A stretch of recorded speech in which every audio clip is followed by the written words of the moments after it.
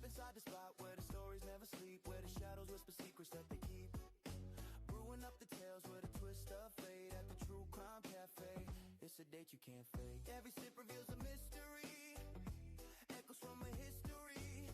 Old school vibes with a brand new beat. Pull up a chair, feel the heat. Welcome to the True Crime Cafe, where the past and rhythm collide and play. Spin the tales, let the truth survive.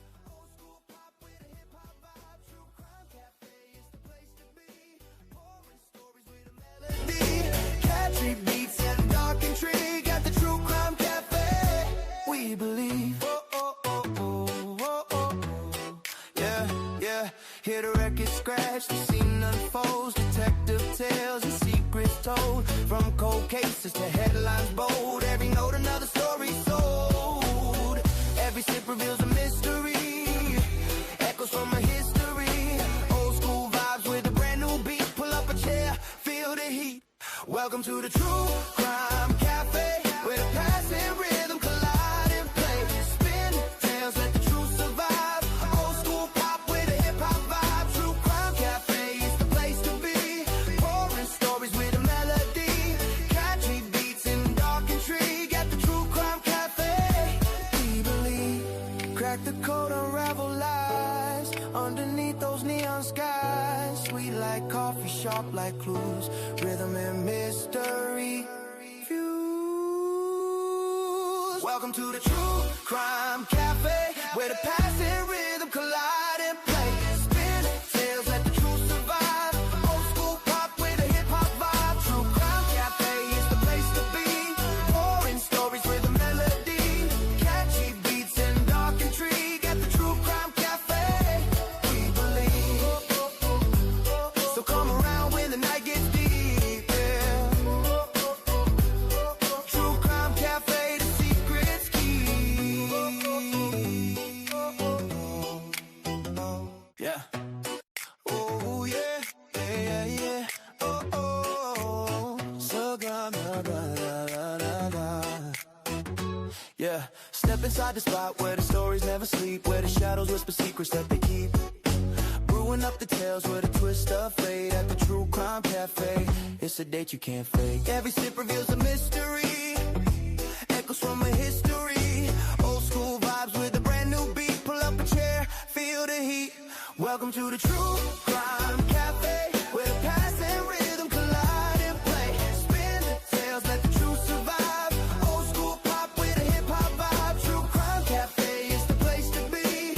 Pouring stories with a melody, catchy beats and dark intrigue. At the True Crime Cafe, we believe. Yeah, yeah. Hear the record scratch, the scene unfolds. Detective tales and secrets told. From cold cases to headlines bold. Every note another story sold. Every sip reveals a mystery, echoes from a history. Old school vibes with a brand new beat. Pull up a chair, feel the heat. Welcome to the True Crime Cafe, where the past and rhythm collide and play. Spin tales, let the truth survive. Old school pop with a hip hop vibe. True Crime Cafe is the place to be. Pouring stories with a melody, catchy beats and dark intrigue. At the True Crime Cafe, we believe. Crack the code, unravel lies underneath those neon skies. Sweet like coffee, sharp like clues. Rhythm and mystery fuse. Welcome to the True Crime Cafe, where the past and rhythm collide and play. Spin tales, let the truth survive. Old school pop with a hip hop vibe. True Crime Cafe is the place to be. Pouring stories with a melody, catchy beats and dark intrigue. At the True Crime Cafe, we believe. So come around when the night gets deep, yeah. True Crime Cafe, the secret's key. Yeah. Oh yeah, yeah, yeah. Oh oh, so da da da da da. Yeah. Step inside the spot where the stories never sleep, where the shadows whisper secrets that they keep. Brewing Brewing up the tales with a twist of fate at the True Crime Cafe. It's a date you can't fake. Every sip reveals a mystery, echoes from a history. Old school vibes with a brand new beat. Pull up a chair, feel the heat.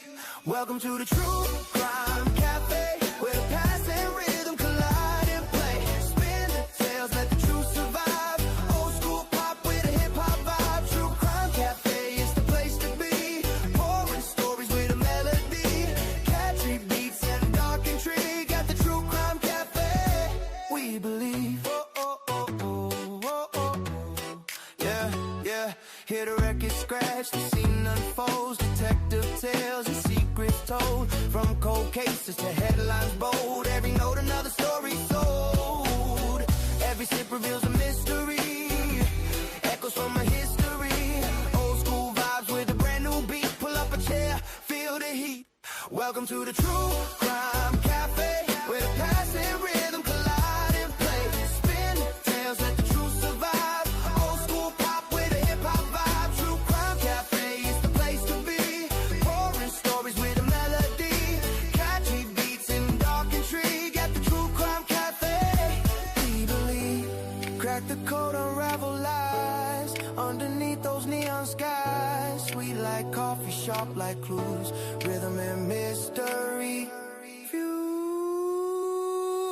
Welcome to the True Crime Cafe, where the past and rhythm collide and play. Spin tales, let the truth survive. Old school pop with a hip hop vibe. True Crime Cafe is the place to be. Pouring stories with a melody, catchy beats and dark intrigue. At the True Crime Cafe, we believe. So come around when the night gets deep, yeah. True Crime Cafe, the secret's key. Yeah. Oh yeah, yeah, yeah, yeah. Oh oh, so gone, da, da, da, da, da. Yeah, step inside the spot where the stories never sleep, where the shadows whisper secrets that they keep. Brewing up the tales with a twist of fate at the True Crime Cafe. It's a date you can't fake. Every sip reveals a mystery, echoes from a history.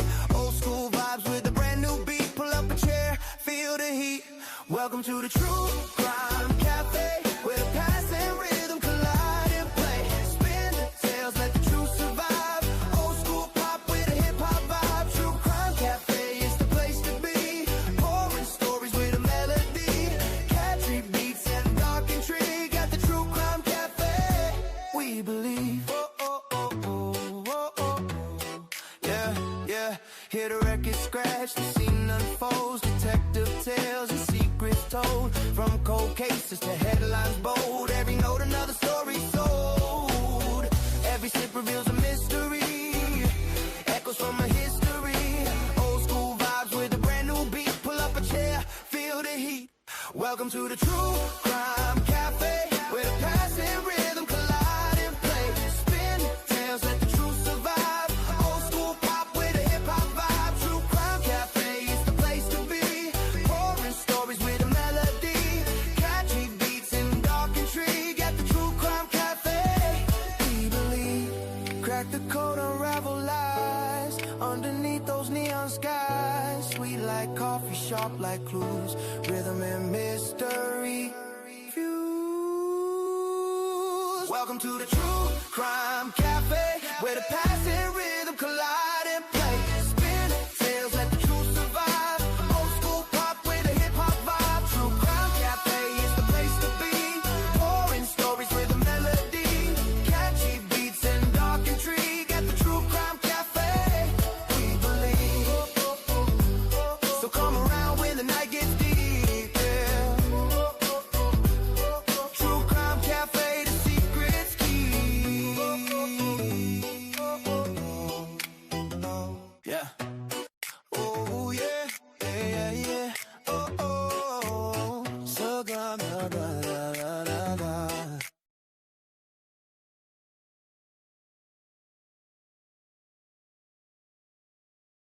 Welcome back to the cafe, everybody. It's great to be back with you guys today. It's a bittersweet day, kind of a solemn day.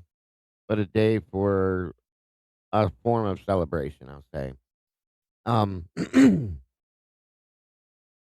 very, as you'll see, we lost a very important part of our family here today, a year ago today. Um, and I would like to use most of this show, the beginning part of the show, at the very least, to honor her, to remember her, um, in every aspect we can. So thank you guys for joining us. I appreciate that so very much. I want to thank all of my amazing moderators, whom this person um, helped to create and to build, and was a foundation for this channel and this community and this family. Wisdom Speaks was the name she went by. Her name was Sherry. She was just an amazing person. So I want to thank all of you who are here to help us remember her and to.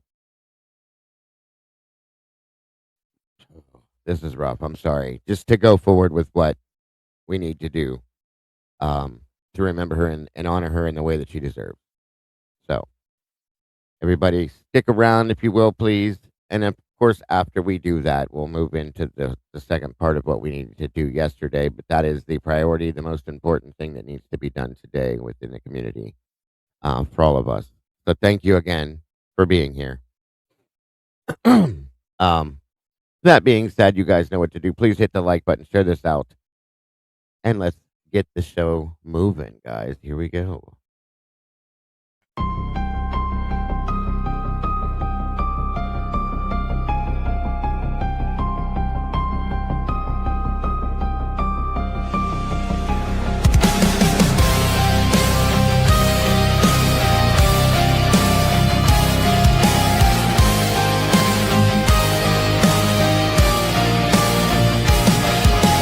Neon lights flicker like broken halos. Whispers gather in the smoke-filled air. Tables carved with secrets and shadows. Every story's a wound laid bare. The kettle's boiling with a restless rage. Justice written on an unsipped the silence, bitter taste, waiting for the ghosts to show their face at the True Crime Cafe.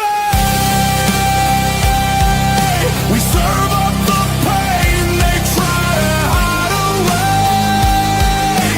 Pour another cup of the truth you crave. Raise your glass to the names they betrayed.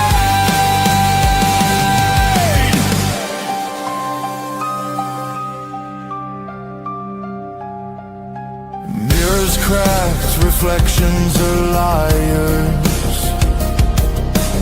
Ashes fall where the guilty once stood. The jukebox hums like a funeral choir. Echoes pounding through the neighborhood. Every scar is a candlelit vow. We hug the how, we demand the now. No more silence, no more disguise. We'll paint the night with sharpened cry. At the True Crime Cafe, we serve up the pain they try to hide away. Pour another cup of the truth you crave. Raise your glass to the names they betrayed. This is not a sermon, it's a battlefield hymn, a requiem dripping from the bottle's rim. The guilty write stories in invisible ink, but we'll drag it all up from the edge of the brave.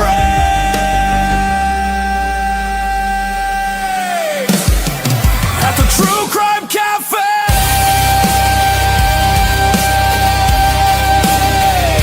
the reckoning burns like a blaze.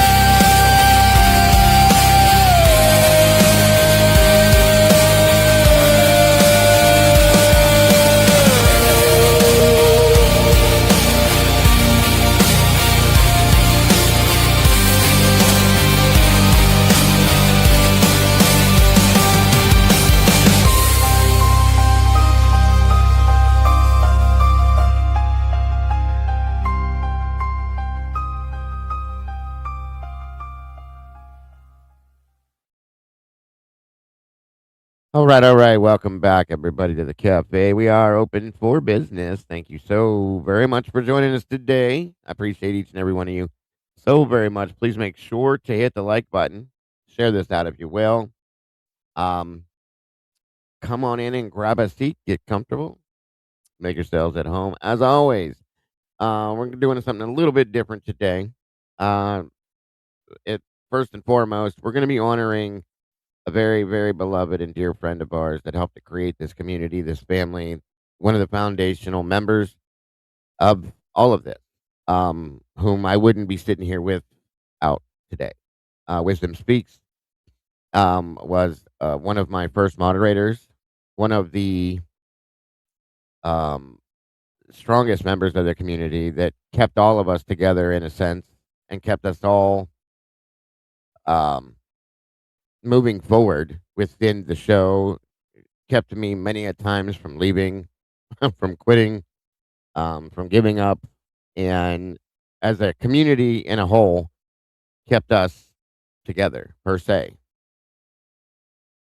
Um, so it unfortunately she passed and left us um, a year ago today, and it's very important to me that we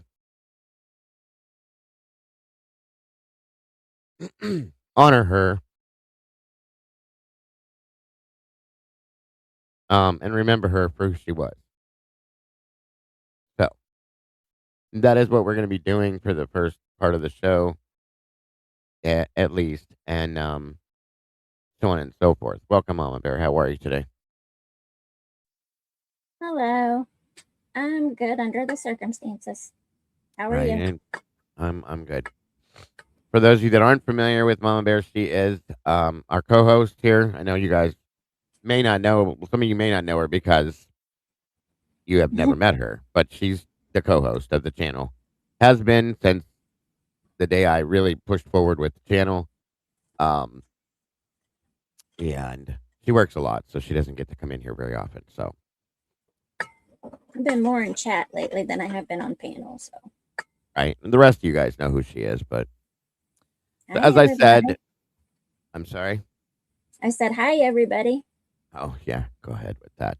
Um, and it's funny because Mama Bear. A lot of you guys know who Mama Bear is. Mama Bear, our production manager, Mikey, the last 24, um, Tomboy Charm, um, oh Lord have mercy, Bear. Who else? Oh, and I mean, of course, Wisdom is Sherry. All Molly. came from the same area. Molly, of course, Molly, our videographer, Molly. There's a few others that you guys may not know, but Mikey. most of the people, they're all part of the team. This team here, okay? We all came from another channel that we had met in and came this direction. And here we are today. And I know I have to believe she'd be very proud of where we're at today, how far this has come. This is what something she always wanted. Um, and would tell me that repeatedly. You're not going to quit this. You're not going to stop doing this. You're not this. Because I believe me, I tried. You can ask Mama Bear. I tried many times. Just being fed up with things. And no, she wouldn't allow it at all. So, um, like I Cat said, she lover, was a is that you, Miss Canadian?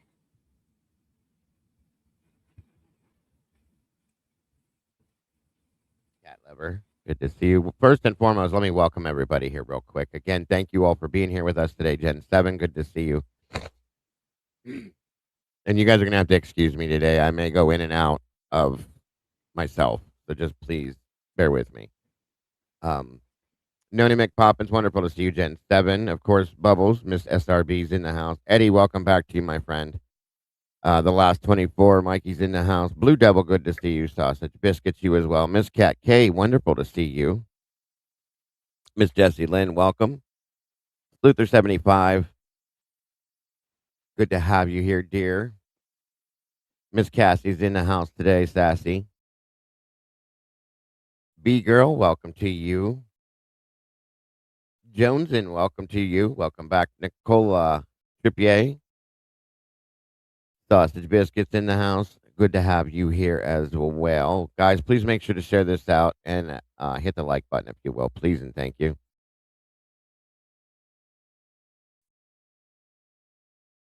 Let's see. One Shot Charlene, welcome to you. Thank you for joining us. Thank you, Gen7, for that.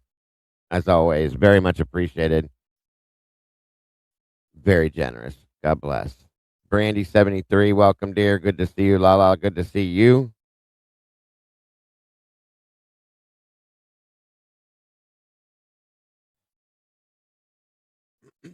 Um, Miss Lily Rose, welcome to you. Good to see you. Julie Tyler, welcome, welcome. Great to have you in the house today.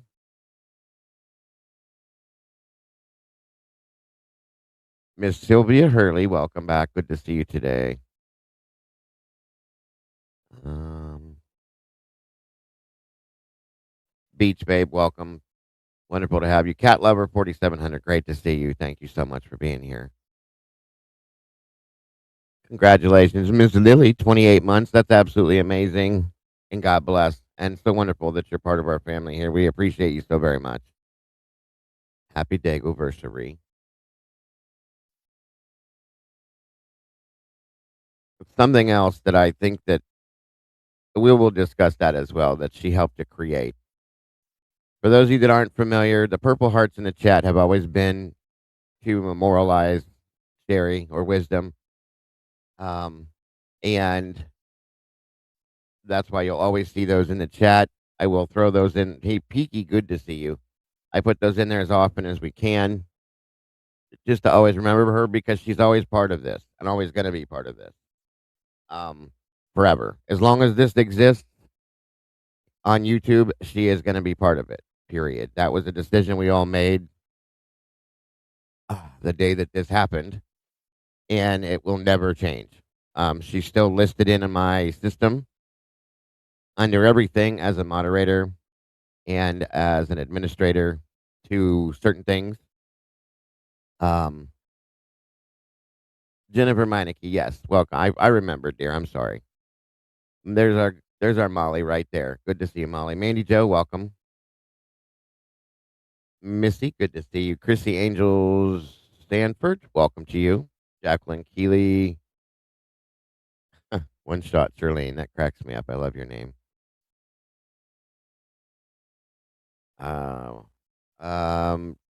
Wavy 3222, welcome.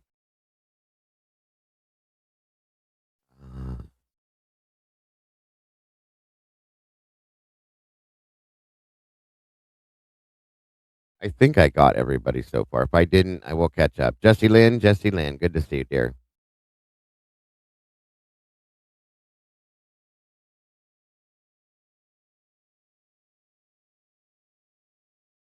Don't think I missed anybody. Let me see down. There's Miss Tandy. Welcome, Miss Tandy. Good to see you. Thank you for being here as well. Miss Tandy came on board a little bit later, but she was in the background. It's funny as it is, always with Tomboy Charm, and didn't even realize that she was per se for the most part. And she's kind of always been part of the family, regardless, because of Tomboy Charm being her wife. So she just fit like a glove and fell into place when she came on board, and that's just how it is. Yeah, she was here before Wisdom passed, of course. And she probably was in the background when Tomboy, because Tomboy came over from the other channel too. I used to be a guest host on a channel called No Thanks. Bad memory. But anyway, that is where all these amazing people that I know that are mostly, a lot of them are part of the team here, came from. As I said, Mama Bear, the last 24, Tomboy Charm, Molly, all of them. And of course, Wisdom Speaks came to this channel and left that channel at some point. And like I said, Candy was in the background without even realizing it, and part of this even back then. So, um, I think I've gotten everybody so far that's here. If I didn't, please excuse me today. I'm kind of all over the place. Porter Trina, welcome.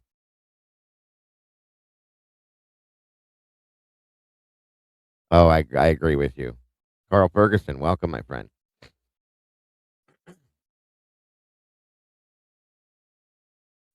Guys, please make sure to hit the like button on the way through and share this out if you will. And it is Friday. Happy Friday to you.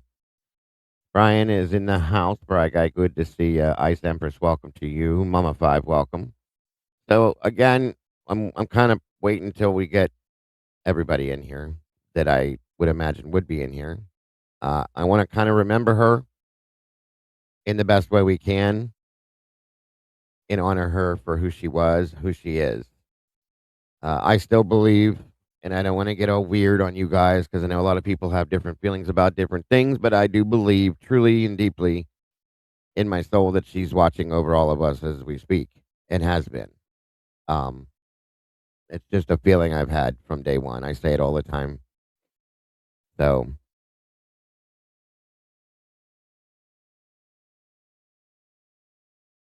and I do believe she'd be very proud, like I said, as where we are today. Again, if it wasn't for her, I wouldn't be here today because I would have quit a long time ago. Things that we've all gone through within the channel, in the community, so on and so forth. And I can just I'd say what I'd say in the Discord or something, and I get a message. Damn it, Dago, I ain't playing with you. She was on point too. She wouldn't mince words, folks. It was what it was. Stop being stupid. Blah blah blah blah. And she was real. And yes, ma'am. That's that way. I always spoke to her too. Yes, ma'am. No, ma'am. She was like a mother to all of us, truly and honestly. And that's what we kind of called her too, the channel mother, because she kept everybody in the group. Yes, she was always yelling at me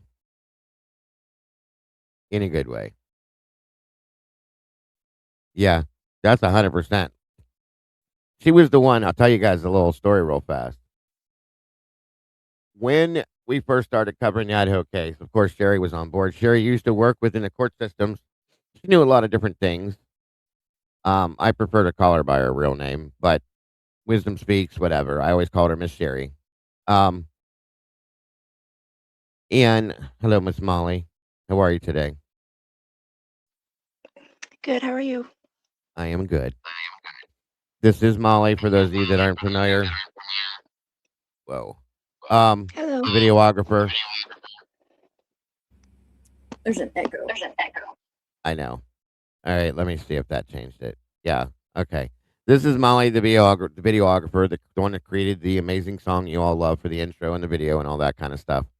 And again, Molly has been with us from day one. It's going back through Molly. That's why. That's all right. I'll just mute when I talk, and then when she talks, I'll mute.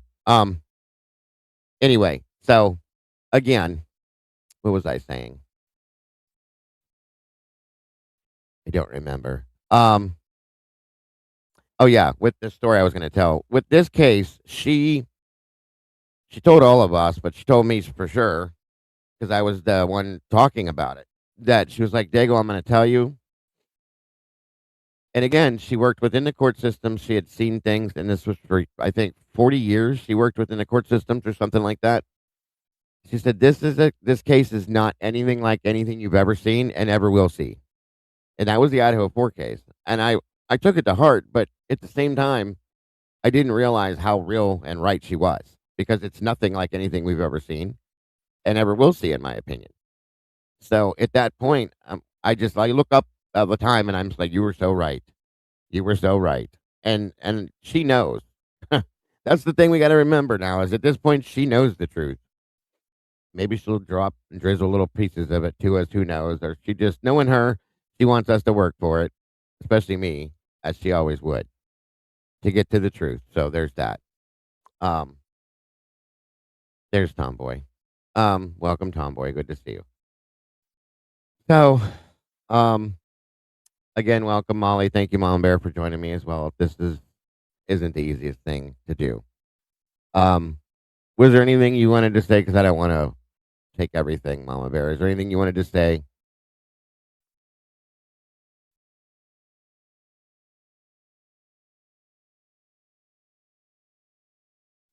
Oh, she said, "Be right back." I'm sorry,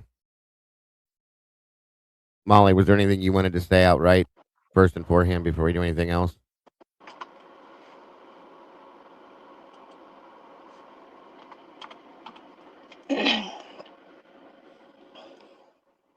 No. Um, Go ahead. not right If you now. Okay, you're all right. Just hang on to it. Mama Bear, are you back? Yes, I'm back. All right. Was there anything you wanted to say outside of what I've said already? Just one of my fondest memories of wisdom is I would pop into the Discord chat and I was like, okay, who's causing trouble now? And she'd be the first one. Not me. I'm being good, mama. I'm like, you're instigating too. Yeah. I know you. Yeah. She had an attitude, folks. I'm telling you. I'm telling you. And I'm telling you what. She was full full blown Native American, Yeah. beautiful. I always told her, if you guys don't know, um, she looked just like Yvonne DiCarlo. Okay, Mm-hmm. if anybody knows who that, I mean, they were twins. She looked just like Yvonne DiCarlo from oh Jesus, was it the Munsters or was it the Adams Family? I can't remember which show Adam's she was family. on. Adams Family, that's right. She was identical. They were identical. She was this tiny little thing, probably 5'2", 5'3", if that. Probably weighed 75, 80 pounds, soaking wet. Yeah. Long, dark, beautiful hair. She never aged. I swear to God.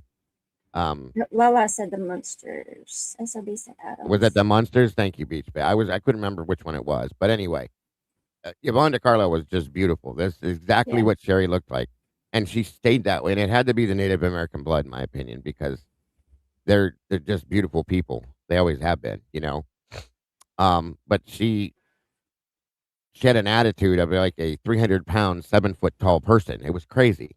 Um, and nobody would ever challenge her. God forgive Oh anybody that no. did. God forgive anybody that did. I'll just tell you that right now. Yep. No way. Nope. Hey Cammy, it's good to see you, hon. She was very proud of the Native American history in her family and her life.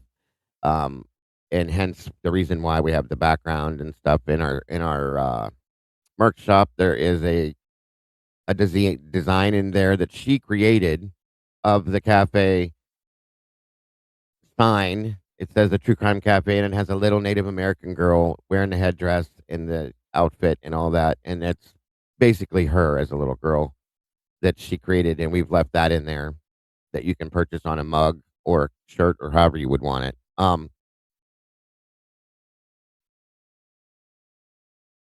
Are you okay? Let me see. Are we good now? Yes, we're good. Thank you, Molly. Welcome, Cammy Q. Good to see you, dear. Is it better? Yeah, it's Okay. better. There's no echo now, I don't think. Maury Proberger, welcome to you. Lala, good to see you.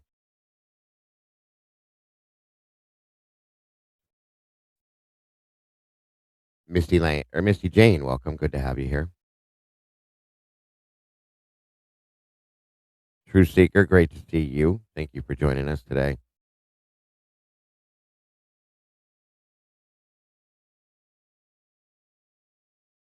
I think I've gotten everybody at this point. Guys, please make sure to hit the like button, share this out. So, as I was saying, she was a force.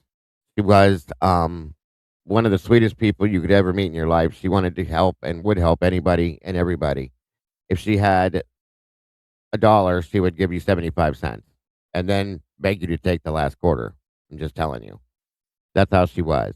She was just a beautiful person inside and out. She was a very, very, very important person within this community. She kept all she was she kept us all together. And again, she kept me on track for sure. Um and that's a fact, which unfortunately some other people have had to kind of pick up the slack on that part.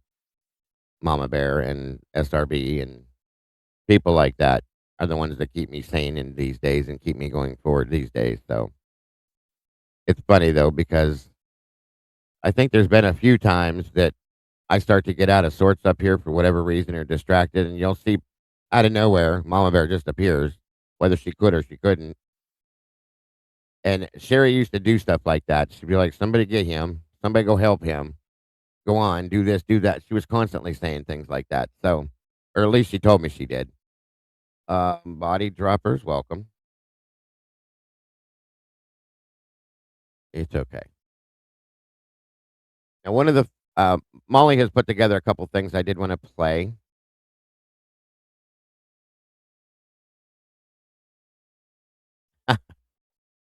Said with a smile, her guilt or troll radar was always on point. She didn't play with that either. That's true. She didn't have she didn't have time for stupidity and ignorance. I'm gonna tell you right now, she did not deal with drama, No. none of it, and she would just shut it down. Period. That's enough, y'all. Her words. I lots of times I can hear that in my head. That's enough, y'all. Settle it down. Knock it off. Shut up. And I remember there's a couple people. The first time they heard her voice, laughed, couldn't believe it because she has this tiny, tiny little voice with this huge attitude. It was hilarious and very soft spoken, but definitely nothing to mess with. I'll tell you right now. She had I'm trying to remember how many children did she have. Bear, was it 2 or 3 boys? 2, I believe. Molly, The 2 correct me if boys. I'm wrong. Yeah, two boys. She had grandchildren. She lived down in the Carolinas, and she had a very interesting life from a lot of the stories she's told me.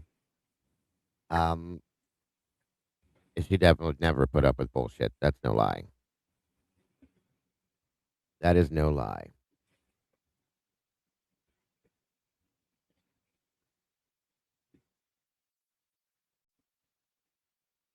Let me see here. Um,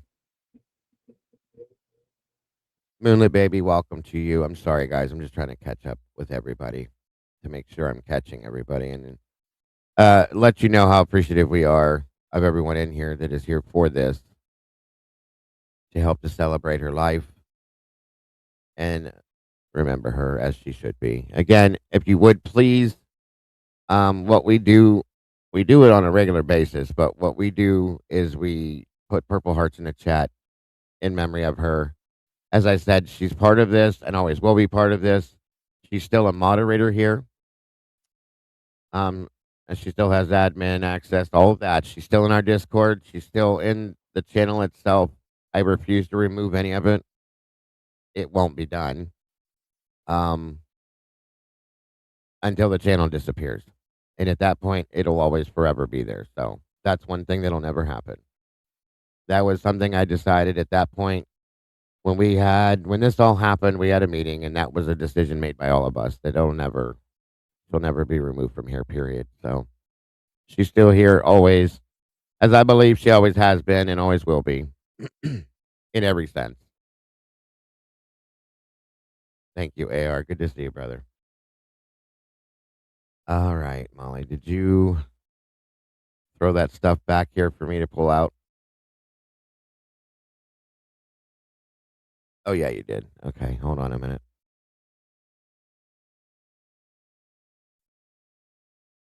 It's going to be fun. Boy. So I'm going to go ahead and share these things that Molly put together. Wow, Molly, that looks a lot like her. That's insane. Almost identical. How did you do that? I don't know. It doesn't matter. That's amazing. So what I'm going to share is these things that Molly put together, video-wise, so on and so forth. This is exactly what wisdom looked like. I don't know how you did this, but you did. So this is amazing.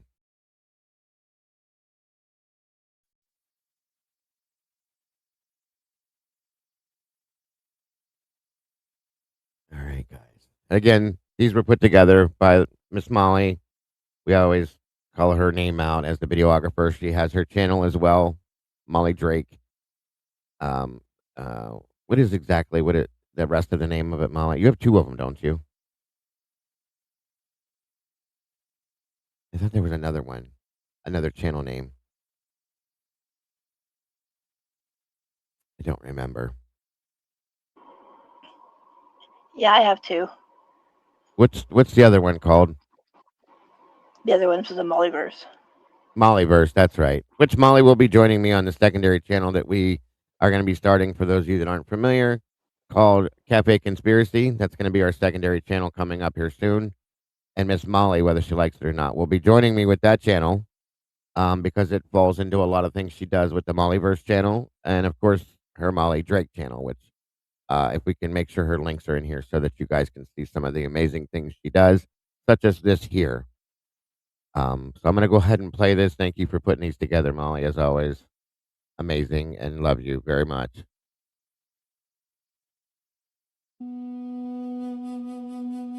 Whispers of the wind, echoes through the stone.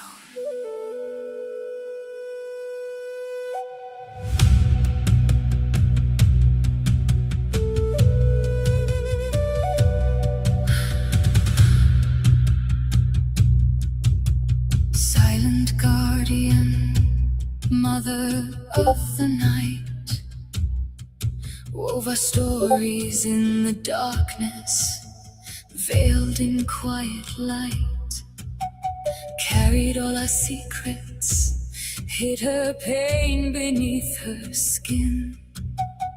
Ancient wisdom, resting quietly within. Darkened shadows gathered at her feet. She stood unwavering, the steadfast sea. Oh, mother, your spirit calls through cathedral echoes, through these hallowed halls. Ceremonial grief, we bear your pain in whispered chants. Your love remains.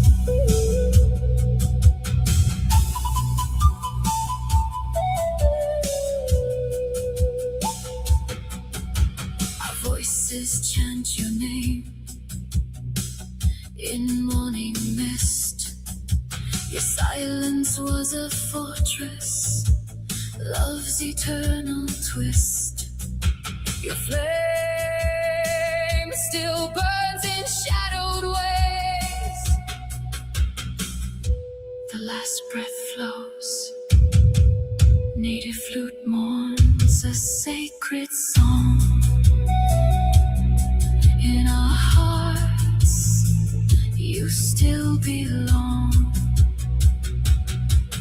Oh, mother, your spirit calls through cathedral echoes, through these hallowed halls.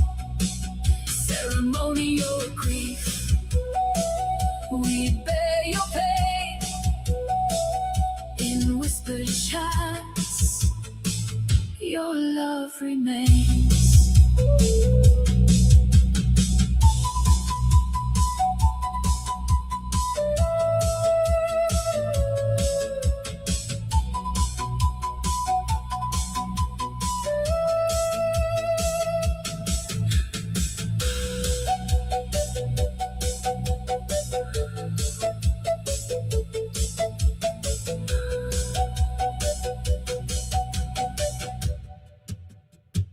Your wisdom speaks in winds that cry, in every drum and every tone. Forever you're our sacred home.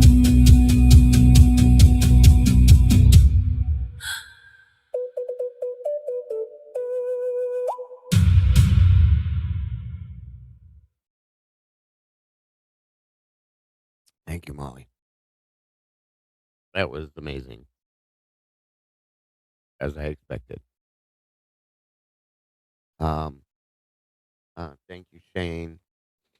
Says I apologize, but I don't remember or know wisdom. But my thoughts and prayers are with everyone who did. God will hold you all closer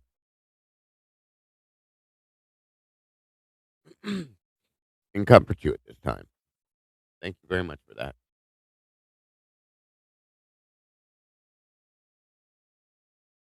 And there is another. Second, please.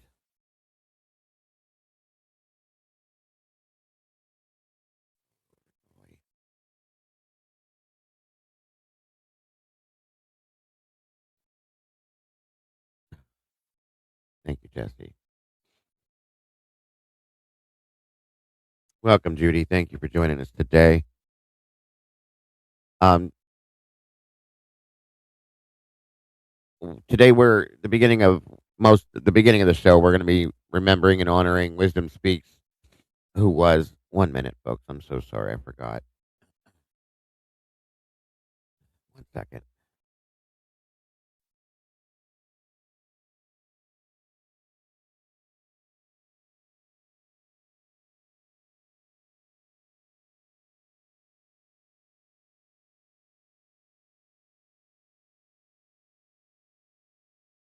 Okay, there's a background noise going on. It's driving me nuts. Anyway, um, she was a founding member within the channel, moderator, so on and so forth, that we lost last year. And today we're honoring and remembering her um, for the beginning part and half of the show. So that's what happened. Nothing new, but very important at the very least. All right. So this next, again, another beautiful piece that Molly put together. Welcome, Right Turn Clyde. Good to see you today. Thank you for being here. All right. Just bear with me, you guys. I'm a little bit off today with this, so my apologies. All right.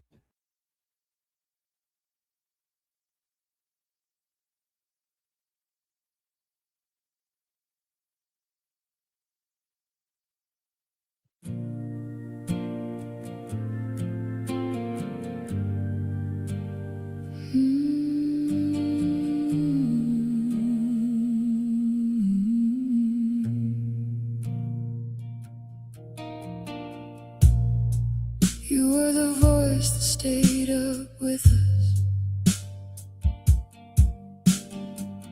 long after midnight lost its glow, making homes out of broken people in places strangers shouldn't know. You had a way of keeping watch over every wandering heart, and sat beside us in the darkness when everything was falling apart. Mom wasn't just a name we gave you, it was the safest thing we knew. Steady in the chaos around us, you somehow loved us through. You hid your pain behind a smile, so none of us would worry. Even dying, you were protecting every soul you carry. You carried fear behind the curtain, never let us see the weight. You kept saying you were fine while standing at heaven's gate. Looking back, it breaks me open, all the signs we couldn't see. You were teaching us about love while preparing us to grieve.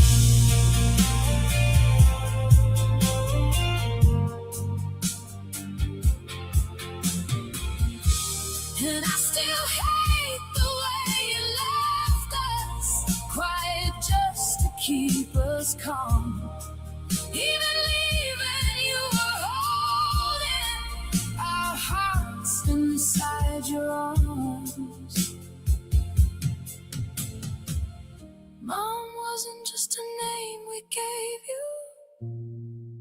It was the safest thing we knew.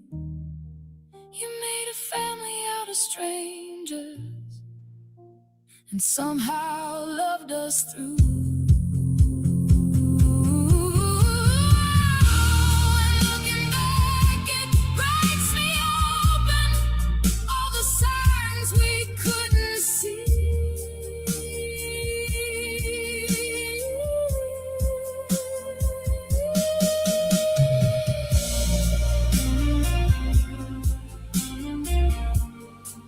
You were teaching us about love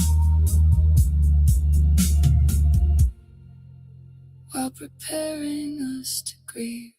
Mom wasn't just a name we gave you, it was the safest thing we knew. And maybe somewhere past the pines,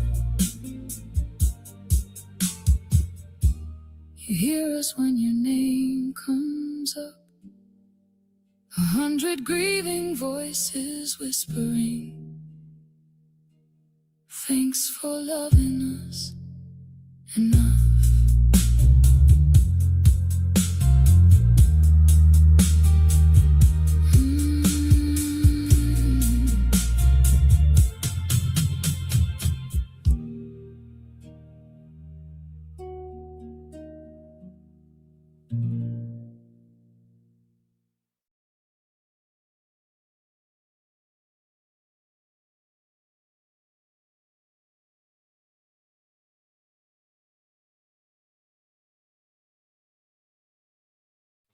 Just a minute, everybody.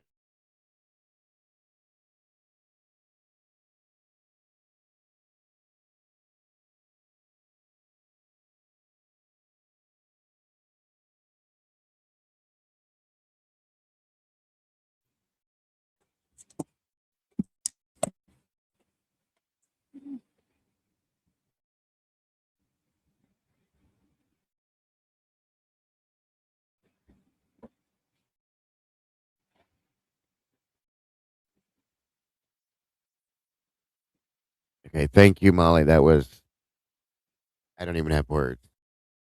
Um, Amazing. Um, just give me a moment, folks.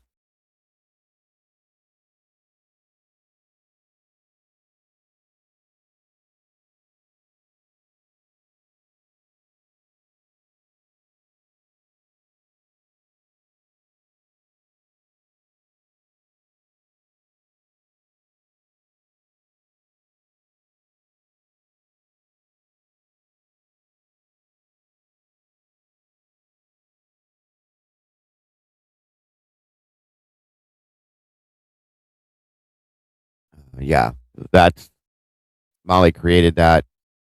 For those that aren't familiar, it had the original members. Um, Most of you guys probably haven't seen most of them, except for Mama Bear, maybe, and Mikey. The original members of the channel in there with us. Um, SRB, Cassie, Tandy, Tomboy, Molly, Mama Bear, and Mikey, of course. Excuse me. Give me a second. I'm trying to put myself together. It was amazing. Absolutely, and I'm very grateful for that. Molly, thank you as always with the amazing things that you do. Um, uh, was there anything you, or if you can, anything you wanted to add to that, Bear? Um, I'm just kind of at a loss for words right now. Yeah.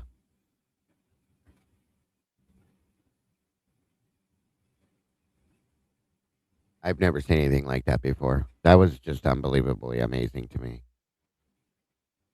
For as many things as we complain about AI for, I think that's one thing that is interestingly helpful in some ways. Something that none of us, I'll say this, it's something none of us could really ever truly do because we're so spread out. But Molly found a way to be able to do it in this sense, and it was amazing.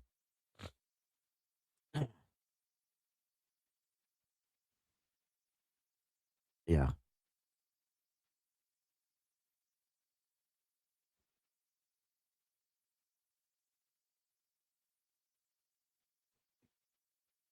One thing I do want to say that I know that Wisdom would be beyond proud of is we've been here for 4 years plus, in beyond 4 years. I think we had our 4 year anniversary. Oh my God. Was it in October? I was gonna say But October. no, okay. October or November. It was in right around there. It was 4 years for us. And SRB and Cassie, they came on a little after the rest of them did. But they've been here that period of time. A lot of you have been here for a long time, a very long time. Okay, which says something to me. And she said she made that statement once before too, a long time ago, that the people. If I can remember, and I don't want to misspeak on it, but it was a long time ago, so bear with me. You know the the people that care, the ones that are always here, something along those lines, and it's true. Um, you know, Mhm. I have anniversaries that I see that are in here that are going on 4 plus years, and that says a lot to me. And I do believe that she was a big part of that. She taught us unity and the, I guess, for lack of better terms, the family orientation within. It's YouTube, folks. It's not real life, but it is. In the same time, it's something we've always said. Like, this isn't real life. We have our lives outside of here, but this is too, though. Okay, she would always push that as well as I do, which is why I always push and continue to push that this is family here. Um, and it absolutely is, and it always has been. I've always tried to push for that. She was 100% behind that. Um, and that's just the way it was. And anybody that didn't, how can I say it? As I told you before, she was a tiny little monster-sized firecracker, okay? Anybody that didn't believe in that, that didn't fit into that didn't wanna be that, didn't belong according to her. Um, and that's the same the way I run this, period. Based on a lot of things she taught us all. And we've always been there for each other. We've always supported each other in any way that we can. With the people that want to be that are part of that, and they're still here, like I said. And I believe that we all will be here as long as we all can be here. And she, again, was a big foundation base for that. So, again, please bear with me, guys. This is a little rough. But again, like I was saying, we went through a lot of hell in here for a couple years ago. Um, and those are the times that I said, I can't do this anymore. I'm done with this. I need to shut this down. I need to move forward. I need to do something different. This is too much stress. This is this, that, and everything else. And I would get, if I would say it in here, other people would say it to her. She would come back to me, not in here, but in the Discord and stuff like that. But, um, and then she would be like, "What is wrong with you?" I said, I'm stressed out. This is a lot. I didn't ask for this. I didn't sign up for this when I came in here. I'm just trying to, talk about things and spread information, so on and so forth. And knock it off was what I would get. You're fine. You're going to be fine. Stand up. Do what you do. You do it well. I wouldn't be here if it wasn't for that. We went through a spell where a few people were going to leave or did actually kind of leave for a while because of some nonsense that was ended up being nothing. And she came back and said to me, I will never leave. and she tried to apologize, and it wasn't her fault. But I said, no, no apologies. It is what it is. I will never leave. You're stuck with me. Blah blah blah. A lot of them have said that to me, and I really do appreciate that. Um, but again, I feel like if we would not have experienced Sherry and she wasn't part of this community, it may not be the community that it is now. So that's something that will always stick with me with doing this. And again, it's YouTube, folks. It's just YouTube, but it's a little more to me. I think it's a little. I think it was a little bit more to her, and it's a little bit more to Molly and SRB and Cassie and Tandy and Tomboy and all of them. But that's why we're here, because it to me it truly is like a family. We all have our families, our wives, our children, our grandchildren, so on and so forth. But this is family too. We're all here together as a whole because we have the same belief in something. Um, and and obviously more than one thing. And we do what we do well with each other. So we have a tendency to I don't even know what I was getting ready to say right there. I just completely lost my thought on it. But you guys, I think you know where I'm going with this.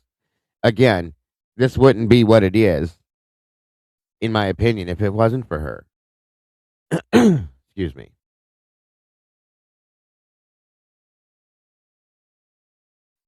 I just had that 4-year thing though, Bear. That's what I didn't understand. I thought it was 4 years. We had Well, it came across on I YouTube. know, but Maybe from the channel you had to start wait a and little when bit for the membership. So that's probably right. Because I know it'll yeah. be my 4 years of being a member will be in October. I think yeah, because the channel I started the channel the October before, Right. and then I was very slowly, and I was in a different like community at that point. It was a drama community where I was in there fighting against bullies and stuff like that, trying to keep internet bullies from harming people and stuff. That's what I did before I did true crime, believe that or not. Right. Um, and it was just enough. And my wife said, "Go do what you like to do. You're good at that stuff. You have a good brain and a good mind and a good heart. Go do something that way, something you like to do." Thank you so much, Murky. It says, I miss Wisdom. She was my Native American sister. I always loved to see her and tell her OCO, which is hello in Cherokee. She wasn't Cherokee, but she understood. Yes. We used to talk about that stuff a lot. Because my grandmother was, thank you so much, Murky. God bless, hon. My grandmother was a Cree Indian, um, or she says Cree Indian. It's Native American now, I know, but that's what she was. Um, and her grandmother, the way my grandmother told me this, I don't know what they call things or whatever, but my grandmother's grandmother was a Cree Indian princess per se, which meaning I guess what it meant was that her father was the chief. That's my understanding, but I was a little boy when I was told this story. Anyway, I knew and learned things in Native American as a little boy, and I would say these things, and then Sherry would get so excited because I knew certain words, and we would talk about certain things, and then she loved to talk about her heritage in so many ways, and she's very proud of it, which I thought was just an amazing thing. Thank you so much, Miss Kawanda. It's very sweet, dedicated to wisdom. I never got to meet wisdom, but I can feel the weight of everyone's loss through the screen. Um, she sounds like a beautiful soul. May she rest in peace forever and always. And she was, and thank you. Uh, very much so. Hey, Chalk, baby. Thank you so much, and we appreciate that very much. And that's what I was saying, guys. This is a family to me. I've always, if as long as I can remember, but wisdom was a good part of that too, because that was her beliefs and feelings on things. Oh shoot. Give me one moment, Mama Bear, if you don't mind taking over for a minute. I'll be right back.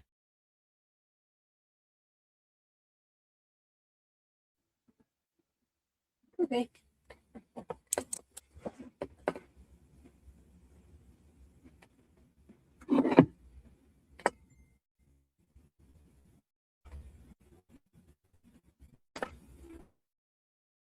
Yeah, SRB, she did. She was constantly sharing her handed down natural recipes to all of us and telling us to stop buying that crap in the store.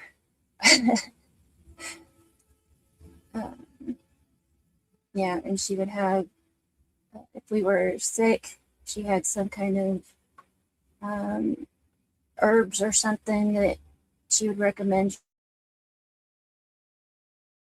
or whatever the case may be.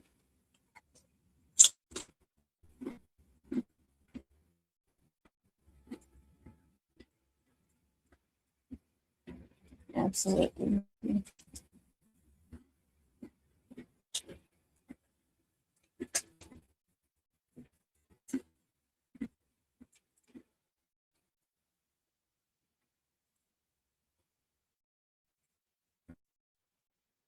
I told you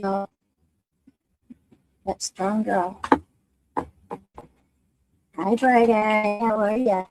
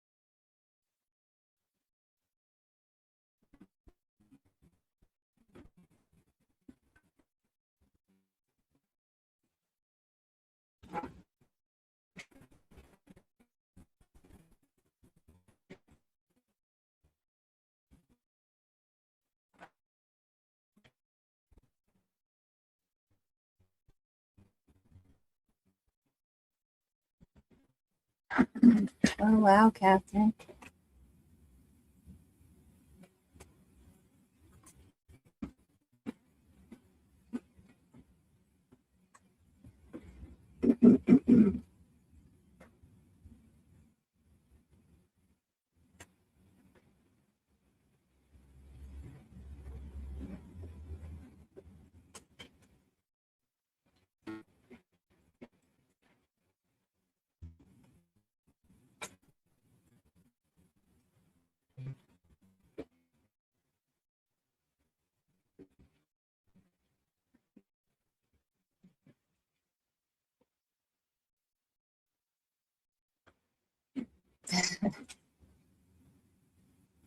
Molly said in the background that Wisdom loved it when Molly would tell her the real Pocahontas is in my family tree.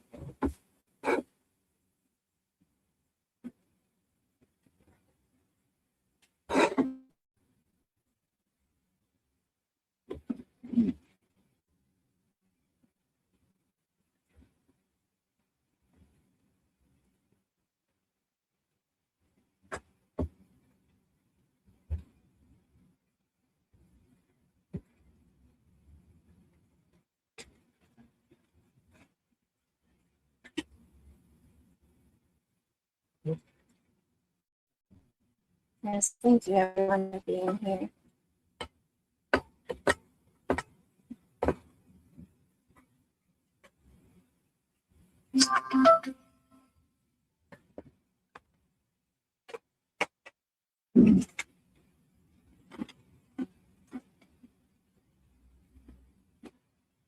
Exactly, Mandy. Exactly. What Diego and I have always tried to represent and bring to the channel.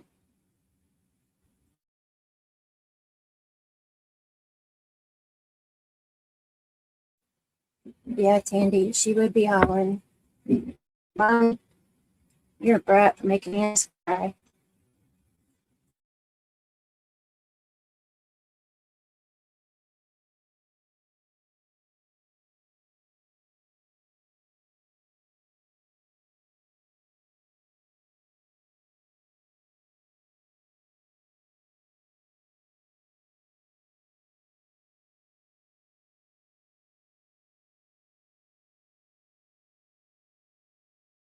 Okay, sorry about that. My wife called in.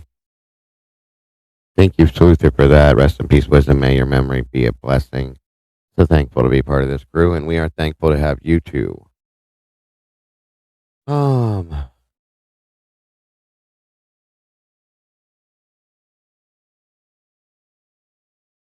Let me see something here.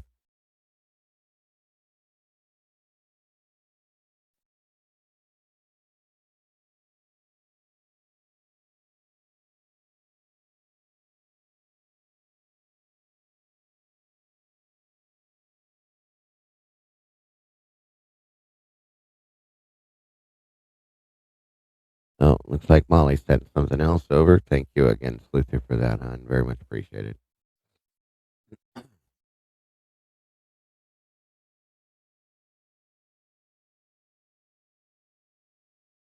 Maybe.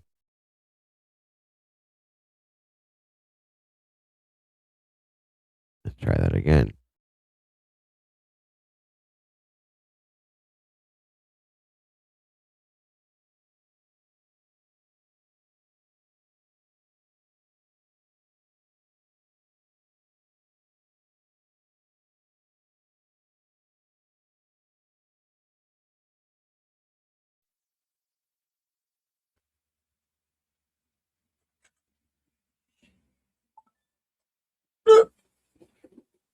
All right. I'm going to push play on. So, this, for those of you that aren't familiar, we all know who this idiot is back here. Up, that's Tomboy. That's Mama Bear. That's Tandy. That's Crazy Mike. That's Molly. This is Cassie. Of course, this is Wisdom. That's SRB. Who is this one down here, Molly?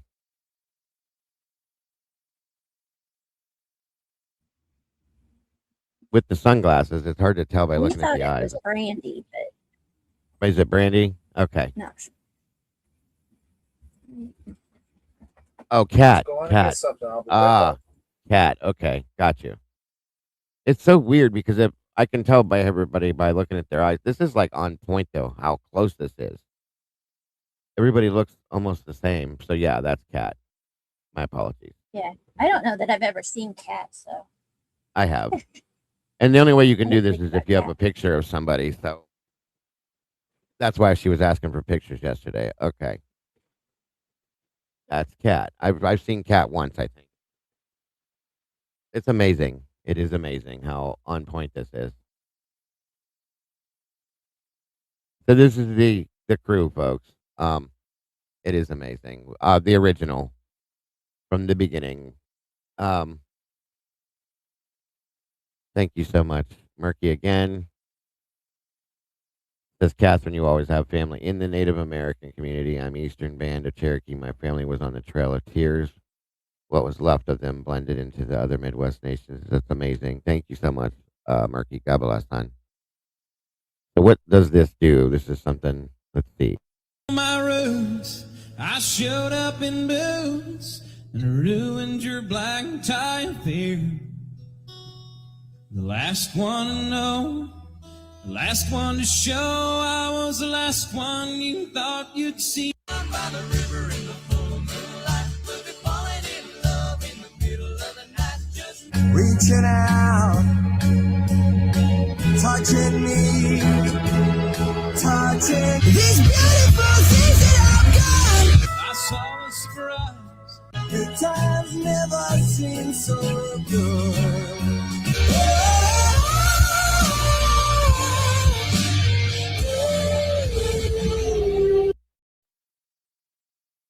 That was different. I swear, the things you can do with this stuff is Like he insane. said, "Oh, what the truck?" Right? Right. As soon as they started singing with this, I was like, oh my God. And yes, for those that didn't know, this one here and this one here are mother and daughter. Okay, I know you guys get confused sometimes. SRB and Cassie are mother and daughter. And these two right here are wife and wife. And we all know who this ding dong here in the middle is. What's up, 1-1? That was crazy, Molly. That's wild. Is there anybody in here that has Sherry would have gotten a kick out of that completely? Yeah, she'd have been laughing her ass off. Um, was there anything anybody wanted to share about her today at all about Sherry or wisdom that hasn't been able to yet? Are you? Is there anything you want to say, Molly? Are you able to yet?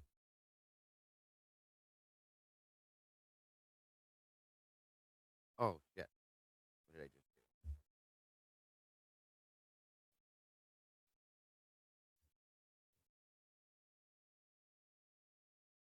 do? Can someone start top left and tell each? Yeah. Where were you at, Brian? Of course I will. All right. So hold on. Yeah, show the picture. Okay. So once again, this is our awesome Miss Bubbles, SRB. The bossy and amazing Miss Tandy right here. I don't know who this guy is. This is Tomboy Charm or TBC or whatever you guys call her. Of course, that's Mama Bear over there. This is Wisdom Speaks, Miss Sherry. This is Cat K. This is our Molly, Mikey, or the last 24. And this is the sassy one, the baby, Miss Cassie.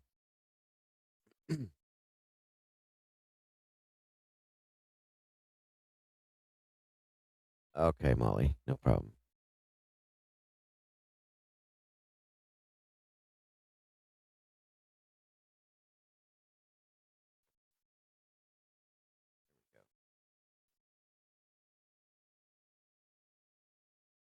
Uh, Sherry will always be one of those who we never forget. You feel her in the wind and the water, and you'll see her in the movement of the trees, rainbows in the calm after a storm. Absolutely, and thank you, Cassie. That's amazing. Absolutely true.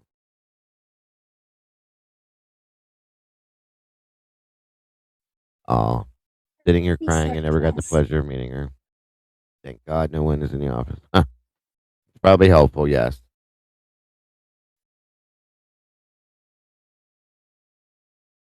Let's see. Just running through chat.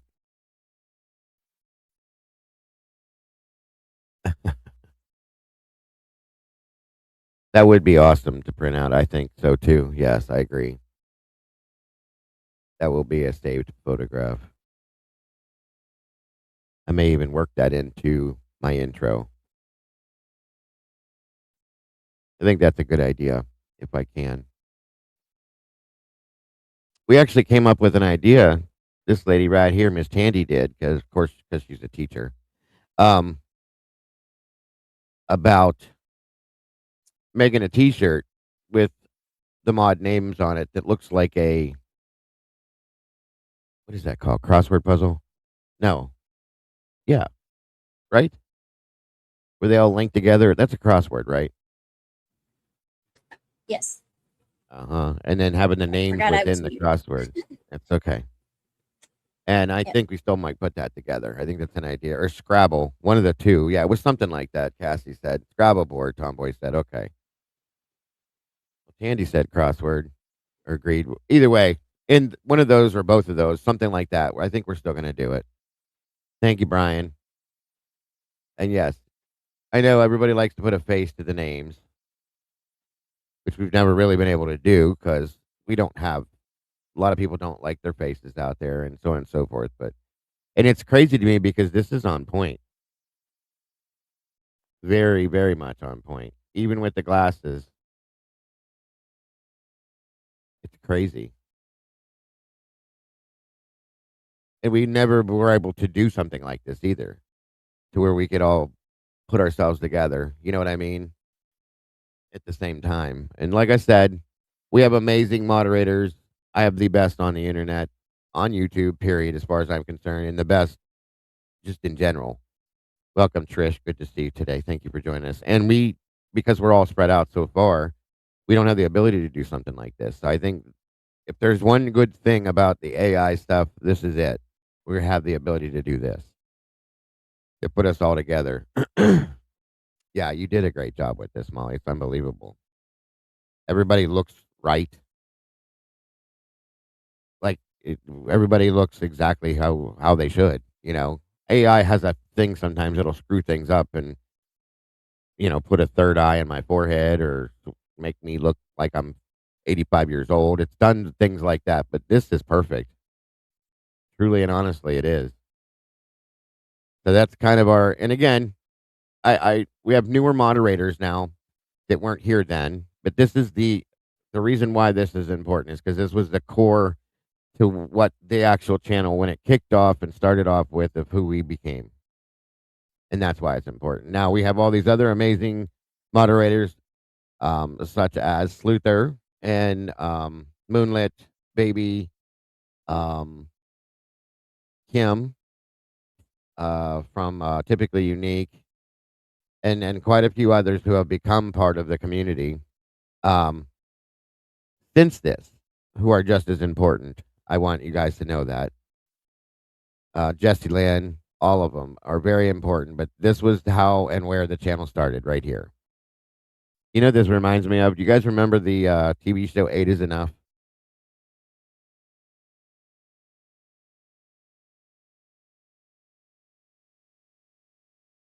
Does anybody remember? Somebody else talk, please. I'm sure everybody's tired of hearing my voice. Candy, today is the anniversary of Wisdom Speaks passing last year. So we're just kind of remembering and honoring that. Yeah, with Dick Van Patten, right. That's this remember at the beginning or the opening credits for the TV show. They did a photograph thing kind of like this, and it's what it reminds me of. It's hilarious. Welcome, Ms. Bernie.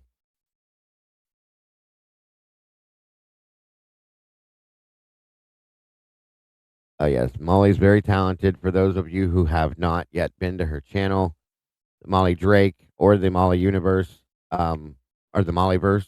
I'm probably saying it wrong. Did Mama Bear fall out the window or something? She's gone. Okay. Yeah, she was a beautiful person, Candy. Absolutely. Or maybe friends. Oh yeah, it does with the background in the park. That's funny. I never thought of that. Should have put the fountain back there, Molly, and it would have been like Friends. That's funny.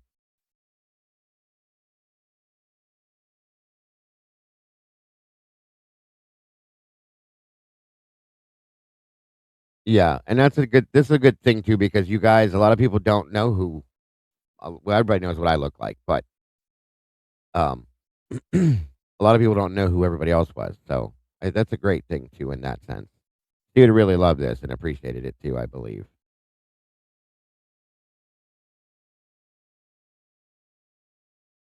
Pivot. What does that mean, Cass?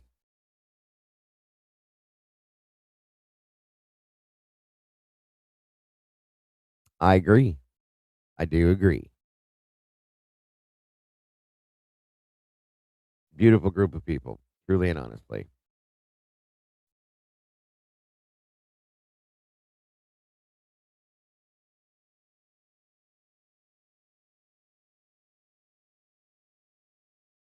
Oh yeah, that's funny.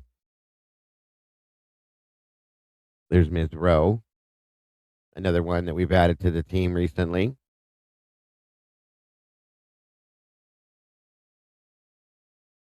Oh, that's a great idea. Hold on 1 minute here. Thank you, Murky.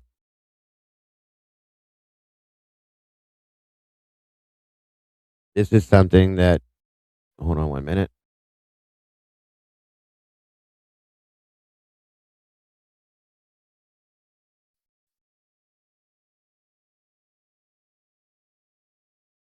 This is something that Wisdom had posted one of her shorts from a while back. Murky just sent me. We're going to check it out real.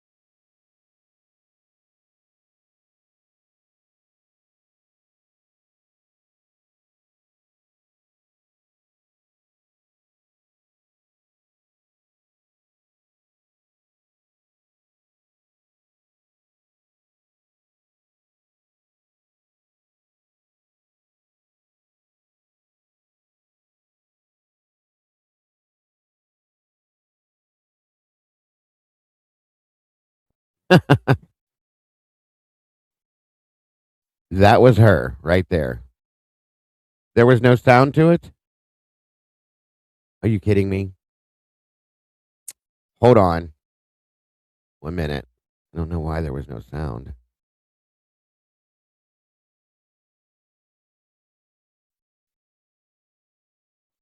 Hang on, hang on, hang on. This is great because this is her. This was everything that she stood for, absolutely. Let's try it again. Hopefully there's sound. If there's no sound this time, somebody let me know right away, please.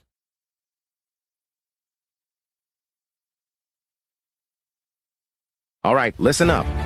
There are always going to be people who try to bring you down. Those loudmouths who think their words can shake you. But let's be clear, nothing they say or do can touch you. They're just noise, nothing more than trash you deal with and move on. So here's the deal. Don't waste your energy on their nonsense. You're stronger, smarter, and better than that. Let them talk. Let them run their mouths. It doesn't matter because at the end of the day, they're insignificant. You're on a different level, so keep your head high, stay focused, and let them know where they stand. Beneath you, because you're unstoppable, and they're just obstacles in your way. Remember this, you're not here to play nice, you're here to win. And if they can't handle that, well, fuck them. That was truly and honestly who she was. Real as real gets. That was awesome. Thank you, Murky, for that.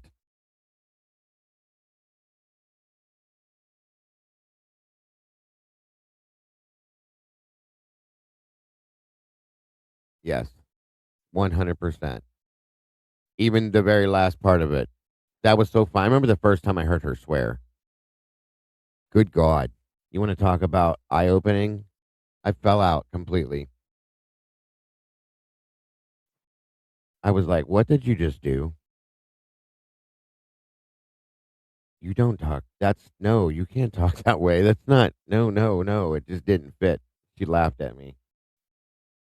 Like, don't piss me off. We'll be fine. And that was a fact. She's a very forgiving person. Always. Sometimes it would take her some time, but she was. Oh, man. I had another video. I haven't seen it in a long time, though.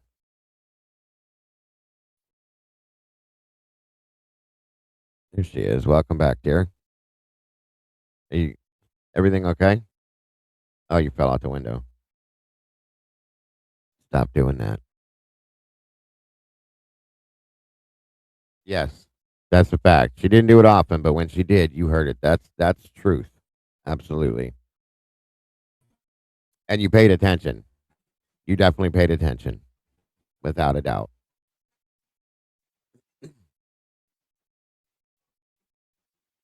If she would get angry about anything, everybody paid attention because she didn't get angry very often. When she did, forget it. It was it was it was a thing.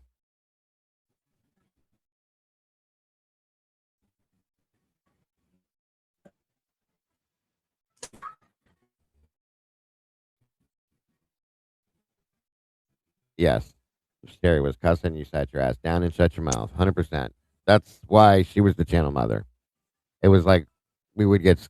You should see in the meetings.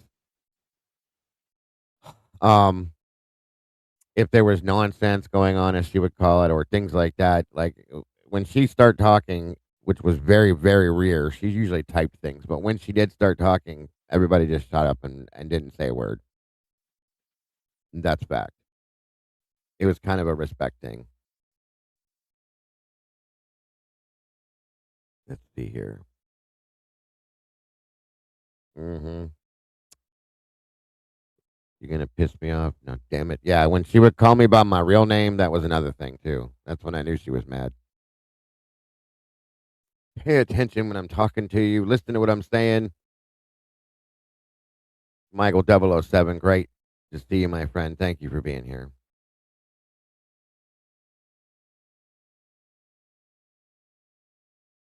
Let's see.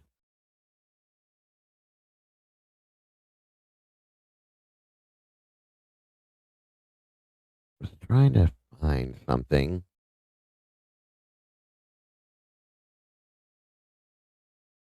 For those of you that are in our Discord, there was recipes that she had added in there that are really good. Um, Anybody that's interested, go check those out within the Discord.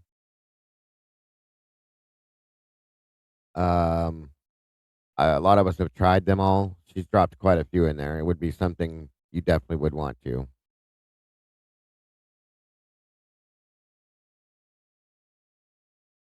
Wow.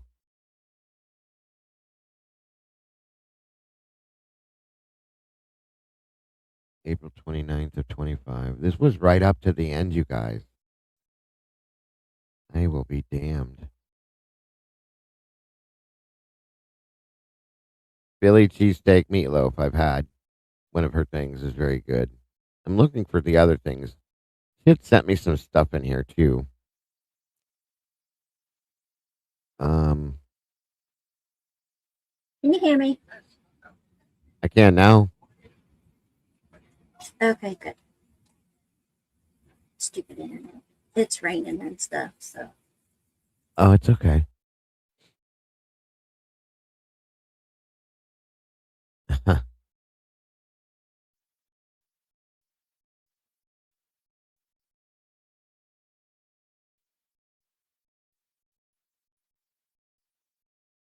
You know what? It's funny. I was finding things. She was getting into doing the AI stuff too.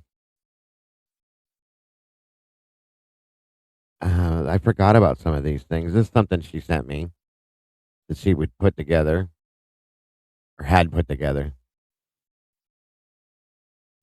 Like I said, she was learning new stuff. This was April of last year.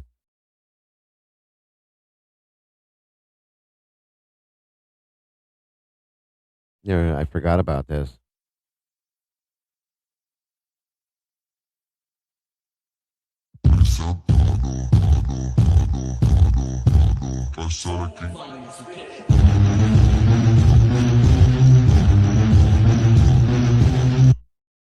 Huh, Oh my I goodness, know. yes. The first time I forgot all about that. Hey, Becca, good to see you. L. Price, welcome. Yeah, she was learning it.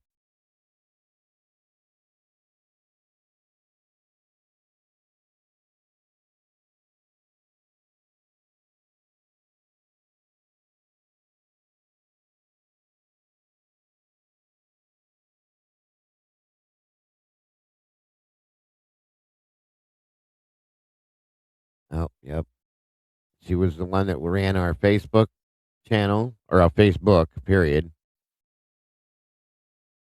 which if I can ever figure it out, Candy will be the one that handles that going forward, but I just can't get it figured out because I have to change things with it. Oh, wow. So many things in here. She was so active within the channel, guys. Believe it or not, like she was always in here doing something. Always.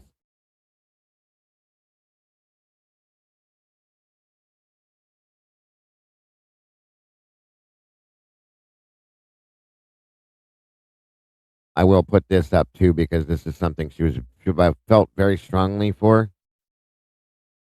Um,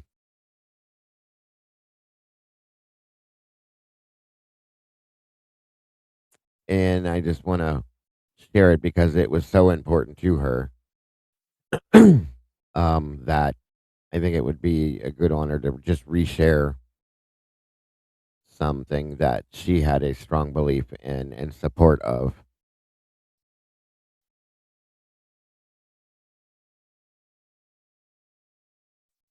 Welcome, Astastic. Good to see you.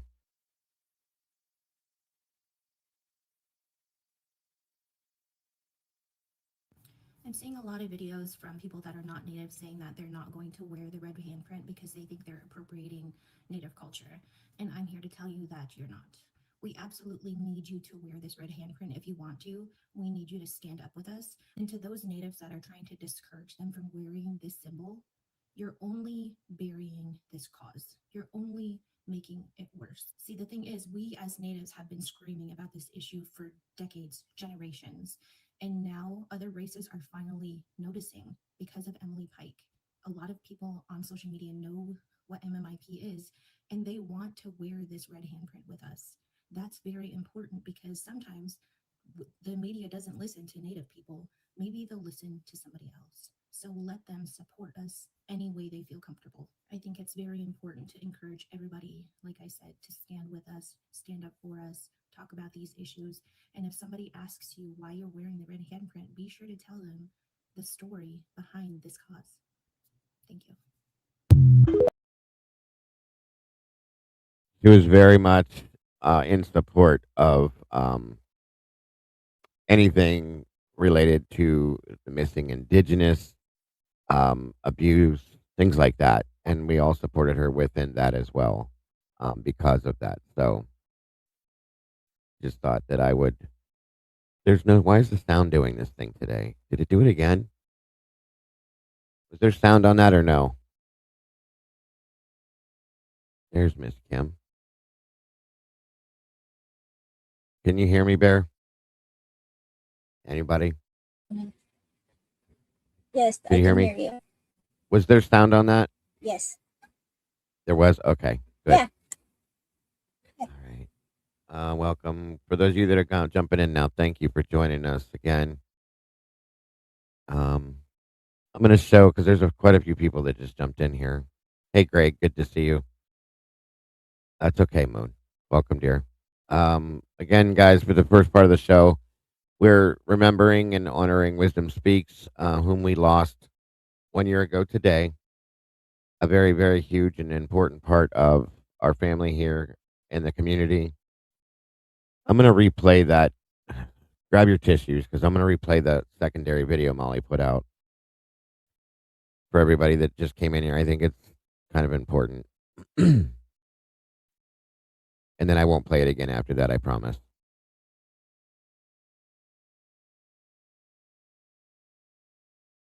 Give me 1 minute.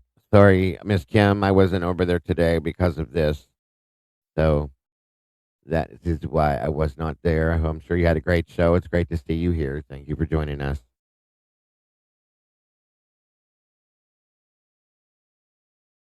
Where is it?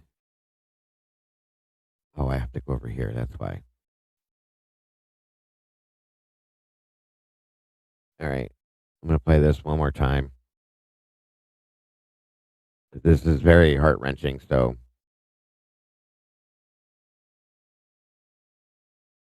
be prepared. There's a lot of new people jumped in here just recently, so welcome, Catherine. This was created by Molly, our videographer here in the middle at the bottom, in memory of Wisdom and all of the community here. The people that you're going to see in this with her are the core moderators who helped to start the community and the channel at the very beginning. So this is an amazing thing. All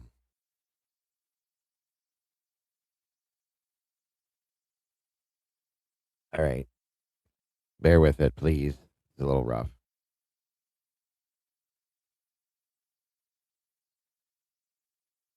And once it's said and done, if anybody has questions, I'll explain who everybody is.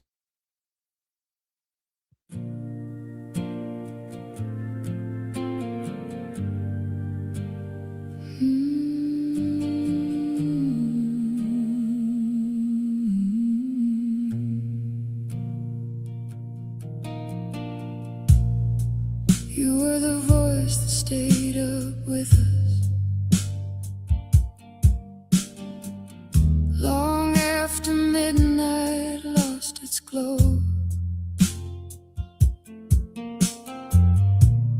making homes out of broken people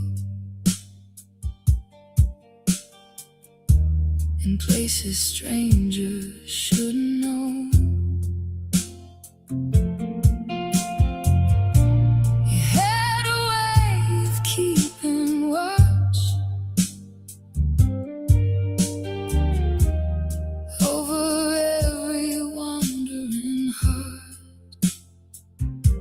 and sat beside us in the darkness when everything was falling apart. Mom wasn't just a name we gave you, it was the safest thing we knew. Steady in the chaos around us, you somehow loved us through. You hid your pain behind a smile, so none of us would worry. Even dying, you were protecting every soul you carry. You carried fear behind the curtain, never let us see the way. You kept saying you were fine while standing at heaven's gate.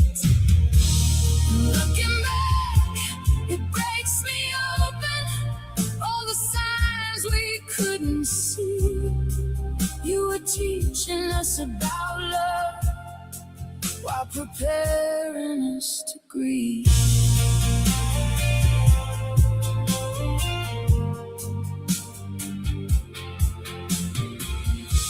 And I still hate the way you left us, quiet just to keep us calm. Even leaving, you were holding our hearts inside your arms. Mom wasn't just a name we gave you, it was the safest thing we knew. You made a family out of strangers and somehow loved us through. And looking back, it breaks me open, all the signs we couldn't see.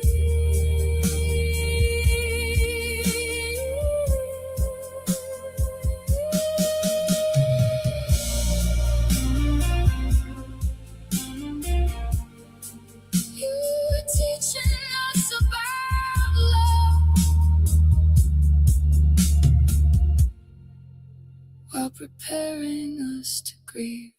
Mom wasn't just a name we gave you, it was the safest thing we knew. And maybe somewhere past the past, you hear us when your name comes up.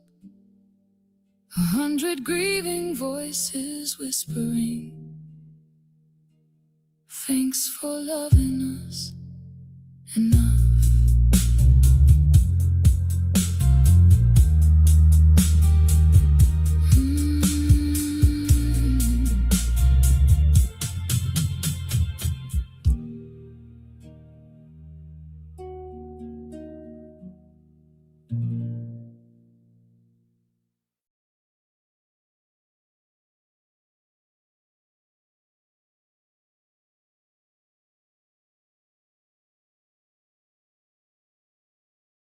There again,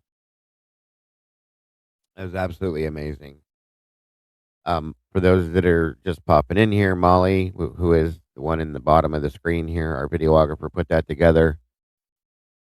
My God, Molly. Thank you, Chad. And again, for those that I have an amazing group of people here, guys. I always have, and I believe I always will. This community is built from, you know, like I said, Wisdom was a foundation member of this community. When I first started it, I didn't know which direction I was going with it, other than that we all loved true crime, and we were all very interested in it, and we all were very much here for the truth and for real justice for people, and that was something we all believed in. And again, Wisdom, we were lucky enough to have her wisdom, because she worked within the court systems for years, 40, I believe it was 40 years. And she's very helpful at, nonsense. One thing she did not all the misinformation and disinformation. If you said it, she shut it down. I mean, that's ridiculous. That's insane. Don't believe this. Don't believe that. Like I said, um, and we kind of followed her in that. She helped us to see and deal with things. Um, and it was how we all stuck together. She was the glue. It's been said many times, and still is. You know, she may not be with us in person anymore, but she's always with us in our hearts and in soul, and has kept us together in that sense. We refer to her all the time. Things she says, you guys will see me do it a lot, where I'll just look up at the ceiling and say, "Thank you again," because she's taught us a lot. She was just an amazing human being and an amazing person in general, folks. There's no words that'll touch on it that make it real and give the exact on it for what I'm trying to say. So, hey, thank you, Kim, and we do you as well. Chaos Detective, welcome. Good to see you. Says, I don't even know you all, and I'm speechless and hysterical. I am happy you all found each other. You're lucky to have such an amazing community. I hope someday I have that too. Absolutely. And of course, everyone is welcome here. Um, everyone. That's the way this community has been formed and built. And she was young. She was, who was she? 62, Mama Bear? Yeah, that sounds right. 62 or 63, I think, yes. I can't remember the exact number. But never, in my opinion, looked or felt that way. And like I said, you can see her in that photograph that we had. That she looked so much like Yvonne DiCarlo. It used to blow my mind. I told her that all the time. Drove me insane from when the first time I saw her. She never looked. And I told you she didn't look her age, and that has to be that. Like she was, I believe she said 100% Native American. So that photograph or that other video, that goofy video, that one that Molly made with that has that picture of all of us. When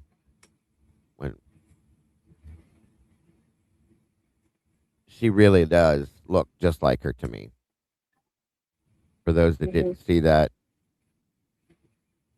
this is everybody that was the core of the beginning of the group and the community and the channel.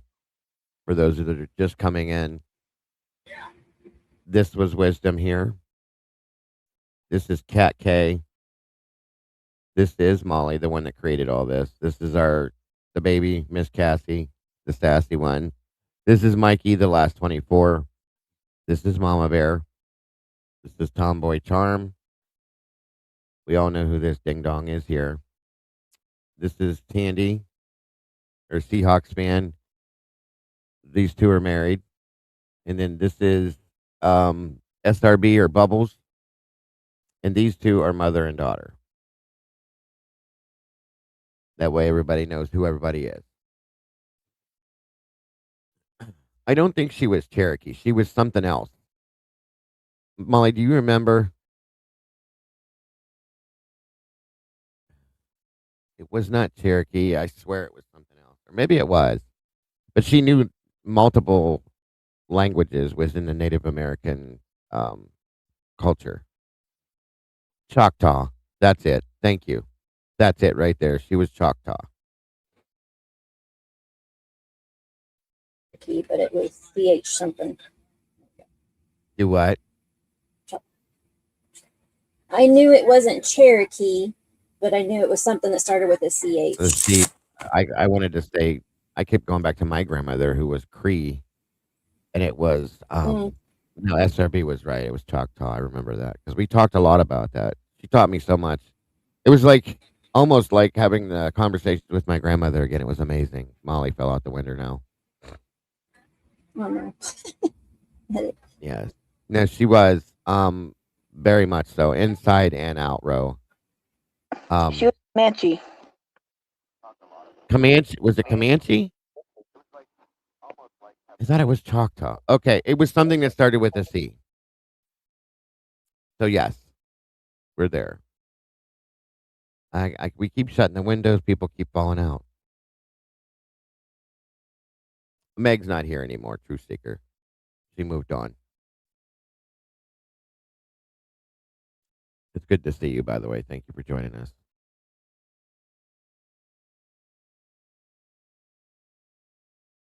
Comanche. Okay. It was in that realm somewhere. Either way, he was Native American. That's what's important, and we know that. Altruistic murder. Welcome. So today, yes, unfortunately, is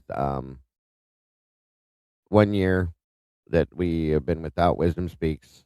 As of today, I remember the day it happened. I was in the middle of a live stream, and I was beckoned from the Discord to shut down and come into the Discord. And Mama Bear told me what had happened, and I think we were all very, very blown away. Because here's the way Sherry was. I mean, she was honest with us about things, but when it came to her, no. She had been sick, I believe, for a while. Okay. And didn't want any of us to worry about her because we did. All of us did. If we didn't see her here for 24 hours, we were sending out search dogs looking for her.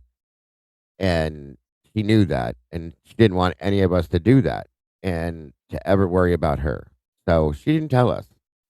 At one point, I hadn't seen her for about 3 or 4 days, and we were all messaging her insanely. Where are you at? What's going on? Are you okay? So on and so forth. Thank you, Molly. So it was Comanche. Okay. And she finally responded to me at one point and said, I'm going to the hospital. I'm just not feeling good. I'm like, okay. She had been in and out of the hospital. She had pneumonia once and something else she was dealing with. I couldn't remember, is what she told us. It turns out she had cancer, and I believe that she had had it for a while, and she knew, and just didn't say anything because, again, we would have been all over her 24/7, worried about her. It would have changed, and she was not that person. She did not like special attention. She didn't want people fawning over her or freaking out on her. So, I mean, every time she went missing for a period of time at one point in time, and we did everything but send the police to her house. And I think we almost even did that. And finally got a hold of her, and she was angry. She's like, y'all don't need to be doing that. I'm fine, blah, blah, blah, so on and so forth. But that's how we are with each other in here, guys. That's what we do with each other. If somebody's missing for a period of 24 hours or more, and there's nothing stated in here about why, we go looking for each other to make sure everybody's okay. And she wanted to be the one to worry about all of us. Didn't want us worrying about her. And that's how it was. And if we didn't like it, too bad. Deal with it. So, that's how and why she was the channel mother, became the channel mother from the beginning, basically. She was the oldest out of all of us, and she was the wisest out of all of us, and she kept us all in line and kept us all together. Again, as I said in the beginning, many, many times I almost quit doing this. I almost walked away from this. And she said, sit down, boy, and pay attention. And this is the deal. You're good at what you do. You care about what you do. You care about people, and that's important. Things like that is what she would say to me. You need to continue doing what you're doing. Stop feeling sorry for yourself. She was very direct and to the point, and keep going. And it worked. I don't know about everybody else in here, but I was always the one that I know for sure that she had to reprimand, I guess you could call it, and keep me in line. I'm sure there was other people.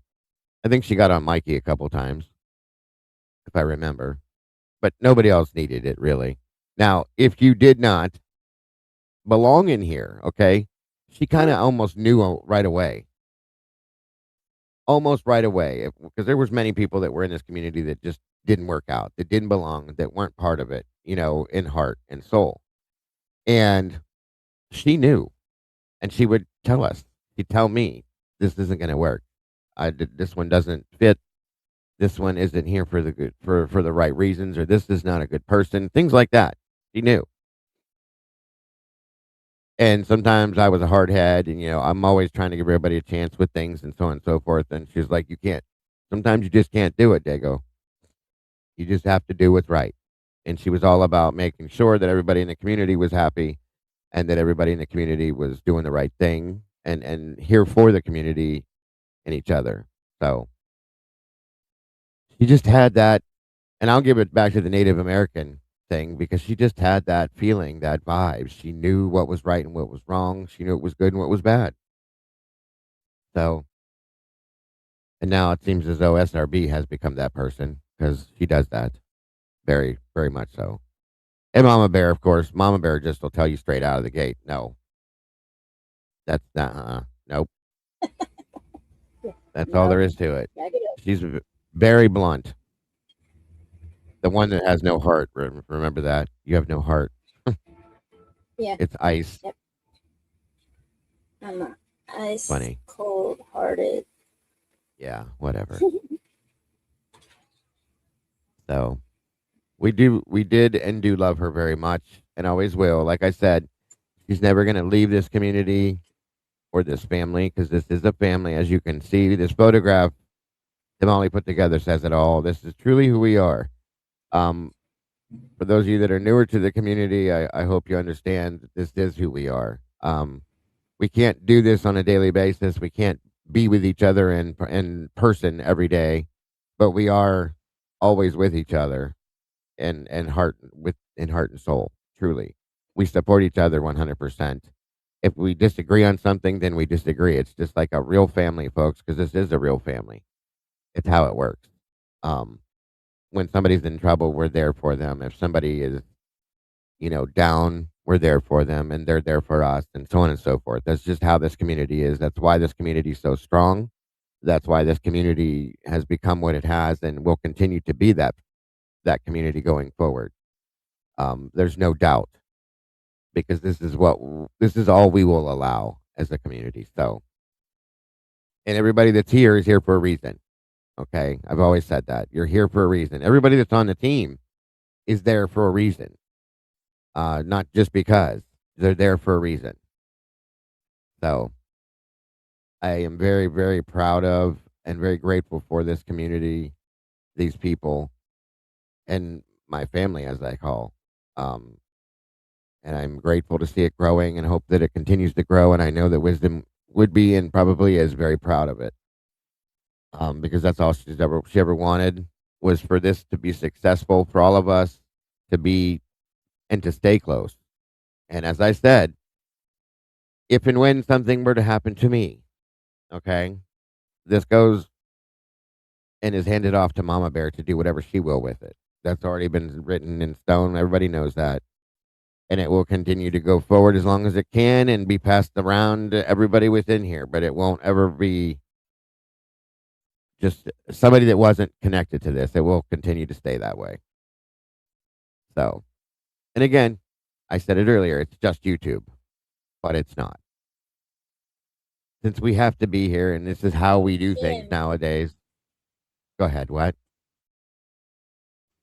I said, Murky, I am mean. She's not mean. She's a liar. She tries to be. Now, here's the thing. I will say this. If she is mean, she's just like Wisdom too, guys. For Mama Bear to get to the point where she's upset or angry or she starts slinging swear words, just leave. That's all I'm going to tell you. Just go somewhere else. That's bad. That's very bad. Not yet. I'll show you guys what it's going to be though here in a minute. So will continue to go on as it is. If the name were to be changed or something like that going forward, it is what it is, but it still will be what it is. It will always, that's the ideal, and it's known that it has to stay the way it is with the community, the family, the people need to stay together if they can. That's all, the whole thing.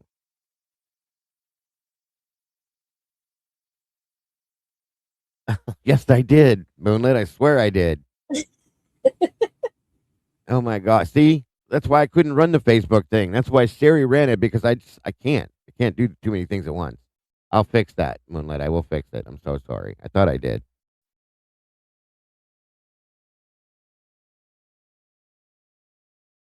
Yeah, you will. If you piss Mama Bear off, just go as fast as you can. Get away.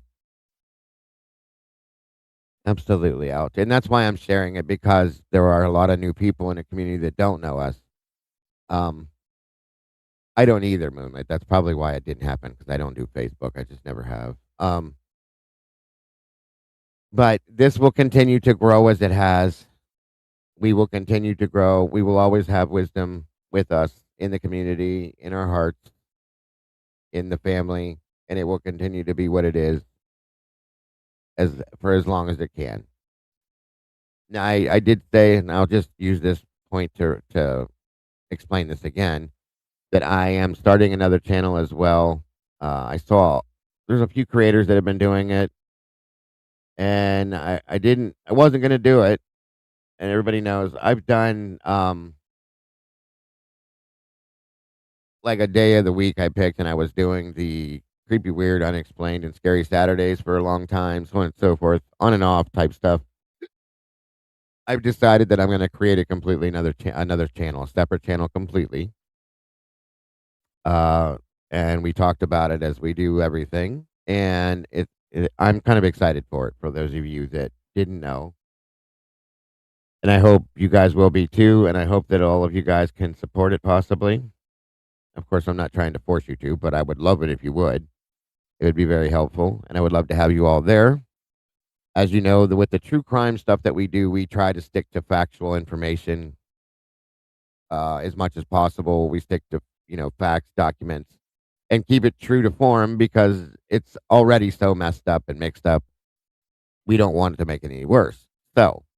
Um, so with that, I know there's a lot of people that have different thoughts and feelings about things in some of these cases and in other things as well. And these things are important because they're still your opinions and thoughts, but we try to keep it straight on point as much as facts as we can with like the Idaho case, for instance, because it's important in that. But that being said, there's a lot of us that have interest in other things out here.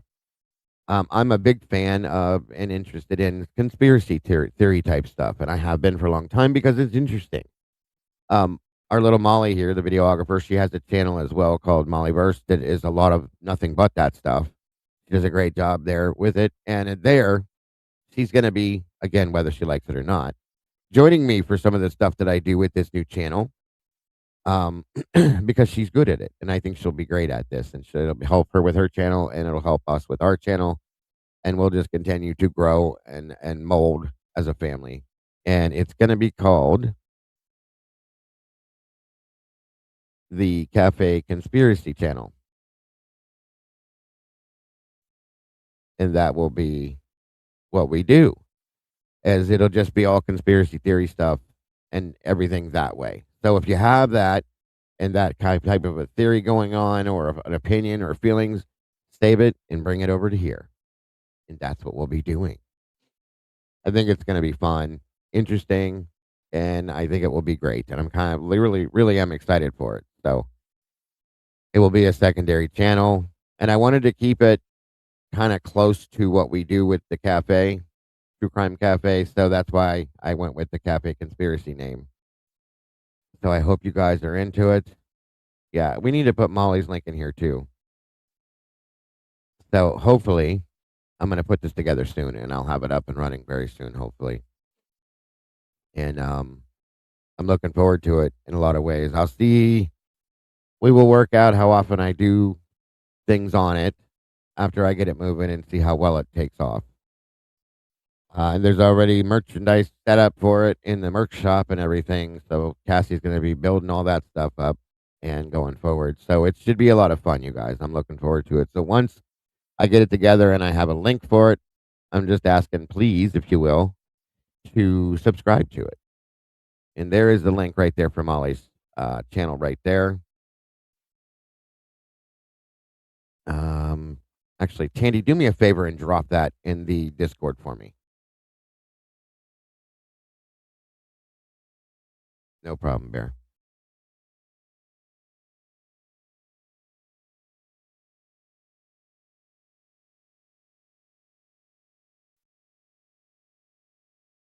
One minute here. I wanted to show you guys something. Thank you, Jen. Yeah, guys, please make sure to click on Molly's link, subscribe to the Mollyverse and the Molly Drake channel, if you will. Thank you, Trish. I hope you guys do like it. And I will have it up soon. Within the next few days, I promise. For sure. I already have the logo for it, so that's if you have, once you have the logo, you're good to go. Let me check this Discord for a minute. I want to show you guys something here. Again, something that Sherry would be very proud of as we go forward.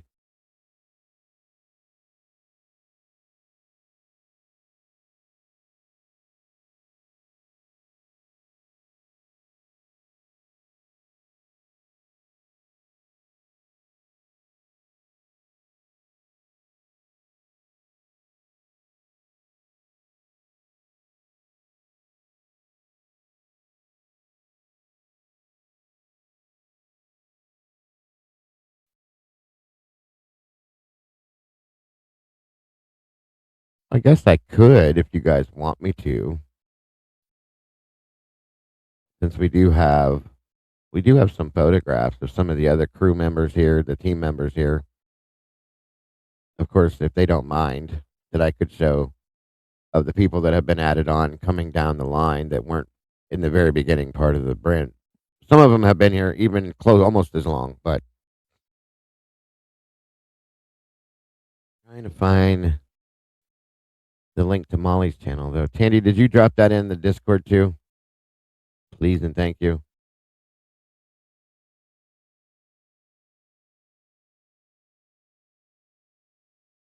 Maybe not. Let me see. I can't click on it in the channel for some reason.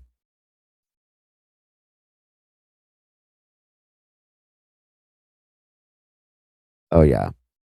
But that t-shirt we have. Thank you to who was that, Molly? Oh, he gave us the idea for a t-shirt. Thank you, Bubbles. We knew new conspiracies because all of ours have come true. We put that on a t-shirt.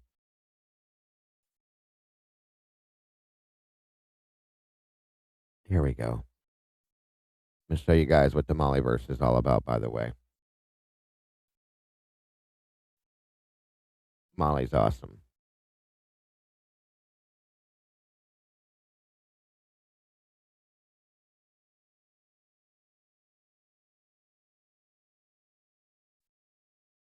Just a quick little sneak peek, but you guys got to subscribe to get all the good stuff.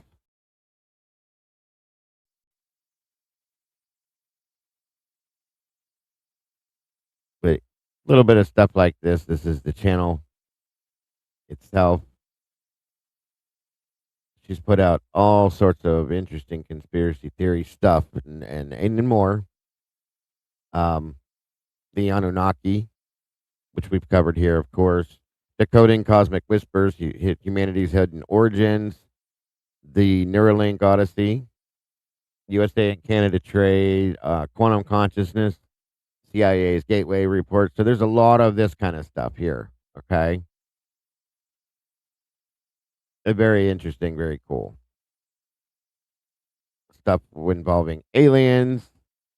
Molly's got photographs, which I believe is this video here, taken from her own backyard of orbs and things that are otherworldly beings, per se. So make sure you guys subscribe to the Mollyverse, guys, if you will. She does really cool things. And, of course, the Molly Drake channel, she does all of she's very talented, her music and video stuff that she does, which is how and why. Of course, she's the videographer for the channel because she is very talented and does amazing things, as we all know. You guys love the intro song. She fully and completely created that all by her little self. So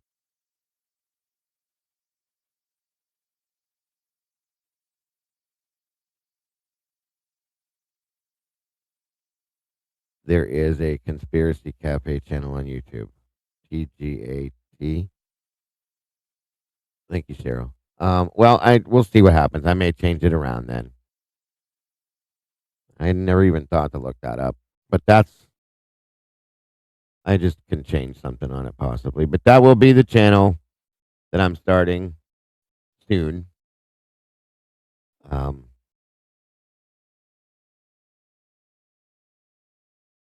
let's see here.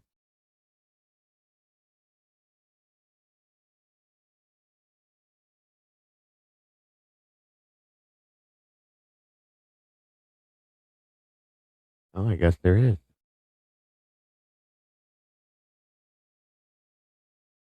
Well, it's I think it's a foreign channel. It's okay. Theirs is going to be a little different than ours, name wise. But thank you for pointing that out to me. I appreciate that. I'll just change it up title wise or something. That's a foreign one though. Okay, good stuff. But yeah, it will be. It's going to be fun. I'm excited for it. I'm looking forward to it. I'm looking forward to working with this lady here on some certain things. Um, so on and so forth. Oh, it's doing great, Molly. When you have the time, you do it as always.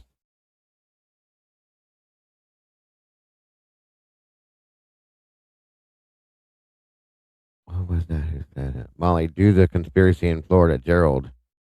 Oh yeah, can't forget about Gerald, guys. Gerald's important.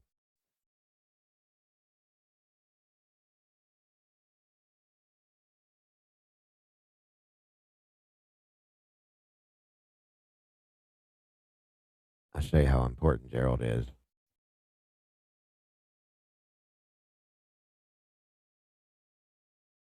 Miss Kim said, "Don't mess with Gerald." Typically Unique says, "Don't mess with Gerald." I'm sending that to you, by the way, Kim, so you can make that shirt if you want it. Crime and Chaos, welcome. All right, guys. Any last words there, Miss Molly, towards or about Miss Sherry Wisdom Speaks?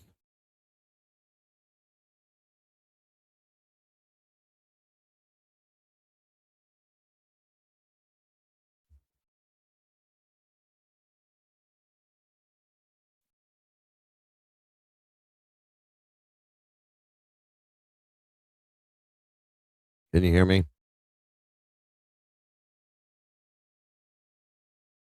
Are you not able?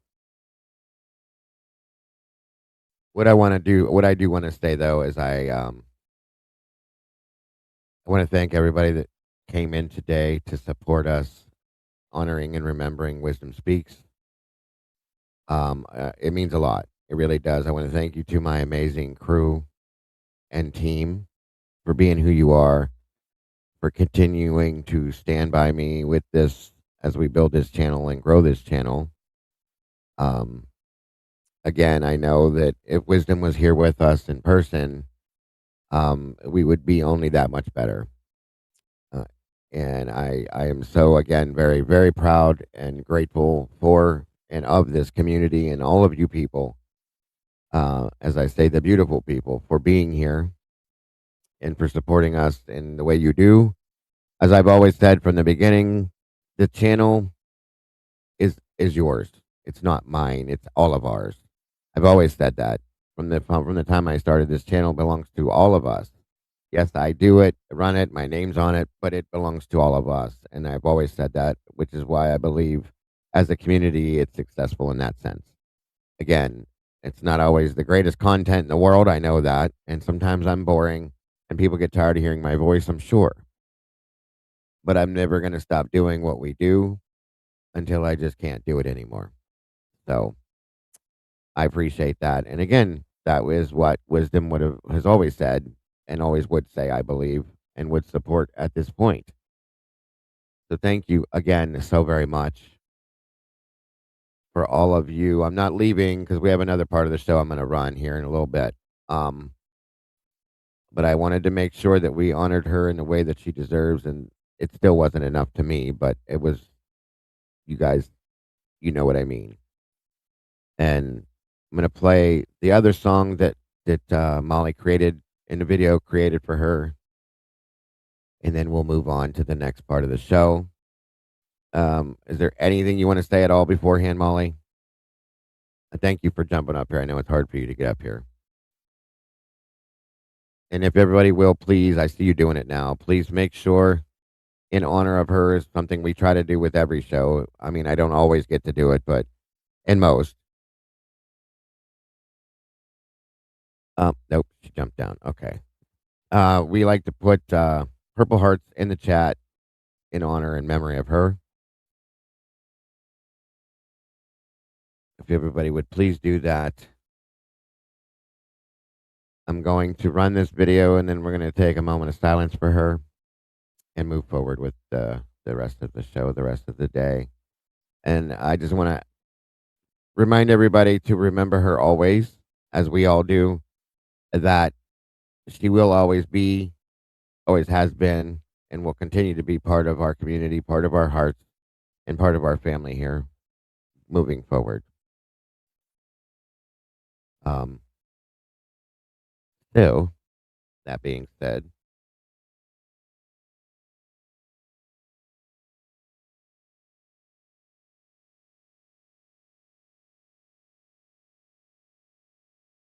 one minute.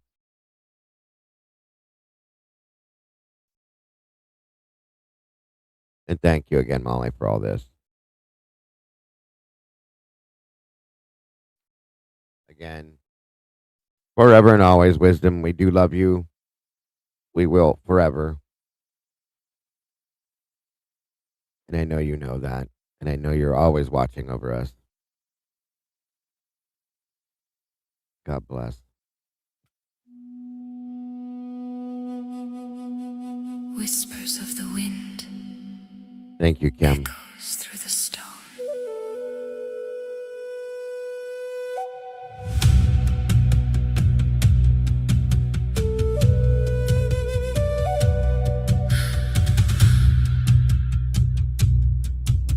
Silent guardian, mother of the night, wove our stories in the darkness, veiled in quiet light, carried all our secrets, hid her pain beneath her skin. Ancient wisdom, resting quietly within. Darkened shadows gathered at her feet. She stood unwavering, the steadfast sea. Oh, Mother, your spirit calls through cathedral echoes, through these hallowed halls. Ceremonial grief, we bear your pain in whispered chants. Your love remains.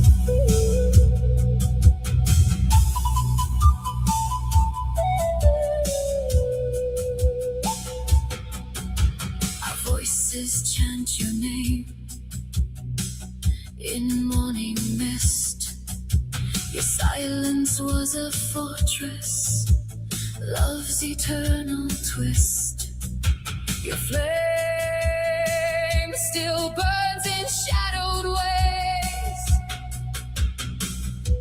The last breath flows. Native flute mourns a sacred song.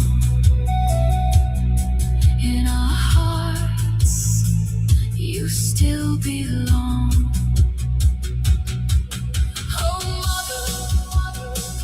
Your spirit calls through cathedral echoes, through these hallowed halls. Ceremonial grief, we bear your pain in whispered chants. Your love remains.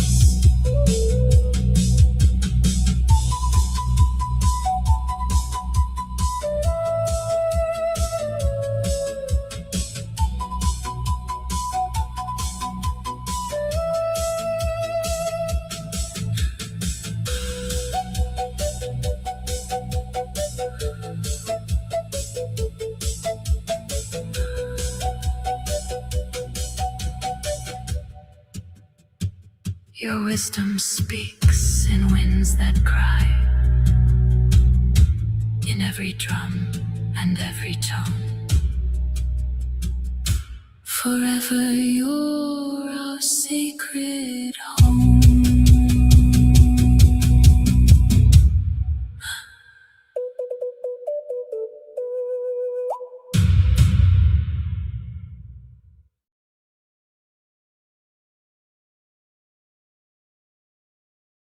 All right. Thank you again, Molly. Very, very beautiful. Um, and thank you all again for being here to help to honor and remember wisdom. She's very much loved, never forgotten, and will always forever be in our hearts and part of this community, this family, and our the soul of this community as well. So we love you, wisdom, and always will. And thank you for everything you contributed to this. And I'm beyond grateful that I was able to meet her and that she became a very important part of our lives. Um, and will forever carry on within each of us, I believe, that knew her the way we did as we go forward in our lives. I think she'll always be watching over us and she'll always be with us, truly and honestly, because she did really, truly, and honestly love us all as we did her and many others. Um, she was just a beautiful person, period, inside and out.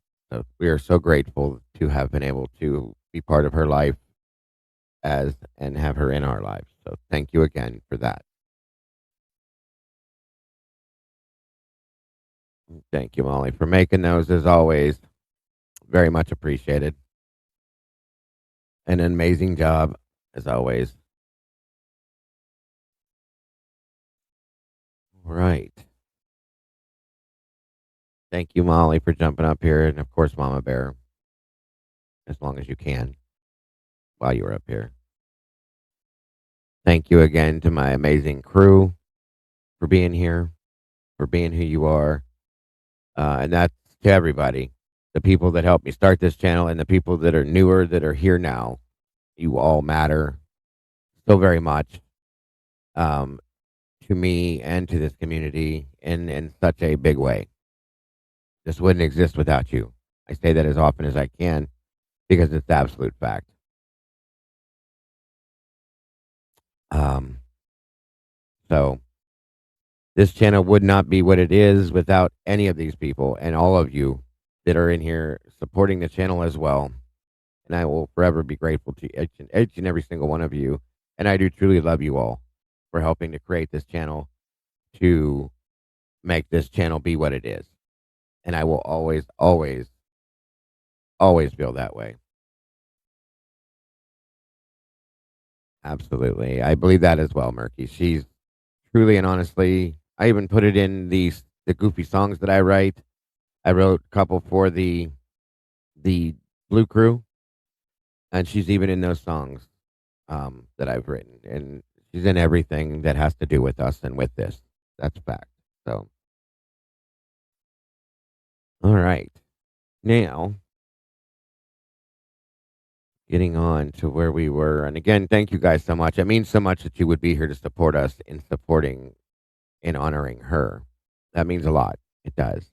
Even the ones that, for those of you that didn't even really know her, that says who you are as people. That's why you are in this community. That's why you're part of this community, because you feel the way you do and the ways that you do react to things. That's why you're here. Thank you, Catherine. It's wonderful to have you here as well. Thank you, Mandy. I appreciate you all so very much. I really do. You have no idea.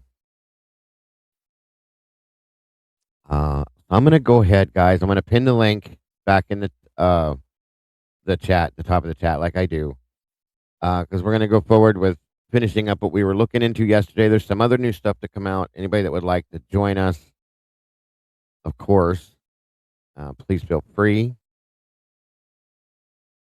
One moment here. Molly, I want those photographs of, I want to work that into my intro, that picture of all of us like that somehow, if I can. I want to do that. That's awesome. I love that.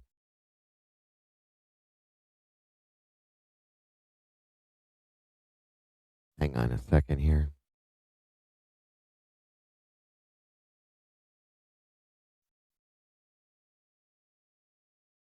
There we go.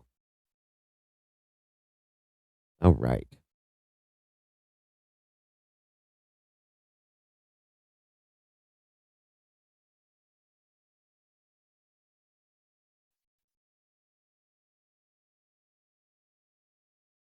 Okay. Welcome, Eddie. Good to see you, sir. Good to see you, Dago. Sorry for your loss. Oh, thank you, of course. I appreciate you. I think you were here when it happened back then and said the same thing. So thank you Yes, I again. was. Yeah. Absolutely. Yeah, thank you, Molly. I want to put that in the somehow I want to put that in wrap that up into the intro part because it's a big part of the community and the channel itself. So I think that would be amazing. So thank you. And yes, she would say that, Marky. That's absolutely a 100% is what she would say. Now stop bothering over me and get busy with the show. 100%. Chaos Detective, thank you for saying that. Coming from an outcast who found out through researching this case that their whole life was a lie. So looking for a new. Well, we are very happy to have you here, Chaos. 100% and welcome. Um, you are absolutely welcome here, as everyone is. And I hope you enjoy it. I hope you like being here, and I hope you choose to stay. We have plenty of room in the sauce for many meatballs, so it's great to have you here. I appreciate you. So back to where we were on with the show. We have to jump to part two. We had to split this one up yesterday, you guys, with Travis Travis T Logic. 1 minute here.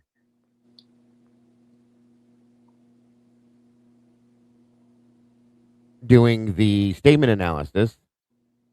And there's some new stuff that was put out yesterday too. We may look into and review as well. Jules put out some interesting stuff yesterday, some other stuff as well, but we're going to finish this first and foremost because we're almost there. And finish breaking this down. Travis does an amazing statement analysis with Dylan Mortenson's interviews for those of you that weren't familiar, and has done some amazing things with that. Mama Bear just dropped 5 new memberships in here. So if you're not a meatball and you want to be, make sure you can receive gifts real quick by clicking that little box with the $sign in it. Make sure you can get those gifts and you can receive a free membership. I thank you, Mama Bear, for doing that. Let me see here. Looks like McAnn received one. True Seeker, Yvette KC, Leona 159, and Dr. Carrie Walling Ford. Welcome to the sauce. We appreciate you very much. And thank you, Mama Bear. God bless, hon. Very sweet and very generous of you, as always. And please make sure you guys thank Mama Bear if you do receive one of the gifts. 1 minute here, guys.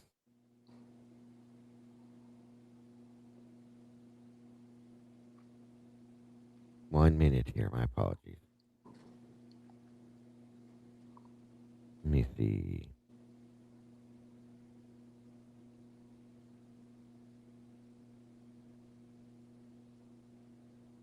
Like we have 6 new meatballs jumping in.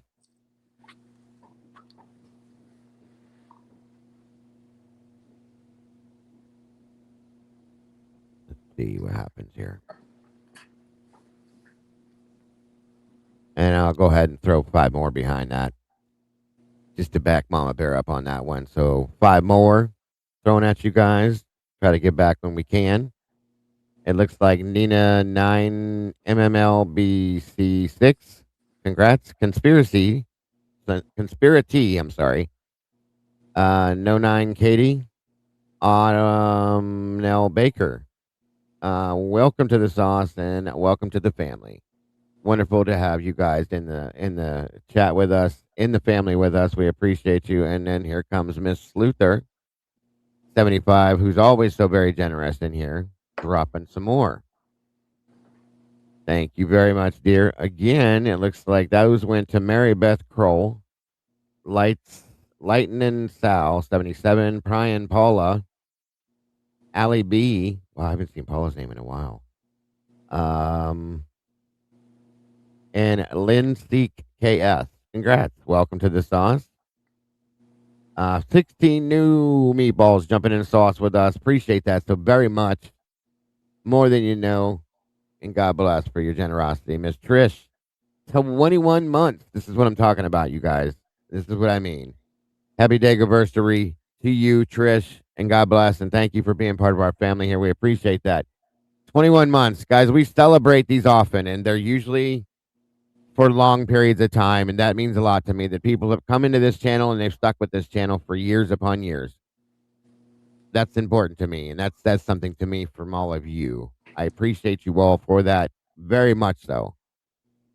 That being said, again, happy day anniversary to you, Trish. We love you. We appreciate you. We're happy you're part of our family. And Altruistic Murder just dropped 5, guys. That's a 21 in the past 10 seconds. That's awesome. Thank you so much for that, Altruistic. And it looks like the real Don K, Donna 5499, Angela Boca 1, and Sammy G has questions, as well as Biloxi Girl. Congrats and welcome to the sauce with the rest of the new meatballs jumping in here, which is amazing. Thank you again for your generosity, altruistic. We appreciate you so very much. And God bless. Welcome, welcome to all you new and amazing and beautiful people. We're grateful to have you in the family and part of our community here. And God bless, guys. Truly and honestly, thank you all so much for your generosity. That was amazing. Thank you, thank you. Welcome, Tammy, Microdot. Good to see you. All right. Eddie, any thoughts before we get jumping into what we were going to do here? Yes, a couple things. I Go for emailed it. you.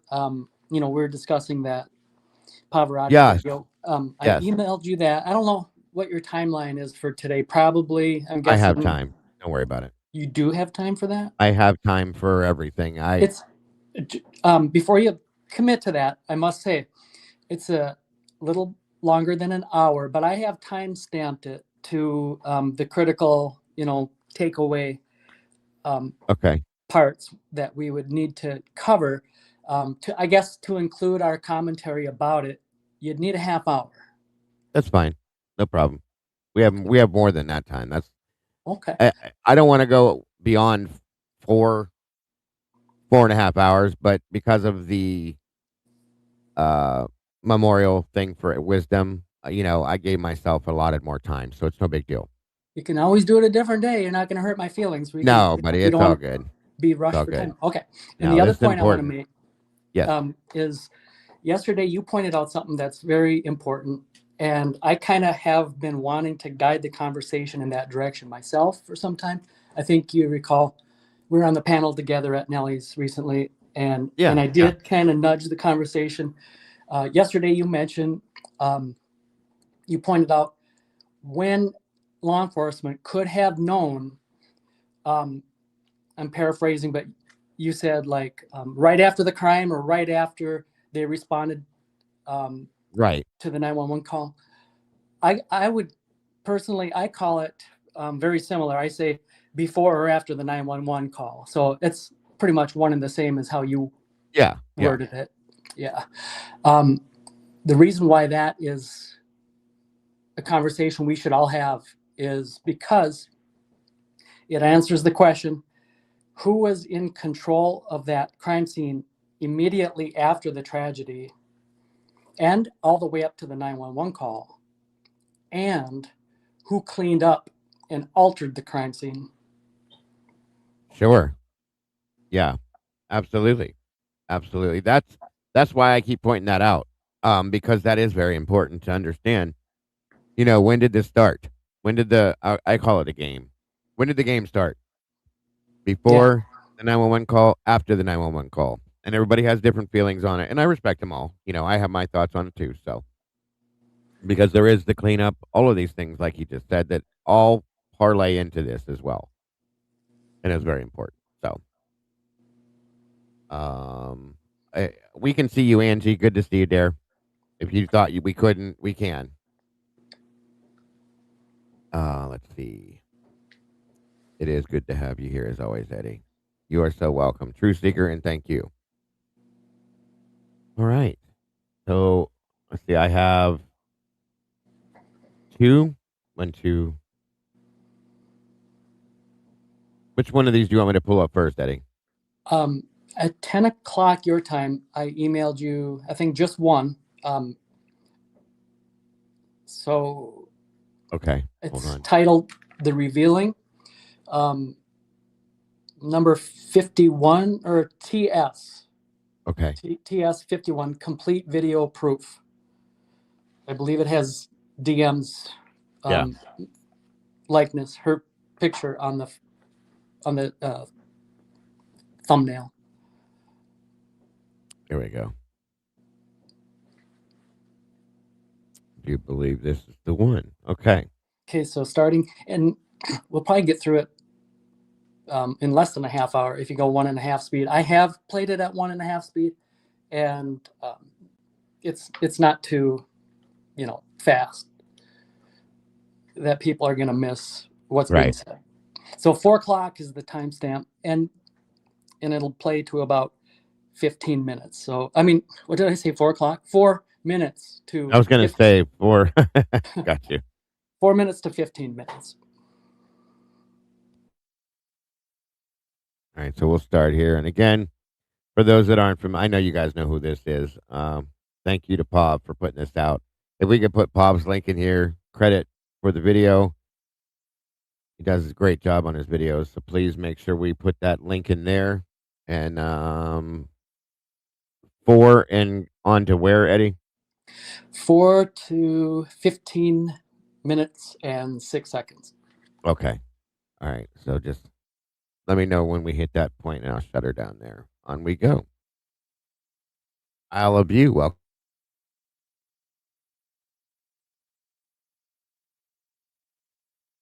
Thank you, Sluther. And guys, make sure you subscribe to Pavarotti or Jay Embry's channel, if you will.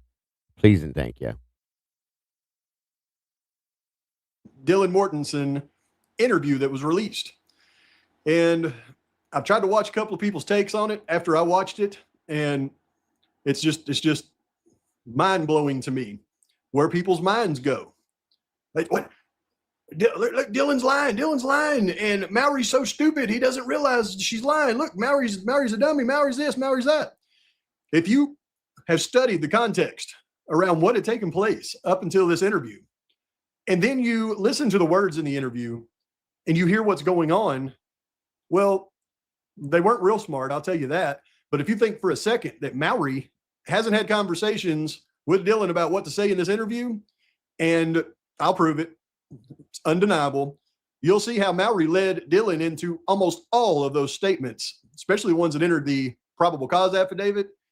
He implanted the entire statement into Dylan's mouth. She regurgitated it.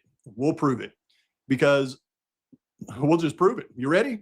You ready? All this tells me is that 911 call was BS. Most of the things that were said prior to this interview were constructed by law enforcement because they were trying to create some evidence to be used at a later date, probably on a person they didn't even know who they were creating evidence to use it on, but they were trying to cover something up. And I mean, I have a pretty. And just so you guys know what this is in the basis of, is we talked yesterday, and just like now what Eddie said, where did the game start? The conspiracy, the scam, whatever you want to call it. Before the 911 call, after the 911 call. And we were talking yesterday about this and going through and breaking down Dylan's statements about, we all know how much has been lied, what she said, so on and so forth. But we've also said, where does it start at?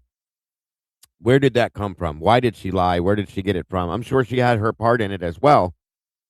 But as Paul is saying here, law enforcement's leading the game, okay? And that's what he's explaining here. Pretty good idea what they were trying to cover up in this whole thing. But we're going to go through and I'm going to point out facts, and then we're going to listen to statements, and I'm going to show you where the egregiousness took place. And you can blame Dylan all you want. She's complicit, obviously. But I think a lot of the blame is going to need to be put where the blame deserves, and that is on the detectives in this case, the town, the university, for constructing most of the BS that we have actually seen take place in this case. Hold on to your hats, folks. It's undeniable this time. And what's a good address for you? Like, just me. Somewhere. Where are you living right now? Are you here at the university? Yeah. What house is that? What do you mean? Is that an apartment or a resort? It's a house. Okay. I don't know the story. I apologize. I don't even know if there's any what's there. Okay. I apologize. I don't know anybody's name or anything like that. So, like I said, I haven't been into the building. Where would your, if this is a basic layout of it, where would your apartment be? Okay, so the first thing we have to establish is context always matters. As you hear Mowry, and I just pulled out a few examples of that, where he is acting like he's brand new, right? He doesn't know anything. He doesn't know the victims' names, doesn't even know where Dylan there lives. You know, he's asking what's her address, where do you live? Is it a house? Is it an apartment? He's acting completely brand new. And he goes on to mention, I don't know anything about it at this point. So we have to understand, what could Mowry know at this point? Well, the only thing Mowry could know before going into that interview with Dylan, and since he's clearly stating that he doesn't know anything, the only thing he could know is what was written by Nunez in his statement from Dylan, which was a very small statement. Mowry wouldn't have at this time had time to go back and watch the body cam from Nunez and see what Dylan had said. All he can do is look at what Nunez had written down before he went into this interview with Dylan. So it's very important to know what Mowry could have known at this point as we go through this. And I'll show you why it's so important, because we're going to read the statement that Nunez had written down that Dylan had told him. And we're going to pull out finer points. And then I'm going to show you in this interview where Mowry leads Dylan into the answers to the questions that she's saying. And he's doing it in a way in which he acts like he doesn't know what he's saying because he doesn't know anything about the event, but he's doing it in a way where you absolutely know that he knows way more than he's letting on. And the only way that could be is if he had had conversations with these people before these interviews. It's undeniable. And he's going to lead her into all of the questions, all the answers. He's going to lead her. And we're going to make sure that we understand that when he begins leading her into those answers, that we've established there's no way that he should know to lead her into those answers up to that point because of the information that he actually had and the fact that he goes through and acts like he's brand new. It's very clear to me. I hope it's clear to you by the end of this.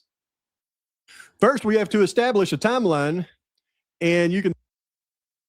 And I want to point out, he's, excuse me, he's absolutely right about that point right there. Mowry plays dumb in this, okay? And it's horrible. He's a very bad actor with it because he's like, I don't know, is that where this was? I don't know. I'm not familiar. Where in the house is this? He knows exactly, okay? And it's so ridiculous when they do this. It drives me nuts. But anyway, it's a good point that Pav had with that because it's fact, 100%. And real quick, before he explains this document, John Lawrence was the lead. Okay, I know we know who the lead investigators on the case were. John Lawrence was the lead investigator in period. Okay, the head of the investigative division. We never heard his name almost nowhere throughout this whole thing. But he was the lead investigator through the entire MPD of the investigative unit and the detective unit. That's who the boss was right there. Okay, so everybody knows that. See that Officer Johnny Lawrence, fear does not exist in this dojo. Yes, sensei. Well, he talks about when he arrived on the scene, but the important statement I think that he gives is right here. And it says those interviews started about 1,348 hours. Those to be interviewed arrived at the PD about 1,330. So the interviews with Dylan started at 1,348. We can assume with Dylan or Bethany or whichever one, because they don't give us times. But 8 minutes after they arrive at the PD and 1 hour, 1:38. So what time did they leave the scene and what time did they arrive at MPD? There wouldn't be much time in between there and there for officers to have given them a statement. So I believe those statements were given to them prior to the 911 call. So there's number one, establishing the time of these interviews.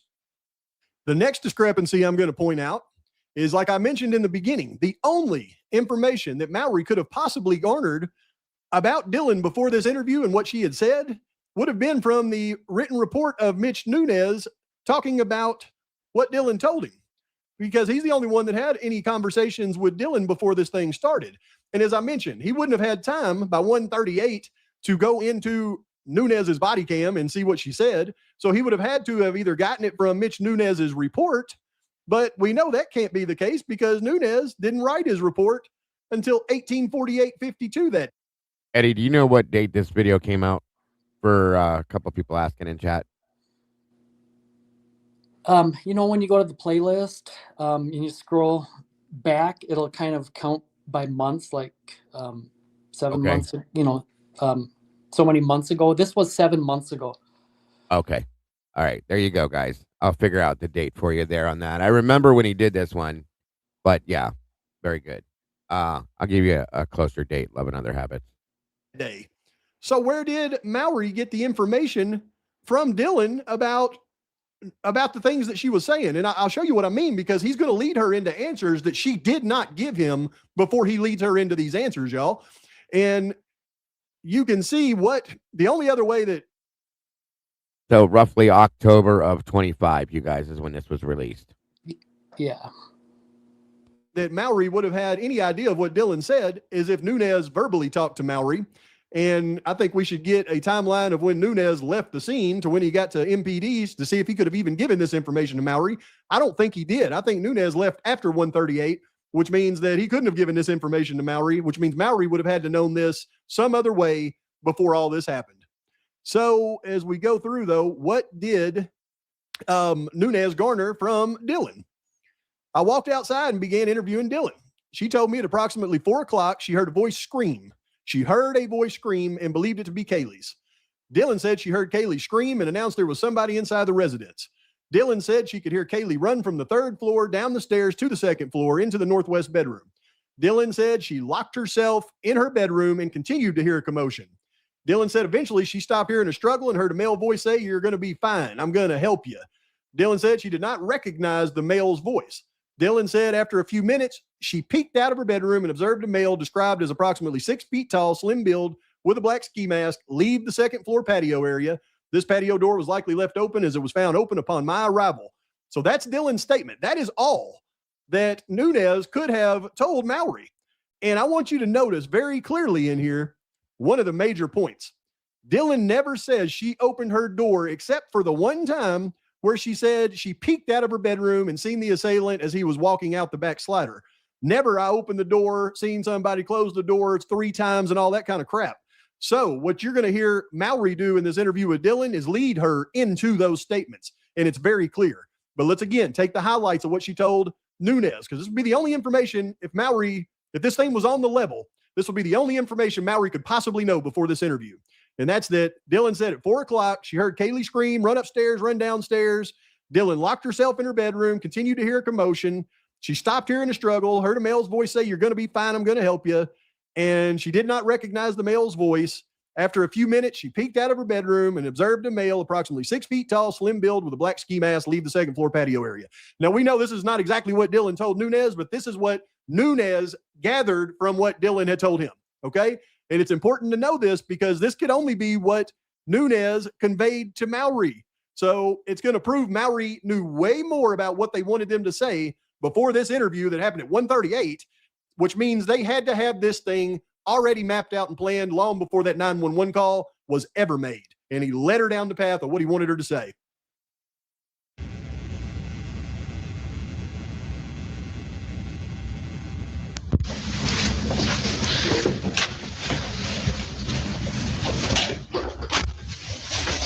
All right, my name is Lawrence.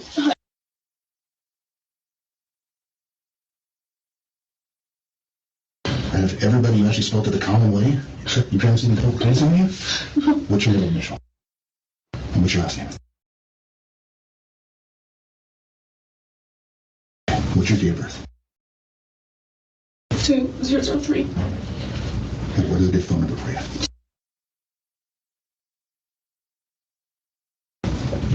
Okay.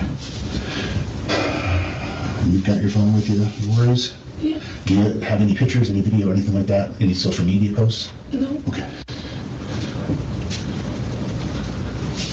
And what's a good address for it? Like, Just make somewhere. Where do you live right now? Are you here at the university? And what's a good address for it? like, Just make somewhere. Where do you live right now? Are you here at the university? Just make somewhere. All right, so this is a side note, but what in the HE double hockey sticks does that mean? I mean, what was he about to say? He said, "What's your address?" And she was like confused. Well, I lived in the house where the crime just happened. But what does he start to say? He goes, just make something up. I mean, what do you live at university? He started to say, just make something up. I mean, it's clear as day. It just make. I mean, do you live at the university? What is that? That's just weird right there. All right, let's continue. What house is that? What do you mean? Is that an apartment or a sorority? It's a house. Okay. I don't know the sorority, so I Oh, apologize. I don't even know if there's any, what's there. Yeah.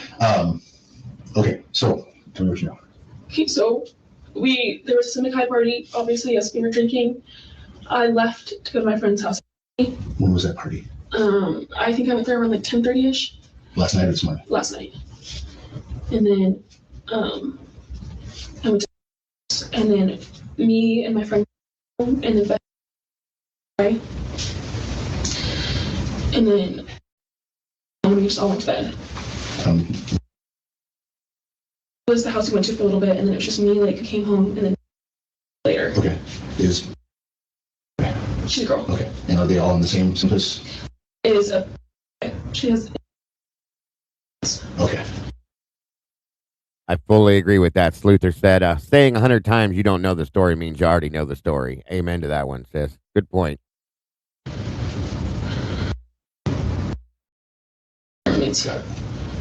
Okay. So you guys were there, you came home early? Yeah. And then eventually she went to her place. Where does she live? She lives like down the street. I don't know exactly where that is. And then Maddie and Kaylee came home from the club. And then we all went to bed. What time do you think you got home? I think I got home around 12:30 to 1. Okay. Between there. And then what time do you think you came home? Like 10-20 minutes after I did. Okay. And then Maddie and who else came from the club? Kaylee, I think they came home like 1:32ish. Okay.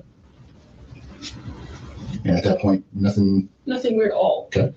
Then everyone's asleep. At 4 a.m., I like look at my phone and I can hear Kaylee and Murphy like dancing. I can tell it's her voice and that's Murphy because he's barking. Okay, so this is where details start to morph a little bit, right? This is the first time she's ever mentioned Kaylee dancing. And if you think about it, Kaylee dancing, especially dancing with Murphy, doesn't really make a lot of sense. So whenever details like that morph from what she said originally into this interview, I mean, we've got to point these things out. So this may seem a little redundant and it may bore you a little bit, but at this point, I think it's important for us to listen to her actual statement with Nunez. Look at what you can gather from that. Never once is dancing mentioned. And then we'll continue with this interview so that you can start to see how things are changing. It's my opinion that things are changing because they gave them nuggets to change. I don't think this is changing all on their own. And I know we all don't want to believe anything Dylan has to say. And if she is changing her statement because of what law enforcement told her to change, then that would make her just as complicit as everybody else. But it's my opinion that it's law enforcement that is culpable for a lot of the changes you're going to hear. So the first one to keep in mind is this is the first time we hear this dancing thing. I believe law enforcement planted that in her mouth. And we'll listen to her original statement. I know it's several minutes, but I think it's good to have that fresh on your mind as you're listening to this interview. Dago, what is the timestamp?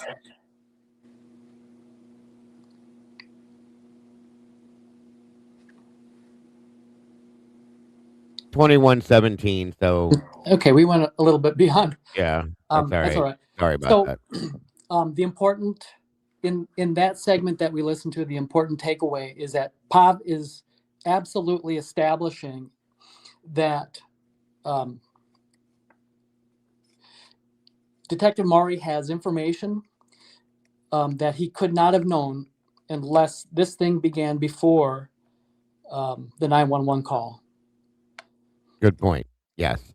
To absolutely. add to that, the fact that it's evident that her statement is inconsistent, and yet he's unobservant of that.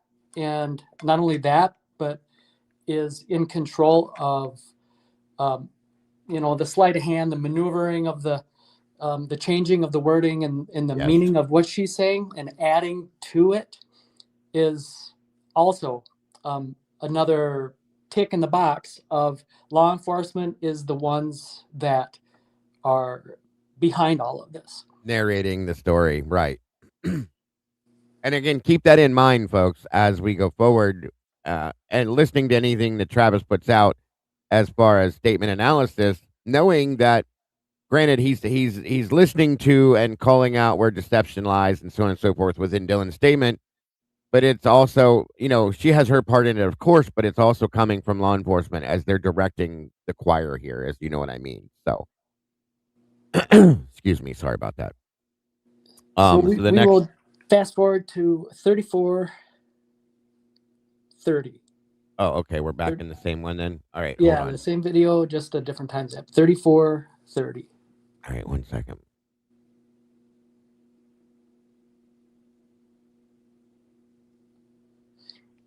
And it's about another 10-minute listen. It goes to 55 minutes. No problem. 34:30. Start. Oh, God, this thing's so touchy. 1 second.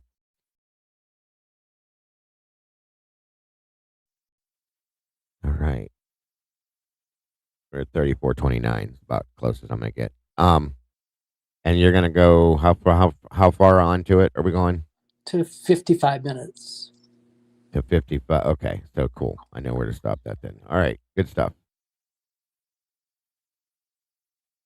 I first noticed Kaylee go upstairs and scream and run downstairs. So 4 this morning, Kaylee went upstairs. Yeah. To the way top. Yes, to her room with Murphy the dog. Okay. And then you heard Kaylee scream? I heard her scream and run as fast as she could downstairs, and she said someone's here. She ran downstairs? Yes, I could hear it. You can hear everything. I'm not sure I heard her run downstairs really fast. And then I heard Murphy barking a lot. Okay. And then I heard her going to I think it was the bathroom, and I remember her sobbing, and I just remember hearing this guy's voice, and I didn't recognize saying, "You're gonna be okay, I'm gonna help you," but it wasn't like, I don't know how to explain it. Like, it wasn't in like a nice way, it was like a weird way, like a weird tone. You're gonna be okay. I'm gonna help you. Yeah. And you didn't hear anything from Kaylee anymore? No, after that I didn't hear anything. So then I kept calling for her name. I called on my phone, I called Xana, Maddie, and Kaylee. None of them answered. So then I opened up the door to look, and that's when I saw the guy pass by. He looked at me, but he didn't come towards me or say anything, which was really confusing to me. I don't understand that. And I'm pretty sure he went out the side door. And then I called and said she thought maybe there was a fire or like a firework. We didn't know. She heard this loud noise and there was a light, I guess. Did you hear it like a pop, like a bang? I don't know. Did you hear it bang? It's what she heard. Okay. That's what she heard. Okay, never mind. You sit there. I didn't hear that.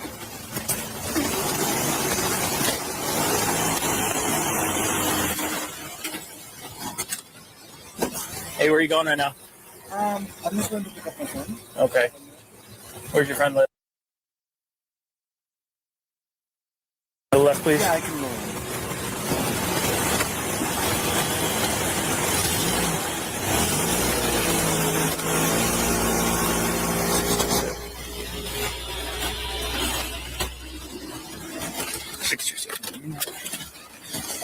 Okay.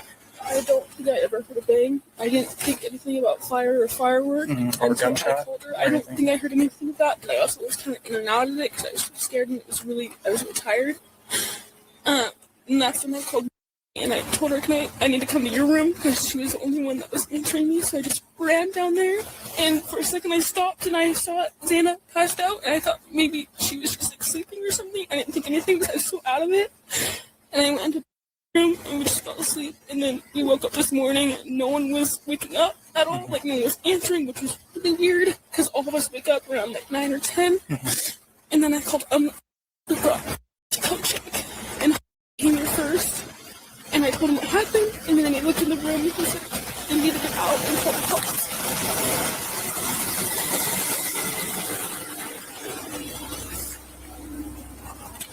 Okay. The guy that you saw, I know it was dark, right? Or were there lights on? I think there were lights on in the house, I believe. Okay. I don't really know what he looked like because he had a mask, but he wasn't like super tall. How tall are you?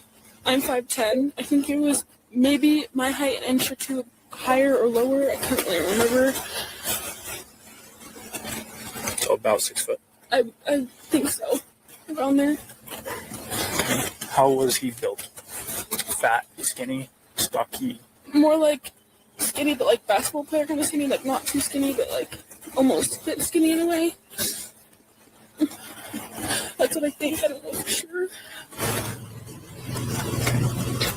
And then the voice, he said, when he said those words, you didn't recognize that voice before. I didn't recognize him or his voice. I mean, I also couldn't see him, but I didn't recognize that voice at all. It didn't even cross my mind if that could be. Did you guys have a party last night too? Or? Not tonight, but there was and we had like a formal thing beforehand. That was 2 days ago. Okay. Is there anything that popped out about that event that was concerning? No. I mean, because Ethan, he is in Louisiana and who are dating Louisiana, I went there. I was there for a little bit, and then I went to my friend's house down the street, and then I came back home with my friend. Everything was fine. Nothing weird at all. Nothing suspicious until 4 a.m. Okay. So now that we've reviewed the notes from Nunez and the actual statements from Dylan, and we take away the critical takeaways from her statement with Nunez, now when we cross-reference the next statements that are made with Mowry, what changes is very interesting, and I think it's very telling to determine who's really making these changes. Was it Dylan or was it Mowry? Let's find out. Sleep at 4 a.m. I look at my phone and I can hear Kaylee and Murphy dancing because I can tell it's her voice and that it's Murphy because he's barking. Now, this is something that's inconsistent with what she said originally. Now, instead of just going from she heard Kaylee running upstairs and scream, now she's saying, well, I've heard Kaylee and Murphy dancing. Right? And everybody thinks Mowry is stupid. And Dylan's lying, Mowry's stupid, because that's the easiest way to explain things. I can assure you, though, Mowry's not stupid. All right? Mowry's actually been around for a long time, and he has some expertise. He's a detective, folks. You can't be a complete bumbling idiot and become a detective and be able to do what he does. It's all a show. Every bit of it that he puts on. So he's not. In different areas. Mowry is definitely not a stupid guy. And as he's taken these statements from Dylan, we're going to see just exactly how not stupid Mowry is, because Mowry seems to be very good at leading a witness.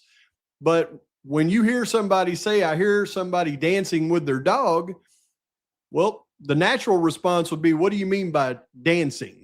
Right? And you don't hear any of that. So when a weird statement like that comes up and there's no acknowledgement from Mowry, it tells me that it's something likely that Mowry has put in Dylan's mouth because he wasn't shocked to hear it. Let's continue. And then I hear her go upstairs because you can hear everything. And I heard her say, there's someone here. And I thought she ran downstairs. Because you can hear everything, because you can hear everything, because you can hear everything. And then I jumped up and locked my door because I didn't know what else to do. Okay, so I got to reiterate this because this is key. According to all of the police reports, at this point, nobody else has talked to Dylan other than Nunez. So the only thing that Mowry could be briefed on as it relates to Dylan is what she told Nunez. There is no other documentation of anybody ever talking to Dylan. So that's all Mowry could know at this point. And in the Nunez statement, the only thing she said was, I called her name and locked my door because I was scared. And then I opened the door. This is the only time she says she opened the door, when she says she saw a guy dressed in black. It's important to understand those two things and what she just said as we go further. And then I jumped up and locked my door because I didn't know what else to do. So Kaylee and Murphy's her. Murphy, so Kaylee and is Kaylee's ex-boyfriend. They share the dog pretty much. And Murphy's the dog? Yeah. Okay. What is Kaylee's last name? Goncalves. Oh boy, spell that for me. Gonclaves. And is she here today? No. Was she one of the ones that was hurt? Yeah. Okay.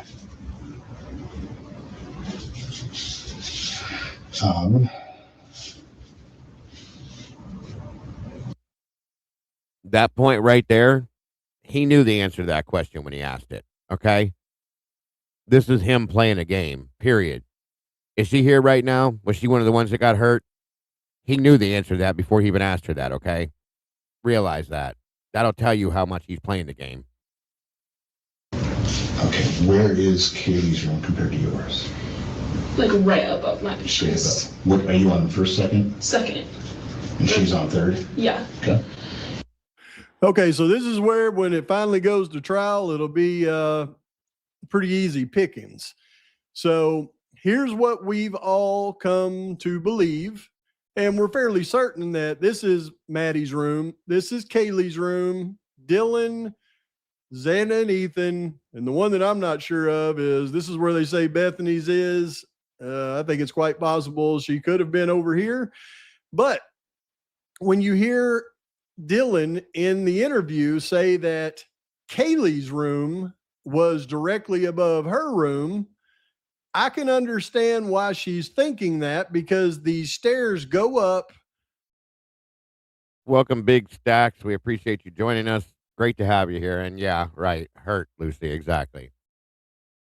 Turn and then come back up the other direction. So she just might be directionally challenged and think once you get up to the top of the stairs and you make a left into Kaylee's room, I can see why she would think that might be over her room. So she probably really believes it's Kaylee's room above her. Yet we know that it's not Kaylee's room. We know it's actually Maddie's room. So all the things that she's saying that she heard upstairs in Kaylee's room was actually happening in Maddie's room, which kind of messes up the whole story if you think about it. And let's continue. You said that Kaylee and share Murphy? Yeah. This? And it's just Yeah. current?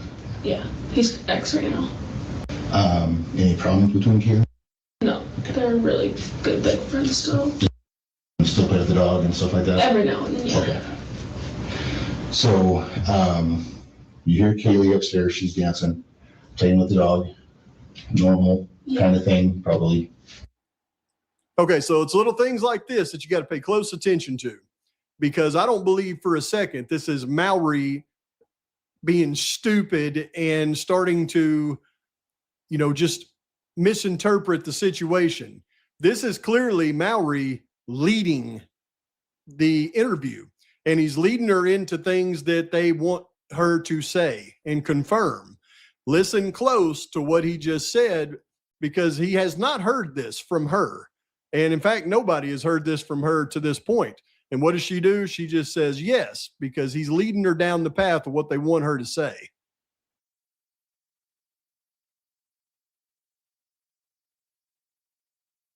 Sleep at 4 a.m. I look at my phone and I can hear Kaylee and Murphy dancing. I can tell it's her voice and that it's Murphy because he's barking.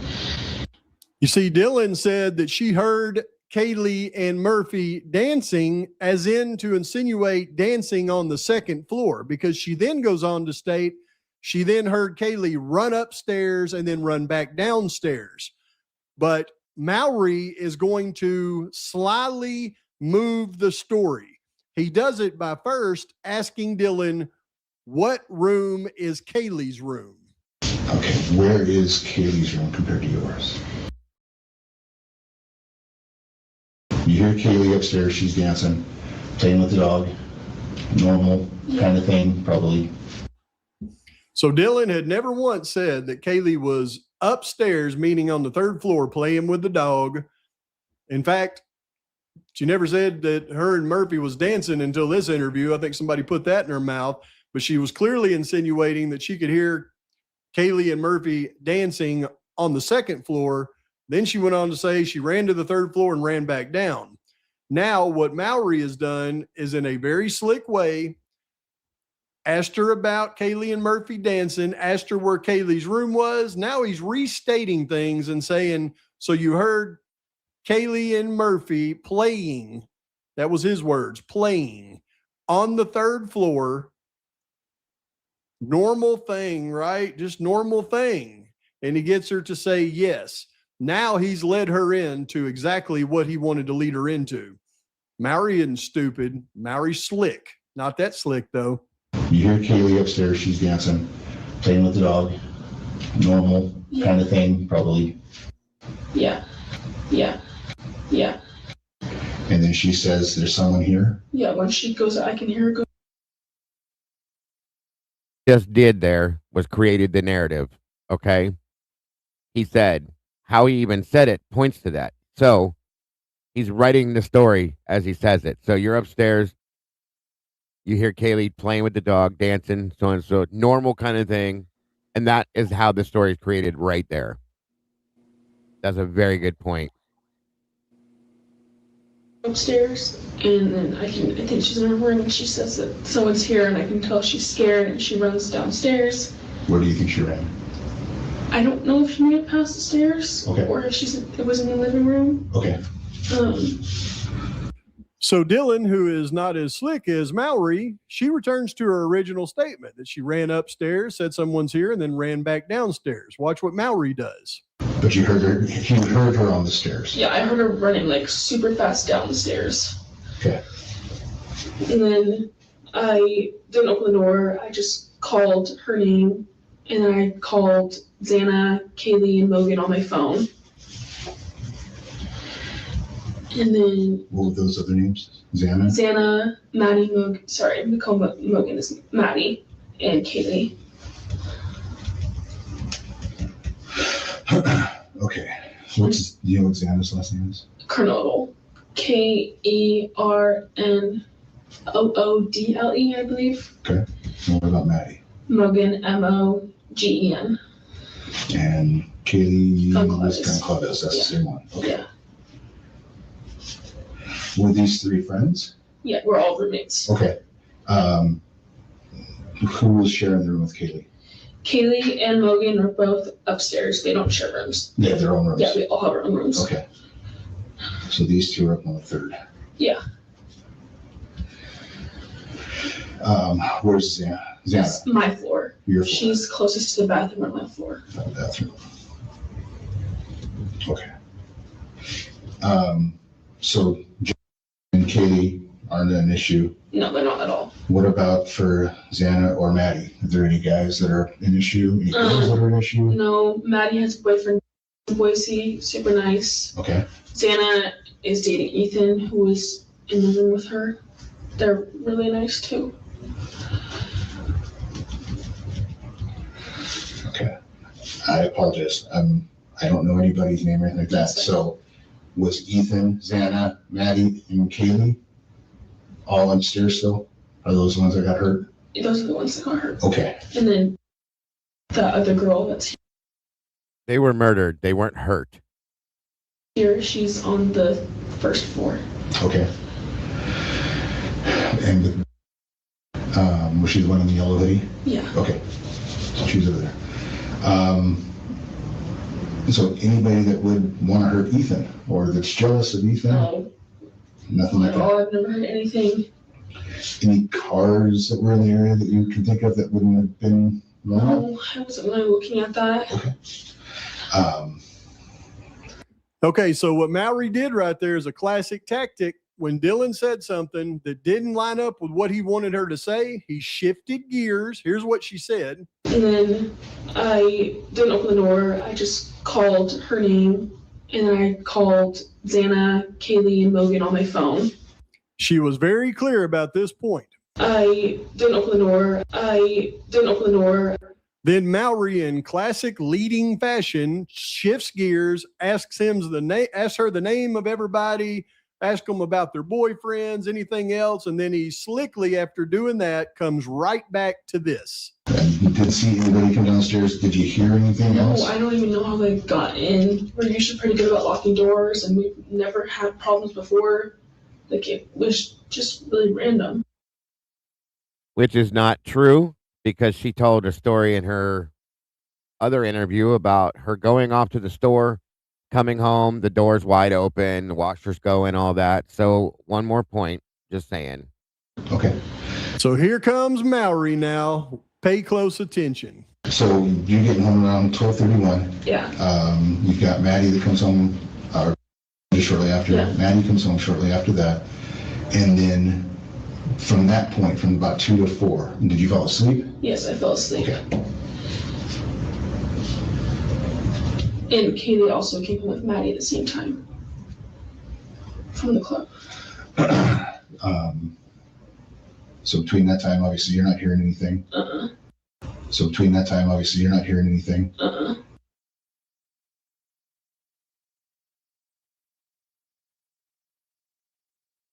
So between that time, obviously, you're not hearing anything. That's not her own statement. That's him. He said that to her. This is what you're saying, Dylan. Obviously, you didn't hear anything at that time, right? That's how she answered it. So she wasn't going to say that. He said that.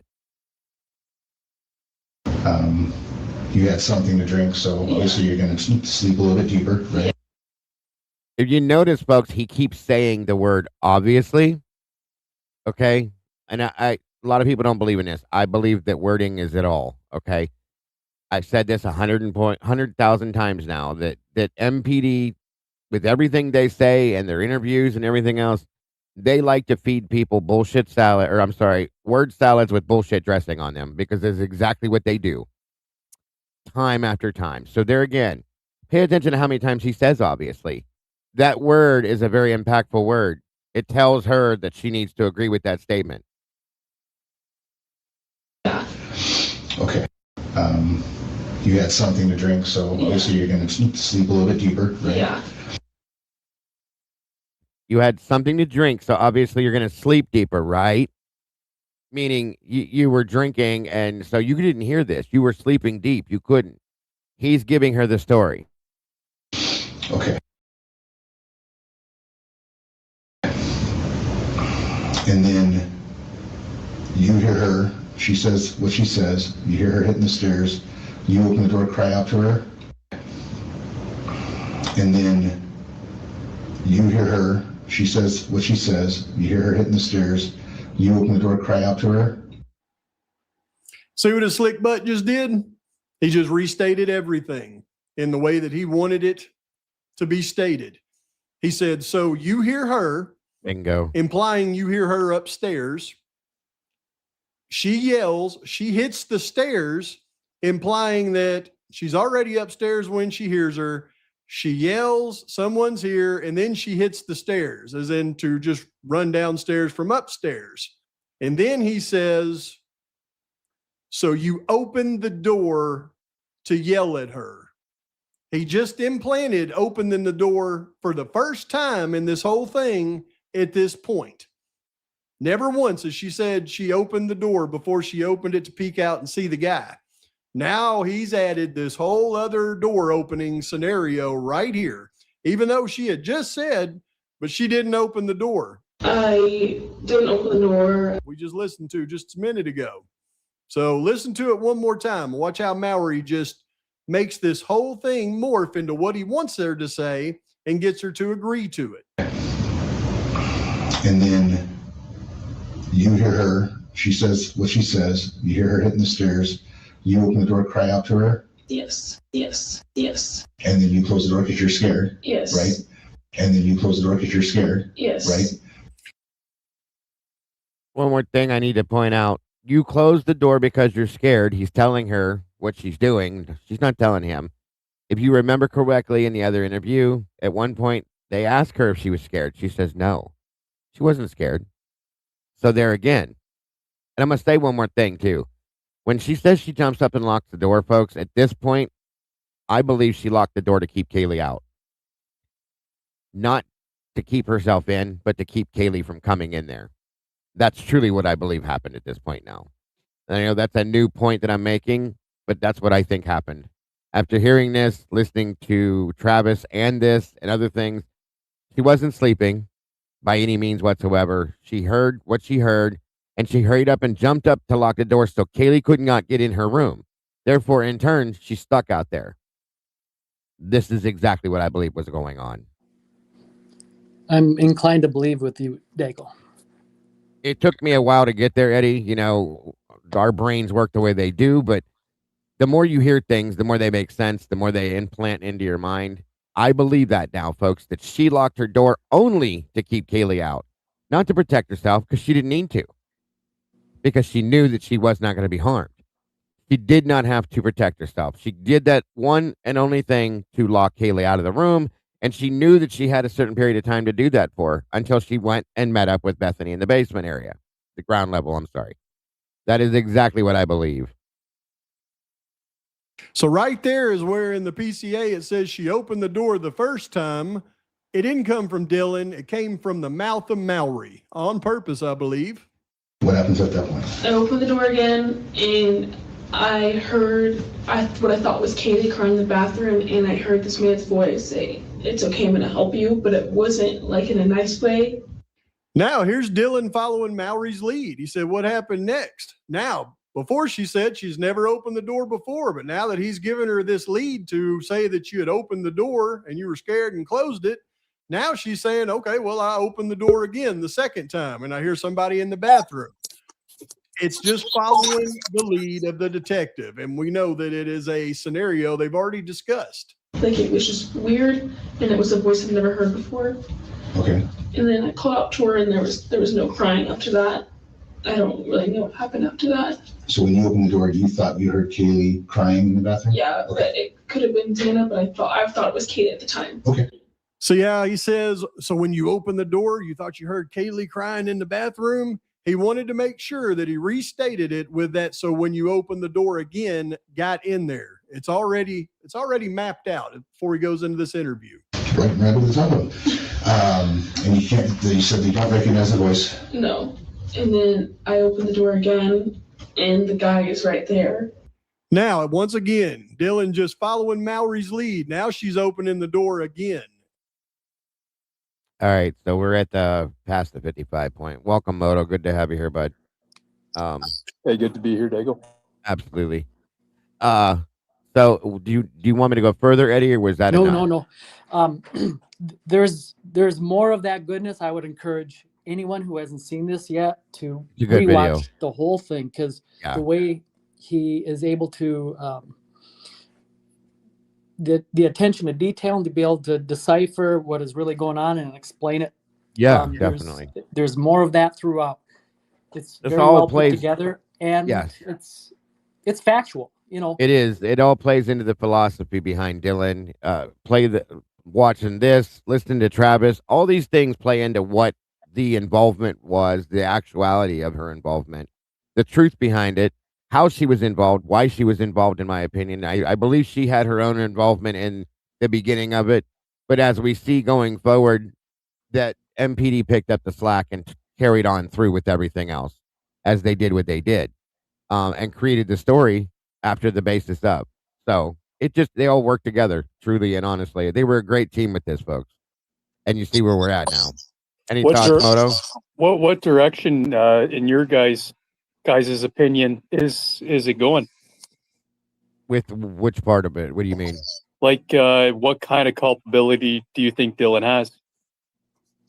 Oh, I think very much so. I think she helped to create the situation. I'll say that much, which is in turn, I guess as Eddie puts it, like what they have over her head, per se, okay? She helped to create the situation, and I'm not saying it's a fact. It's been stated by Kaylee's family themselves, but we can't verify everything. But I still have not let go of the fact that Dylan went to Kaylee's house and talked her into coming back here in some aspect. At least brought that to the table, okay? So that's out there too. It's kind of out there a little bit further than everything else, but there's that. We know that Dylan had access to multiple things in the house, multiple people. There was multiple different phone texts and different things going on throughout the night between people that were strange. Dylan hung out at the house and stayed there doing a paper when everybody else left. There's that too. There's a lot. okay, that Dylan has an involvement with. I think Bethany was brought in the tail end of this, but Dylan, in my opinion, is part of the creation of this. I'll just put it out there like that, okay? If not more. The story was helped along and led by the law enforcement, as we're seeing here. He's feeding her what to say because they knew how dumb she is, in my opinion, and probably couldn't create her own shit, okay, to or remember completely what she's supposed to say. I'll just put it that way. There's no doubt in my mind that there's a full mispronounced, or not a mispronounced, but a full absolute involvement of Dylan herself. But we have to involve everybody else that's there with her to help her along in her way. That's my opinion thus far, is what I'll say. What about you, Eddie? What direction do you think Dylan's actions are going in this? So, like I've always said, I'm not too concerned about Dylan's part in this, and I'll explain the reason why. Because if you, when I say you, I mean you all, you plural, I always do.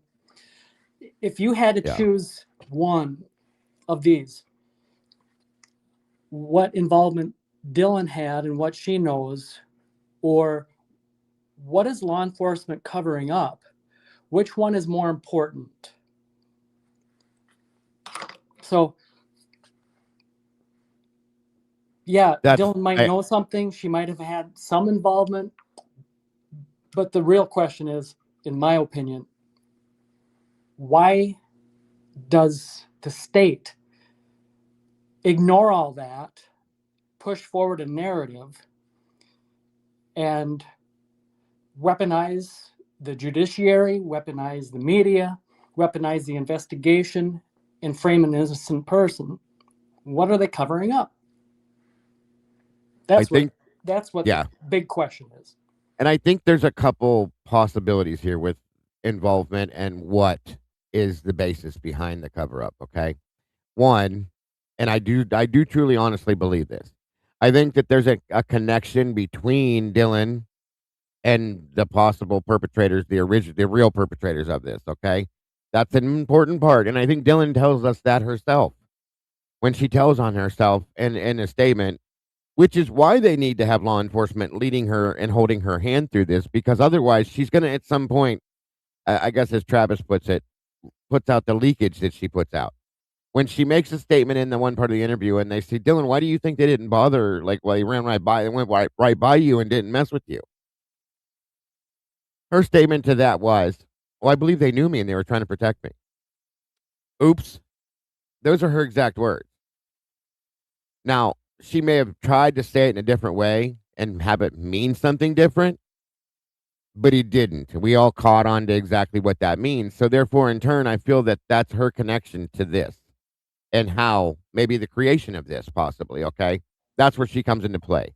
This is why I've always felt that Bethany was kind of on the outside of the box and was kind of pulled into it and drug into it. I'll say it that way better. This is just my opinion, you guys. This is how I've been seeing it for a while now.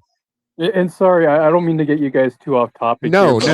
I apologize. Yesterday, I kind of jumped in there and was listening there, but I caught the very tail end of the show. What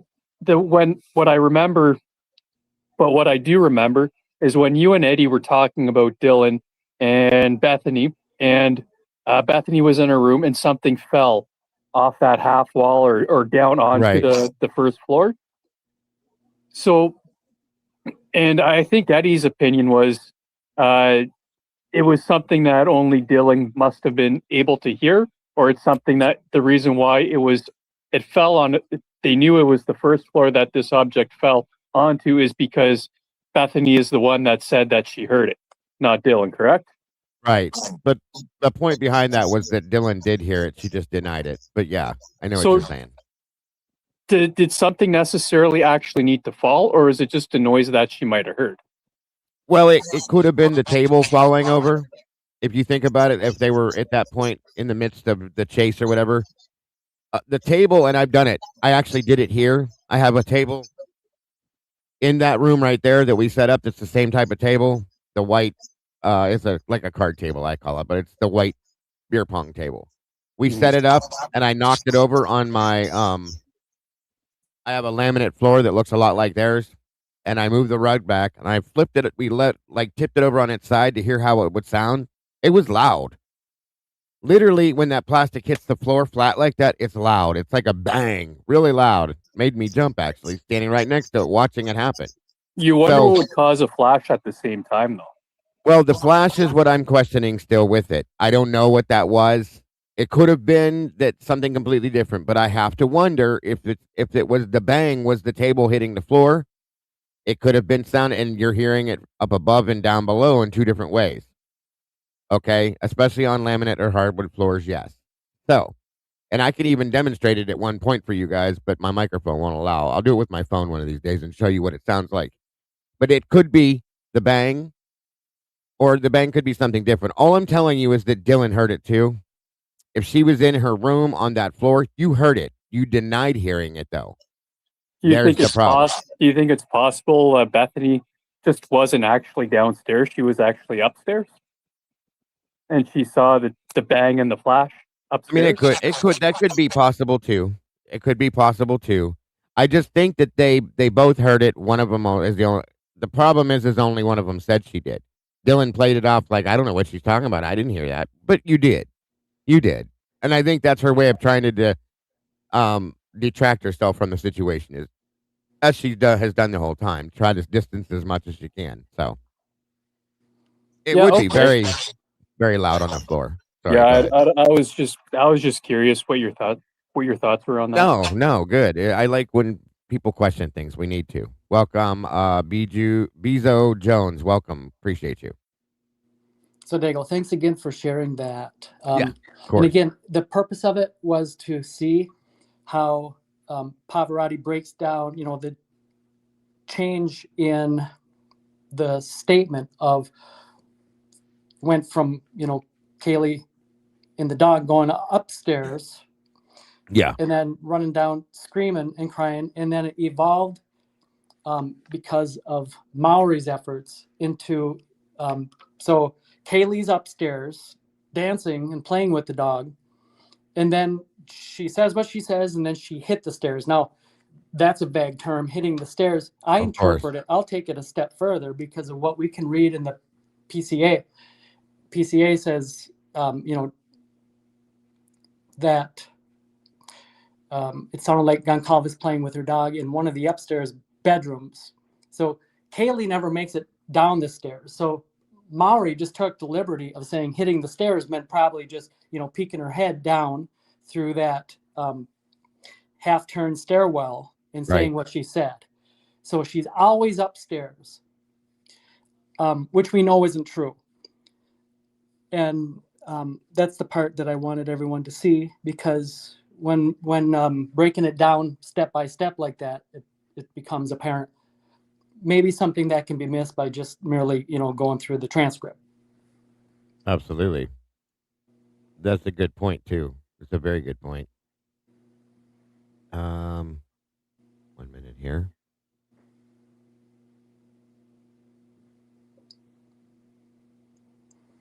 Since you brought it up,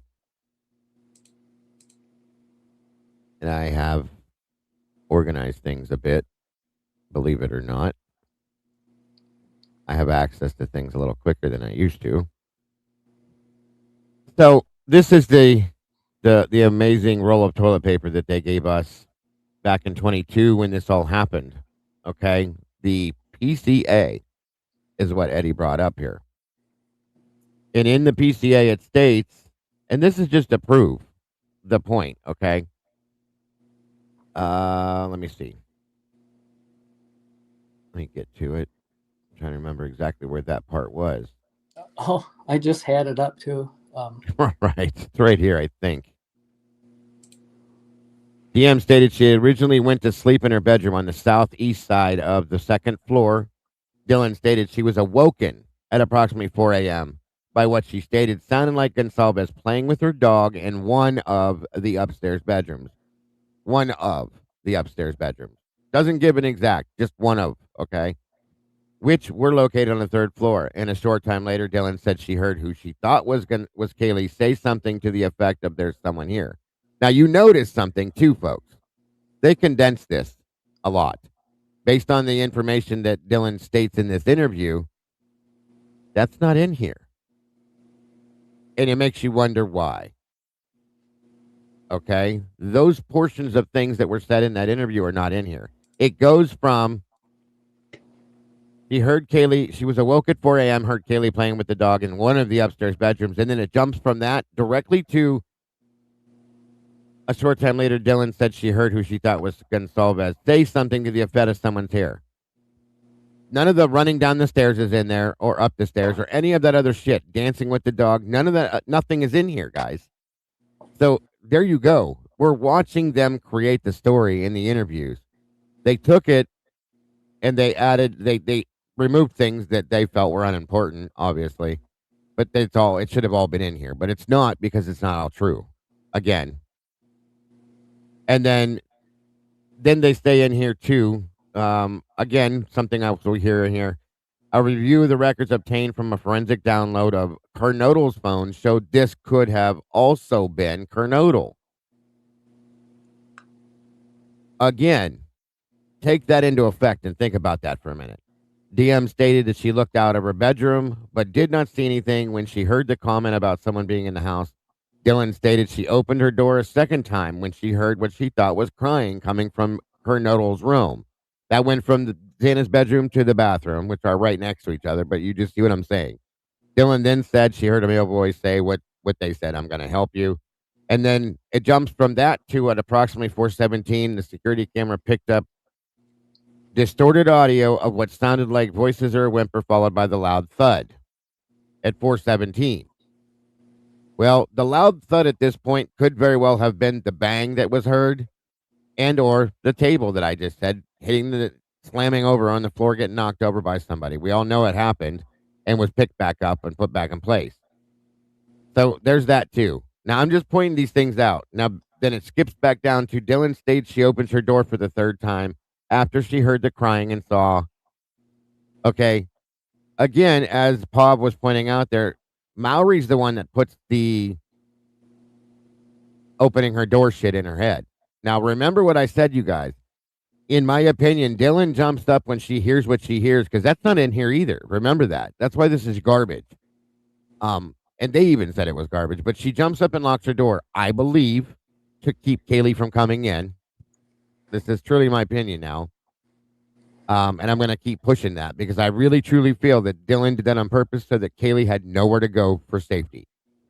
She knew I have to keep her out. If she gets in here, they can't get to her as easy. And now I'm in here too. I can't be in the middle of this type thing. So I'm going to lock the door so she can't get in. This is truly my feelings on this. So anyway, that's when she says she opens the door, sees the guy. Okay. Which I still think is ridiculous. It has to be a guy. Well, of course it does, because she knows who it is. Okay. Women can look this way too. She's the same height according to her. It could be a woman, but it's a guy because she knows who it is. That's why it's a guy, in my opinion. So, and again, as you hear when they change this, these single words are very important. Small details are very important, guys. If you haven't caught on to that yet, they are. 5'10" or taller. Built like a basketball player is what was stated. Now, we all know that the bushy eyebrows was added by law enforcement. We all know that a lot of these things were added by law enforcement. The frozen chalk phase, the clad in black thing, all of that was added by law enforcement. She never said a shit thing about any of that. They looked at her walls and saw how distorted she was and probably her drawings and shit and put the rest of it together, knowing damn well that she's probably the one that could be involved in this. It is what it is. I'm not going to go there right now. I'm just so irritated with this shit. Anyway, but yes, law enforcement created and added to this story many, many pieces of it, in my opinion, to create the narrative that we have to this day. So, you know, what's interesting about that frozen shock phase is the fact that they have it in quotes there. We all assumed that meant that that's part of her statement. She actually said that in some interview. Right. We accepted that as truth back then. Yeah. And it was never said. Never. Neither were the eyebrows. None of it. They created this. And when I remember when we realized that they added the bushy eyebrows, and that's when we saw photographs in her bedroom of eyebrows and faces and weird shit. And they got the idea from looking at her walls being on the scene there. That's pathetic and kind of really strange that they had to do things and pull things from the scene of the crime to build the story on it. It's just odd to me, is all I'm saying. But anyway, Dylan never gave an exact height on this person, mind you. Remember this. Even with Nunez, never. She said, my height, he's about my height, maybe a little taller, maybe a little shorter. And they say, so about 6 foot. That doesn't, none of that fits together for me. Why couldn't it have been 5'9" or 5'8"? Why did it have to be 6 foot tall? Because there had to be a direct statement to create the narrative to hold solid. It's a joke.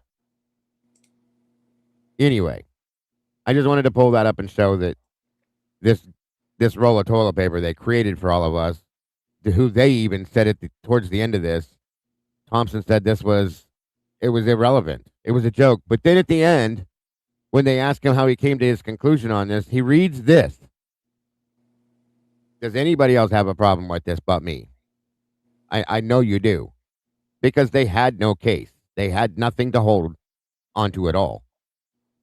It's all bullshit.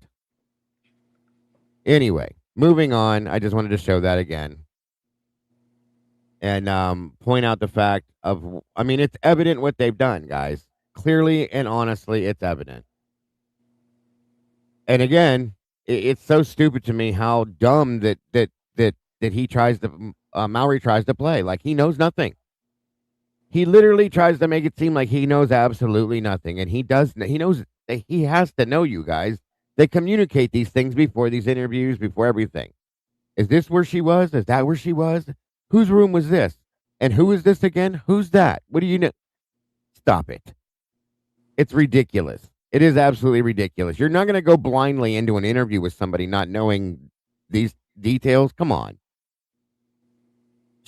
What he was doing was trying to feel out what she knows so that he can take what she knows and carry it on to build the narrative that they need to. That's what he was doing, in my opinion.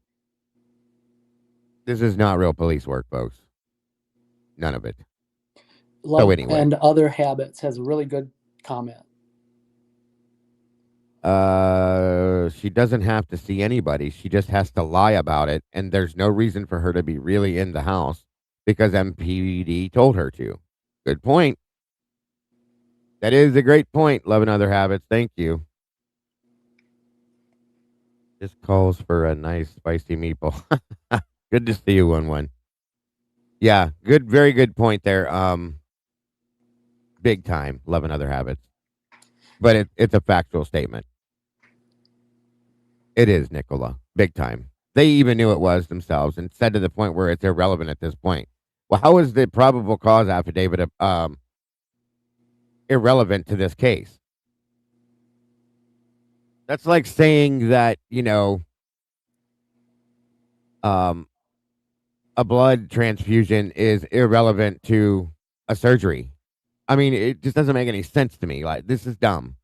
Everything that they've done with this is so stupid. And people that have any kind of generalized common sense can look at this and go, wow, this is a bunch of bullshit. And you don't have to have a background in law enforcement or any of this to understand how bad this is. So, I want to spend just a moment expanding on Love and Other Habits comment. Yes. Because it goes even a little further than that. We can take pretty much everything that we know about this, what we think we know about this, and discard it. There's no way for us to know what happened in that house. We don't know anything about Dylan's situation because law enforcement, they took the facts and they discarded them and they substituted it with a different set of facts. And that is why we have all been running clueless and guessing for these 3 years plus, none of us knowing the truth. Everybody has a theory, but we're all blind and we can't rely on much of anything. So the fact that they have her lying means that whatever she does know, whatever Dylan does know, that part of the truth will never be exposed. That'll never come out. That's what's being buried. To that extent, true. I mean, it could come out if it finally gets wrung out or washed out. It eventually. But for the most That's part, a really good point, Eddie. That's a really good point. agreed. Diego, this comment is way back in chat. I'm gonna copy paste it, and then I'm not gonna say who posted it, just in case. Just in case. I don't think this person would mind, but just in case, because it's a good question. No problem. Can we see it yet in the chat? Has it popped up? The one I posted? Yeah. Right there? Yeah. No, she Because wouldn't mind. it should be answered. Diego, do you want to answer that? Or should I? Okay, great. They changed some of her lies or information. So when the PCA came out, or even before, she couldn't be bothered with correcting them. Sorry, that's being just as complicit. Agreed. Yeah. Will any harm come to her if she just says, she goes to the news channel? I mean, and announces it from the mountaintops and broadcasts it far and wide. Well, yeah. You mean if she were to go to like the local news channel and say what she says instead of this, and say what's going on, say everything she knows, they would have never allowed that. No, exactly. That's kind of the answer, I wanted to share. And I wasn't calling you out, SRB. I just know that that's an important question. Yeah. So it needs to be conveyed that she'll never do that, because she knows the cost of doing that, I'm sure. Oh, I guarantee she was warned. Yes.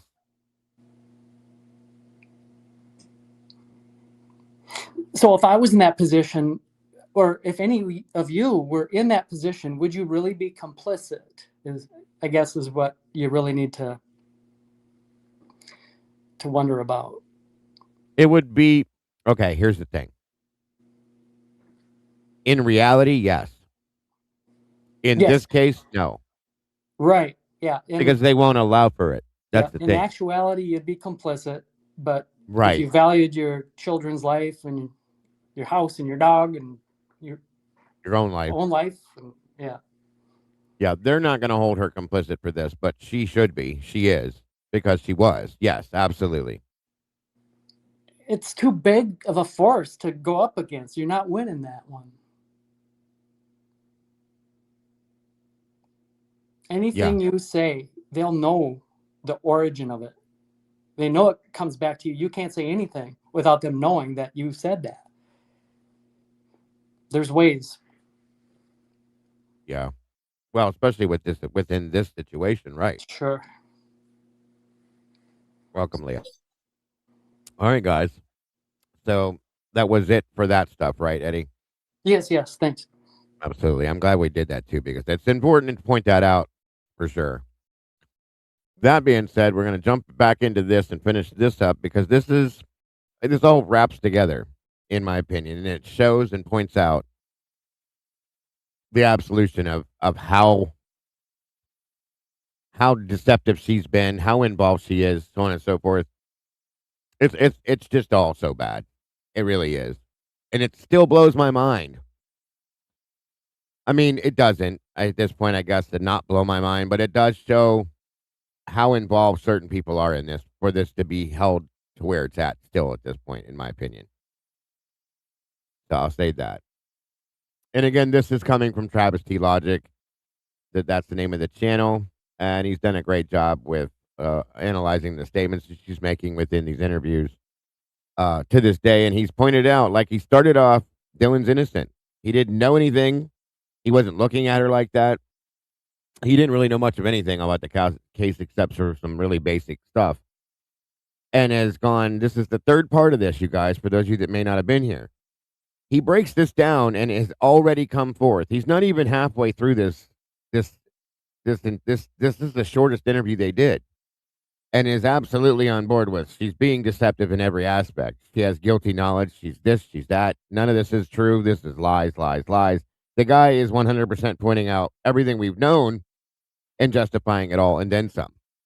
Not to mention, the point that Eddie pointed out with Paul's videos and so on and so forth is that this guy's part in this was not, he doesn't see this as that yet. And that's not his fault. I understand. And that's not what this is about. It's about Dylan to him, not Mowry.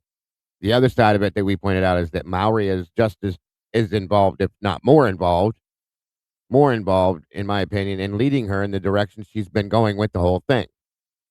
So that's the other side to this too, as far as the analysis goes. So.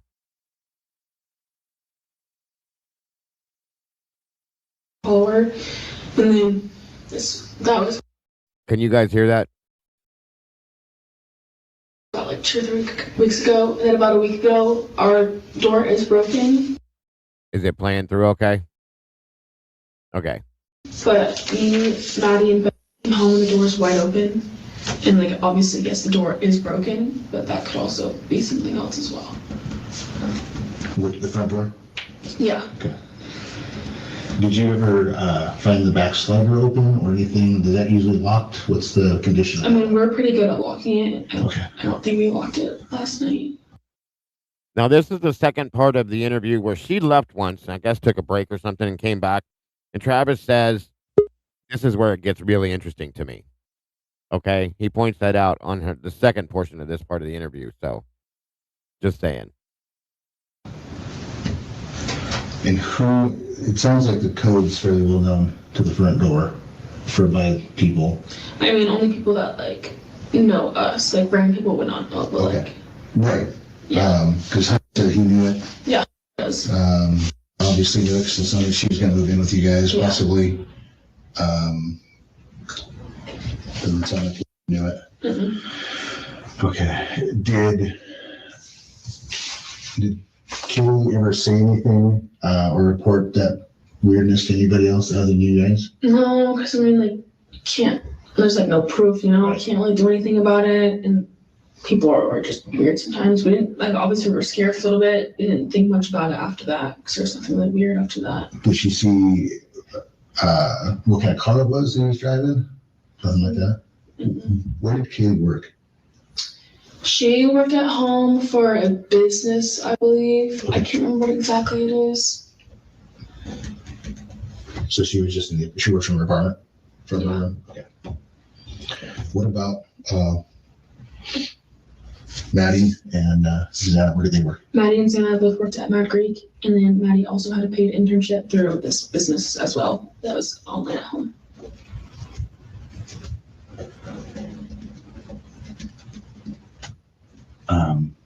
Who would know what that business is? How would I be able to figure that out? You might know. Okay. I can't remember what it's called. There's like, because they were business majors, and through their majors, they were able to get these jobs. Okay. Okay. Yeah, I just, you told me about Katie talking about something like that. Yeah. And then I heard that it was possibly you. So I just wanted to make sure that I got the right person out of those kind of things.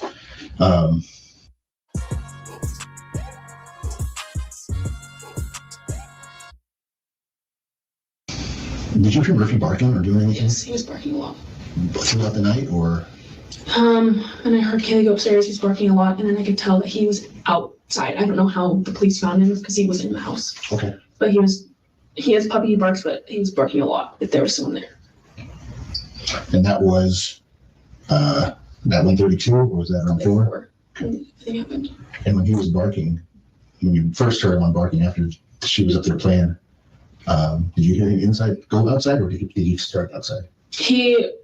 Murphy was with Kaylee when they were like dancing. They walked upstairs, he was still with her. And then when she would yell, someone's here, he started barking in the house. And then I believe the side door was open, and I think he went out that way because I could tell like the sound of his barking was getting like more distant. Do you think that Murphy would have went after him, wherever he was? Maybe, but I mean, his puppy, he doesn't fully know that yet. No, he would just be, if anything, probably playing with him. Yeah, I don't know. When the guy in black left, did he close the slider or did he leave it open? I don't know. I just ran downstairs. Right. Okay. Anything else? Okay. All right. I'm gonna go talk to my guys who've done other interviews and see if anybody's got questions, so we can kind of start putting more pieces together.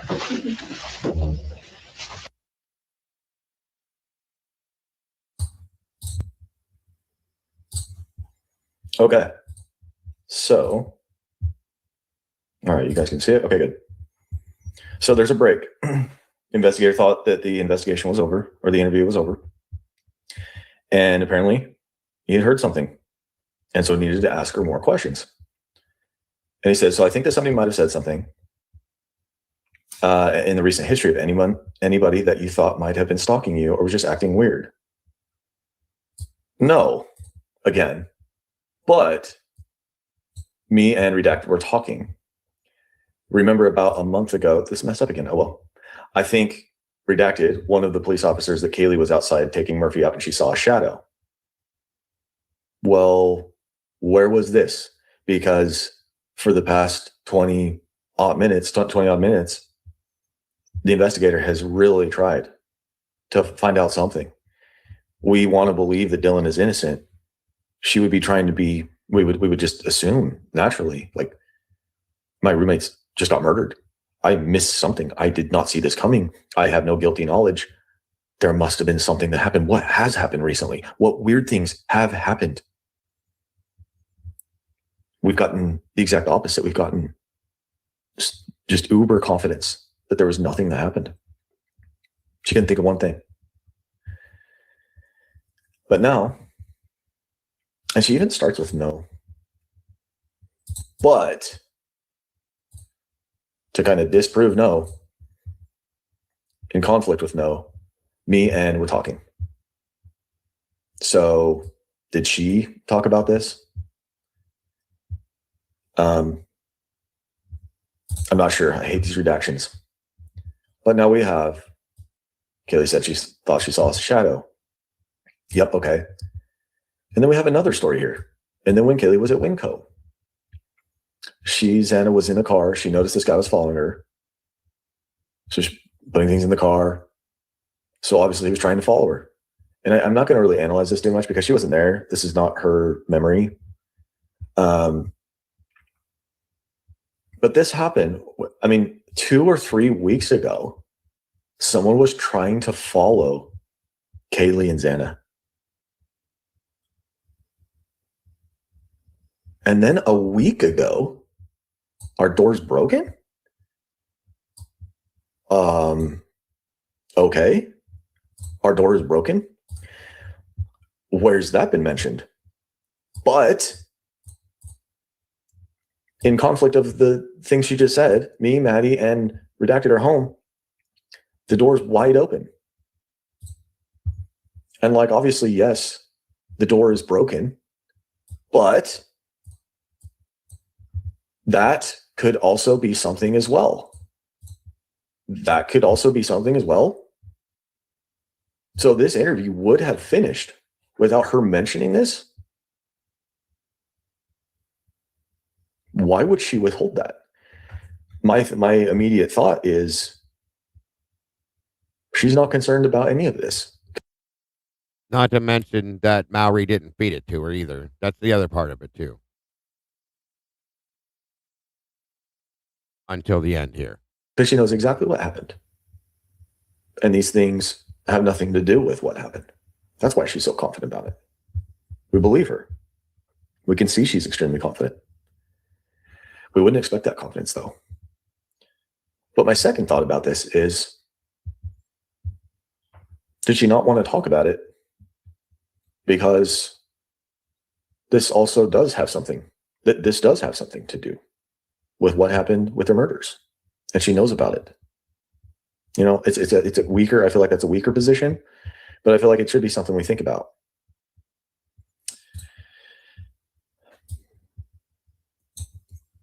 Is the door still broken? I'm so confused about this. This is a very, very strange portion of the statement, and I'm so thankful that we have more here. But this really illuminates why, as we analyze this, we really question her confidence And come to find out now that apparently someone else said something, I guess she felt obligated to tell it. No, why? Why? Is it because she knows it has nothing to do with it? She knows what really happened? Or is it she knows who was stalking Kaylee and Xana? That's what I believe it But is. these are 2 or 3 weeks ago, and then a week ago. This is sad. They came home and the door was wide open. Oh, and obviously, yes, the door's broken. So it could have been nothing. Is that kind of the intention here? The door's broken, so maybe that's why the door was open. But that could also be something as well. When you think my roommates just got murdered, our door's broken. Officer, our door's been broken. It doesn't work. Wouldn't that be on the tip of your brain? This is funky. Investigator, the front door? She didn't even specify which door. Not cooperating, not being informative. Yeah. Okay. Did you ever find the back slider open or anything? Is that usually locked? What's the condition? I mean, we're pretty good at locking it. I don't think we locked it last night. I don't think.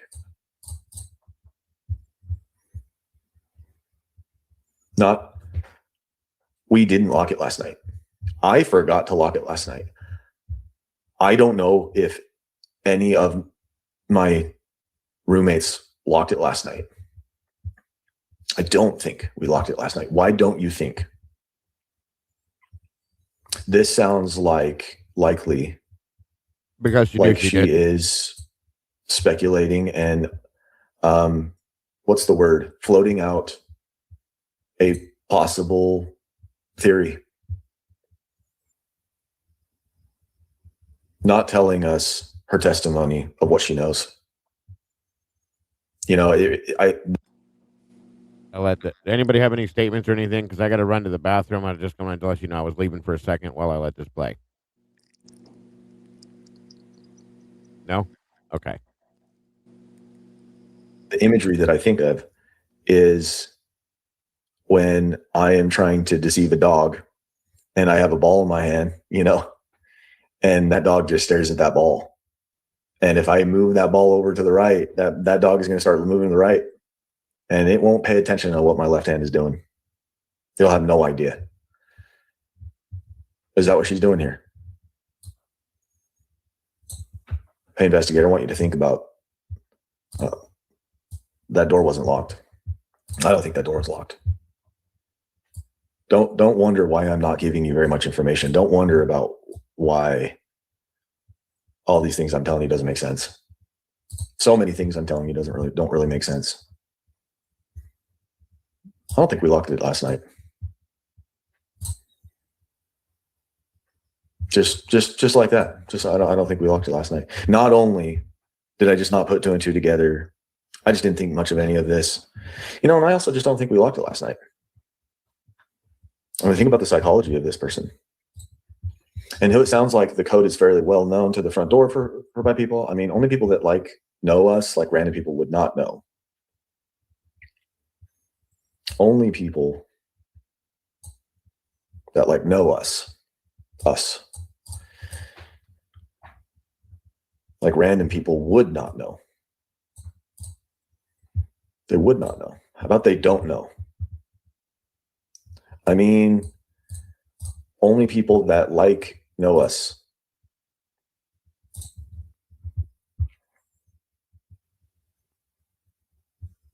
But he interrupted. We didn't give that out to anyone but X, Y, and Z. That's not what she's saying. Random people would not know. Is that in the future? Theoretically? Okay, right.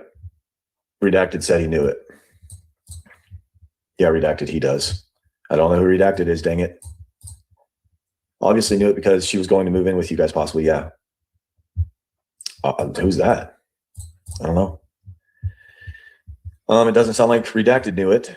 I didn't put all these redacted in red. Okay, did Kaylee ever say anything or report that weirdness to anybody else or other than you guys? No. Here we go. We have an explanation. Because,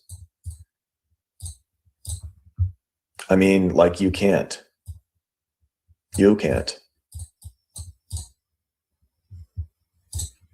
There's like no proof. You know? Did Kaylee ever say anything or report that weirdness to anyone else? Why does she feel the need to explain this? No. Hold on. Did Kaylee ever say anything or report that weirdness to anybody else other than you guys? This sounds like she heard report this to the cops. But even then, no, she didn't. We should have. That's not what she's saying. She's explaining. She's not even really answering the question. Who did Kaylee talk about this with? That's what he's asking. Because, I mean, like, you can't, there's like no proof. Proof? Why is she talking about proof? You know? You can't really do anything about it. You can't really do anything about it. You can't alert the authorities. You can't say, hey, someone was stalking me. Someone might be close by. You can't really do anything about it. This denotes helplessness, despair. This is leakage here. And people are just weird sometimes. People are just weird sometimes. You just had 4 roommates die, and you're talking like this.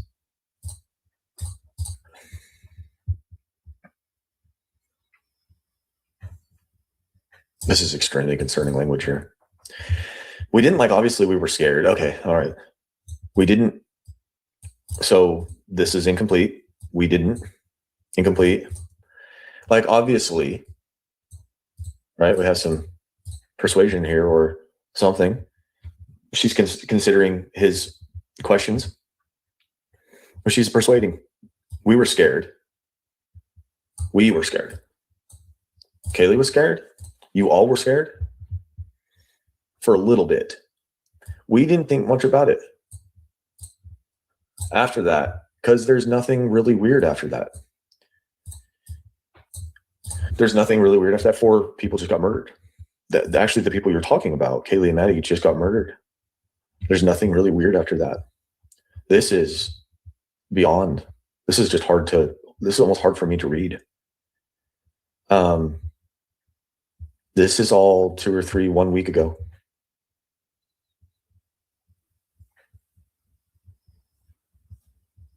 Nothing really weird after that.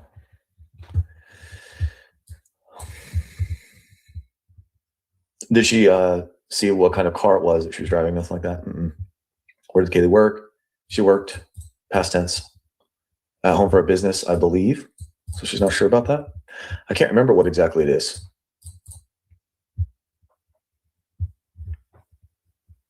This denotes distance. This is your roommate, right? Okay, what about Maddie and Xana? I mean, did she not want to talk about it? Or did she truly not know? Why would she not know? Maddie and Xana. Maddie and Xana both worked at Mad Greek. Boom. And then Maddie also had a paid internship through this business as well. It was online. For a paid internship. And she knew Maddie and Xana. Kaylee, different story. Anyone that can know what business this is, would be able to figure out, Redacted might know. Okay, I can't remember what's called. Because they were business majors. Through their majors, they were able to get these jobs. It's unnecessary information. Not sure why she mentioned that. He's trying to figure out, how would I be able to figure this out? She's talking about stuff that's not important. Stuff that's not important we pay double attention to. So we're going to sit here and wonder about this. There's like, because they were business majors, and through their majors, they were able to get these jobs. Why does it stick out in her mind? Now, sometimes those with guilty knowledge will talk about anything but what the investigator wants to talk about, right? It's like, if I don't want to explain what's in the room, what's all in the room, I'm just going to stare at the corner. I'm just going to explain the corner. I'm just going to be like, man, this corner has certain angles, and I can see a little bit of paint on there, and the trim is just off a little bit right here on this corner, and this corner right next to the corner is right over here, but then this corner is really nice. And you just talk about that because you don't want to talk about anything else in the room. So is that what's going on here? She's happy to talk about other things. Let's not talk about the heart of all this. Or is this jealousy? It's like, they're special. They get these business majors, and through the majors, they got these jobs. I don't know. Interesting. I just redacted, more redacted. Kaylee talking about something like that. Yeah. And then I heard it was possibly you. So I just want to make sure. And then here we go. Did you hear Murphy barking or doing anything? I love that he asked this question. I feel like subconsciously, by the way, I think in one of my videos, I said psychologically. I meant subconsciously. Subconsciously. There was something here. And his mind is going back to it. Did you hear Murphy barking or doing anything? Yes. Yes. He was barking a lot. I will talk to you about barking. I will give you that. Let's talk about barking. The sound is palpable throughout the night, or she's got to think. And she goes back. When I heard Kaylee go upstairs, he's barking a lot. And then denotes passage of time, right? I could tell, it's important for her, that he was outside. When I heard Kaylee go upstairs, he's barking a lot. Passage of time, I could tell he was. Also, remember in Bethany's interview how she claims that it wasn't normal for Murphy to bark a lot. Just remember that too. Outside. I don't know how the police found him because he wasn't in the house. This is another very cryptic phrase here.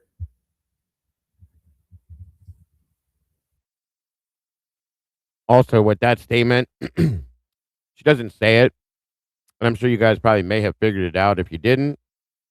I don't know how the police found him. Okay? You know what that tells me? She knew Murphy ran out of the house. At some point, she knew. And because of all the things going on, she couldn't run to grab him. She was cleaning up, remember? So, she knew Murphy took off running. Probably from the trauma that was going on in the house to his owner. And he bolted, in my opinion. And she knew he wasn't in the house. There, in turn, is another point I think that never came forward, but there it is. She told on herself again. I don't know how the police found him. He was outside. I could tell. No, you knew he ran outside when you were attacking his owner is what happened. Or while you were watching somebody else do it. That's my point.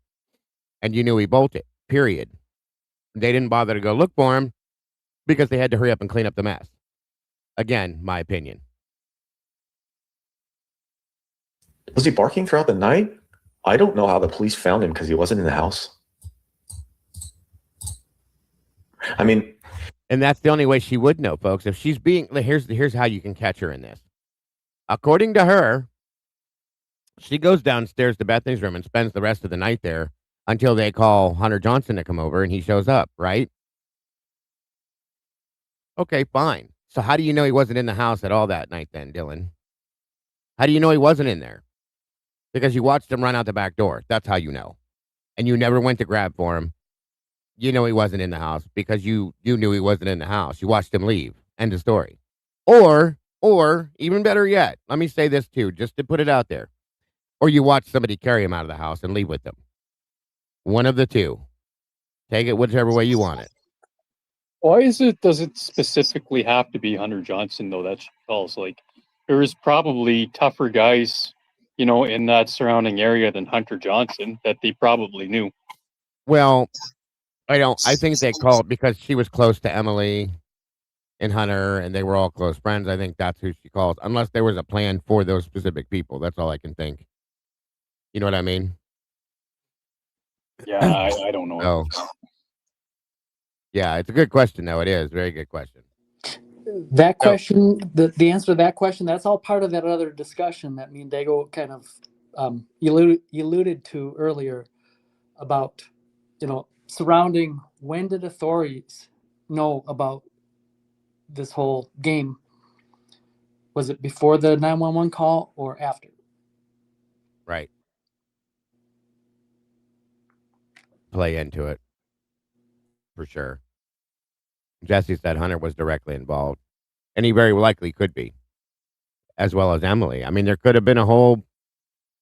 It everything. Everybody that is involved in this is all part of their plan per se. I'll say that. When they became involved is the question, truly and honestly, and how.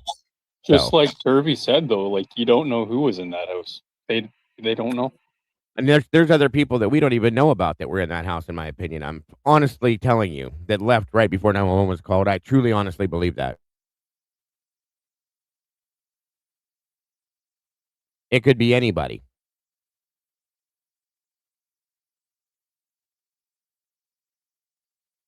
That's a good point too, SRB. I think they pretended to use certain people as persons of interest until they could figure out how to do this and what story they were going to go with. That's a good point. Very good point.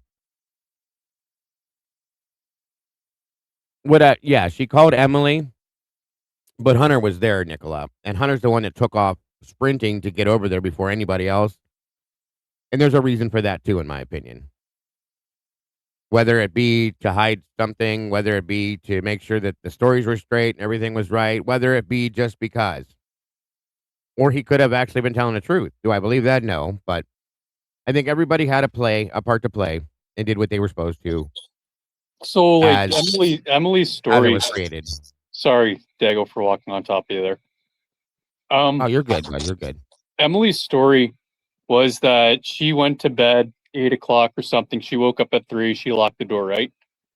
What was Yeah. Hunter's story again? What time did he get back?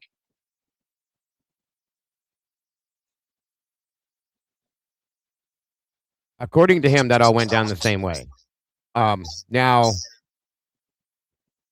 Lyndon was the one, Josie's boyfriend, who was there supposedly too, that said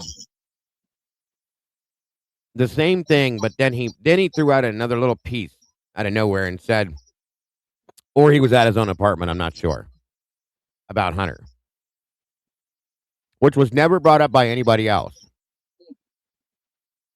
That's kind of interesting, but it's very interesting. Yeah, it always was. I don't know. Maybe I'm wrong or I'm thinking something else, but didn't he leave his phone inside their house? The Friday night before, supposedly he left his phone there, and then he got it the next morning, Saturday morning or whatever, when they all got together. I guess that's the story I was told. I guess that doesn't really have anything to do with anything, though. Well, not necessarily, but at this point, dude, you don't know. We don't know what the hell actually truly what happened. We just know what they've told us. That's the hardest part with this whole thing. I think that's what drives us all insane because we don't know absolution for everything, you know? But at some point we will, I hope. So yeah, just saying. Can I ask a question? Yeah, of course you can. That's why you're all here. Anything, please and thank you.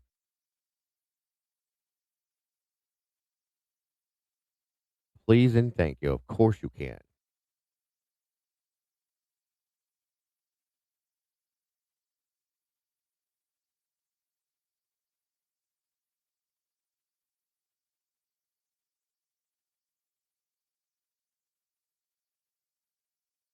Jesse said yes, but he offered that information for no reason, leading me to believe. I mean, it could be Jesse. It could. I was just repeating what we were told. That's all.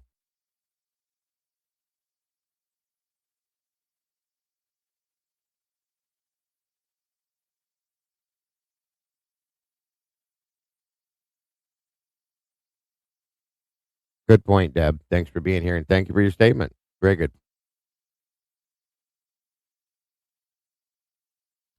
Chaos Detective says the people in the footage, some or most of them, are clearly not the same people. I imagine all, but anyways, I guess I'm curious why people are still trying to pretend they are. I don't know that I understand completely what you're saying, Chaos. What do you mean, which footage? Clearly not the same people.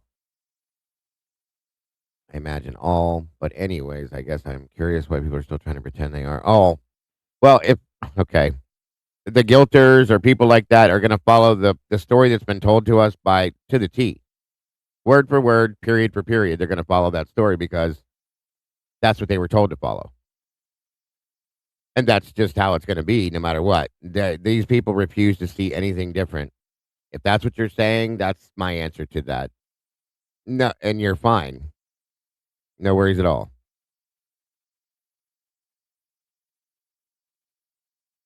Yeah. No, I get it, Jesse. I know what you meant. Nobody asked him about it. He just threw that in there. Overfilling. They do this a lot. Over speaking on things. Dylan does it all the time. So yeah.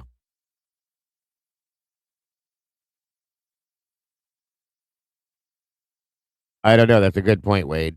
Very good point. Why that was muted, I'd like to know myself.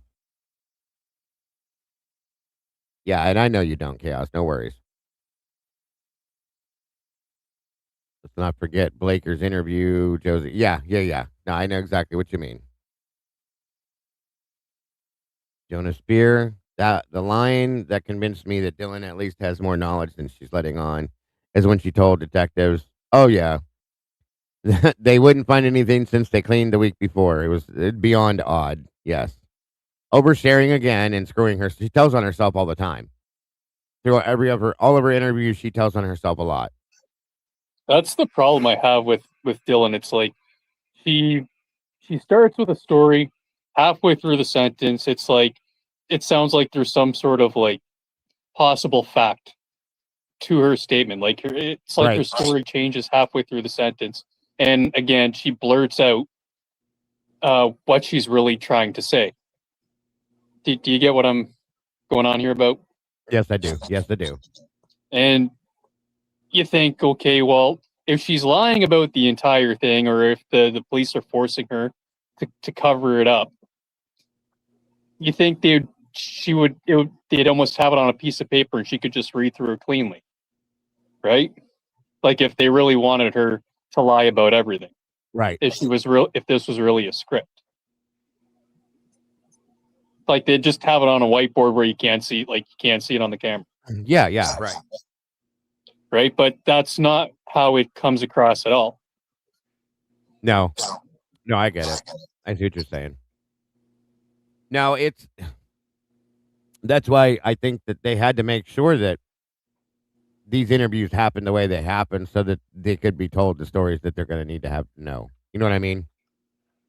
That's my opinion, of course, but my takeaway for the when Dylan volunteers about how they cleaned the week before, yeah, law enforcement knows already that there is a cleanup that happened in that house that night, of course. and that is the plausible deniability as to why it looks that way, why nothing will be found, Sure. so to speak. They need her to say that. No, yeah, it makes perfect sense. Yep. I definitely agree, Eddie. I'm just trying to make sense of it all and kind of put that idea into context. I quit doing that a long time ago because you'll never make sense of it. We may figure out more of it, but it'll never make any sense. I just stopped trying to even attempt that. All you'll do is stress yourself out. No stress over here. Yeah, of course. That's another good way to put it too. It's not that she blurts out bullshit; it's that they don't challenge it. Well, that's the whole point, Rui. They can't. They're not supposed to. Absolutely not supposed to. Jesse's saying agreed. Eddie, same logic applies to Hunter's phone. Right. Makes sense. And yeah, a lot of people do believe what 1-1 has been pointing out that Quinn was there.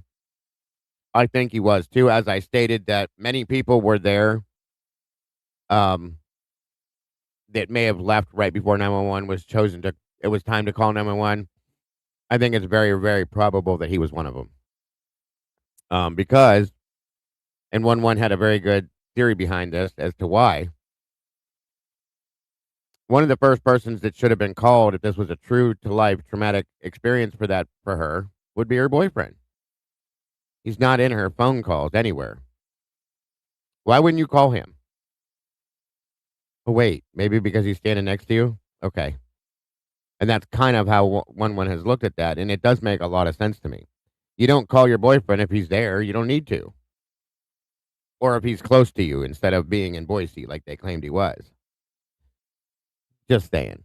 And then, of course, they said, well, there was a phone there that he called her from and blah, blah, blah. Okay. Somebody called her from there, maybe. There's burner phones everywhere, folks. Just remember that. And because she doesn't make any contact to him, being that they are boyfriend, girlfriend, I asked a lot of women in our community, mostly in my team, if you went through a traumatic experience, who's the first person you're going to call? Almost everybody said their boyfriend, their spouse, their husband, their wife, whatever. That picture you're talking about, that one that he supposedly sent her? Yeah, supposedly. So I wonder what the metadata on that picture looks like. Agreed. I think that needs to be looked into for proof. 100%. Even if Quinn wasn't there, where is the text? And let's show us the picture and show us the timestamps, all of it. Prove it. That's all I'm saying. Just like Moto said, show us the metadata on it. Maybe it was a burner phone that used to be under the name Brittany Fernandez. Who knows? Like, I doubt they looked into it that far. I know they didn't. We did because they couldn't. They weren't supposed to. You know what I mean? Yeah. That's what I mean. Maybe it was a burner phone that used to belong to somebody by the name of Brittany Fernandez. When you call that number or that number calls you, it shows up as that person. Who knows?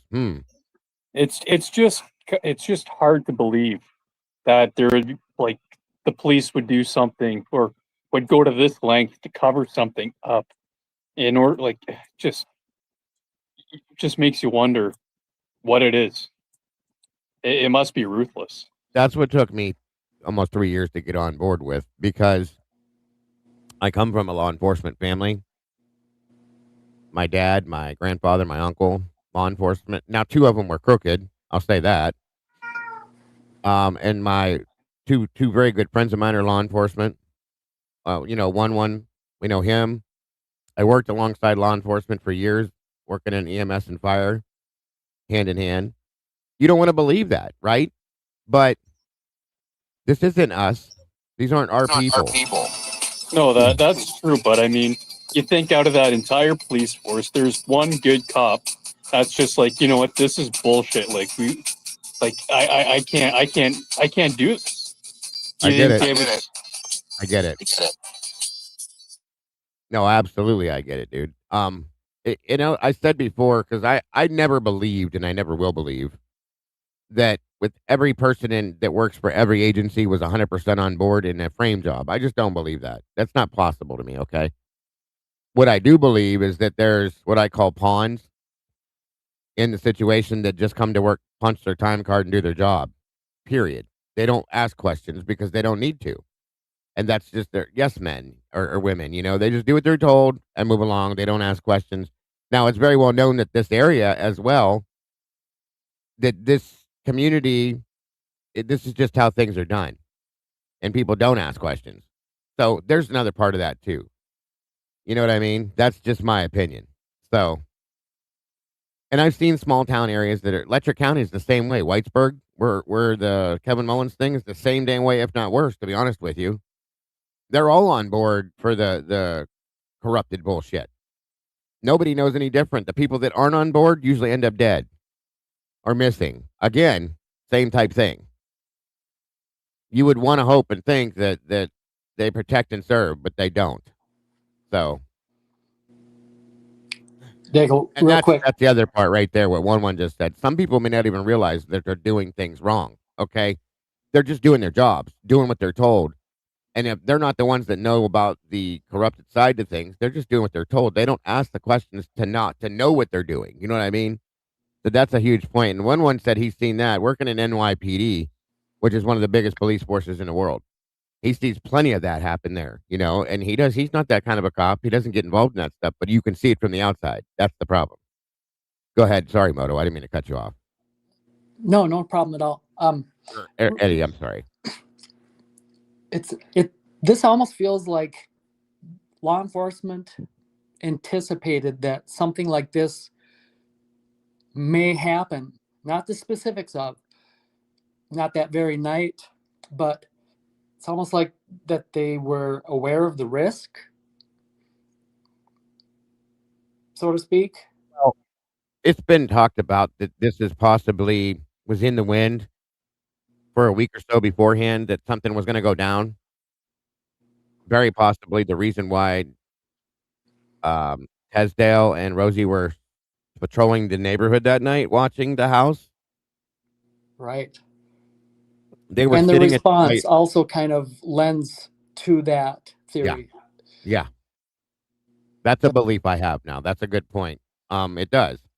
They were parked over at the White Apartments in a position where you could actually look to the right and see the 1122 house sitting there in that parking lot position most of the night. When they weren't patrolling, they would go back to that. So if you're sitting there, you're watching the house, then you're circling the house, then you're going out and bound the other way and coming back around, and then you pull back into a spot where you can see the house. I feel like it was known, and Kim even said that it was known for days before this happened, that it was going to go down. Not exactly what it was, but it was known that something was going to go down. Just as much as I believe the people that distanced themselves from them and that house that night knew something was going to go down. I think it was in the wind throughout the community that something was going to happen, whether it's a bad fight. This would actually happen. I don't know that it was meant to be as bad as it was, or it was. It could be. But something I think was known within the ranks of the police force, the community, everything, that something was going to happen. So that's been a thought I've had for quite a while. And Mama Bear had a question. I'm trying to find it again. I'm sorry, Bear.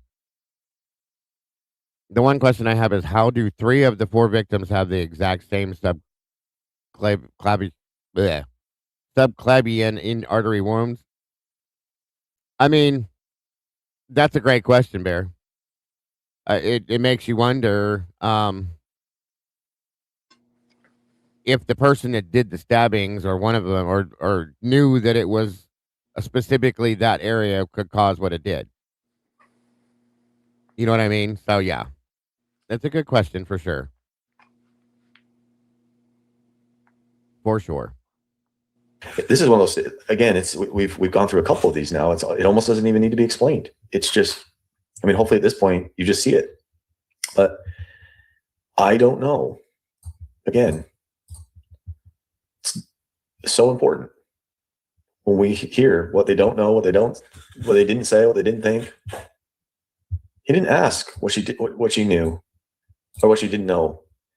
She just asked. He did not ask her about how the police found him. This is leakage. She is thinking about, how did the police find this dog?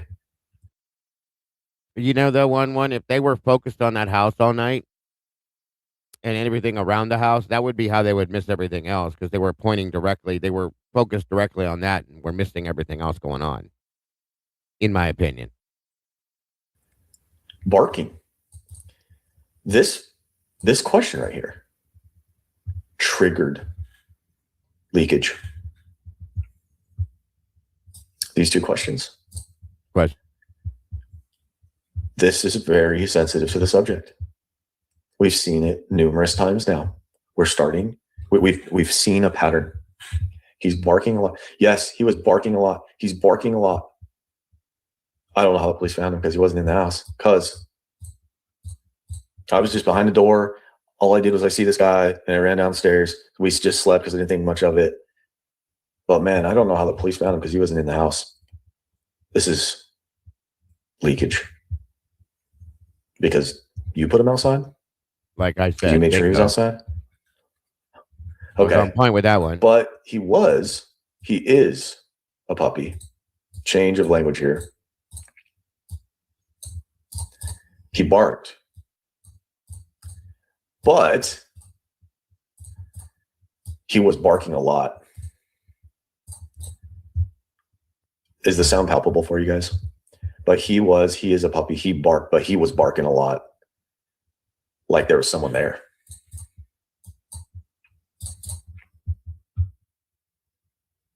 Someone where? Someone inside? Who's someone?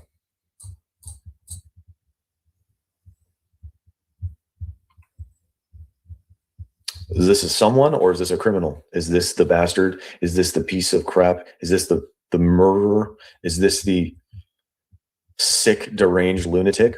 Is this someone? I'm someone. You're someone. We have confidence. We have self-esteem. Someone. Where? There? Where's there? Outside?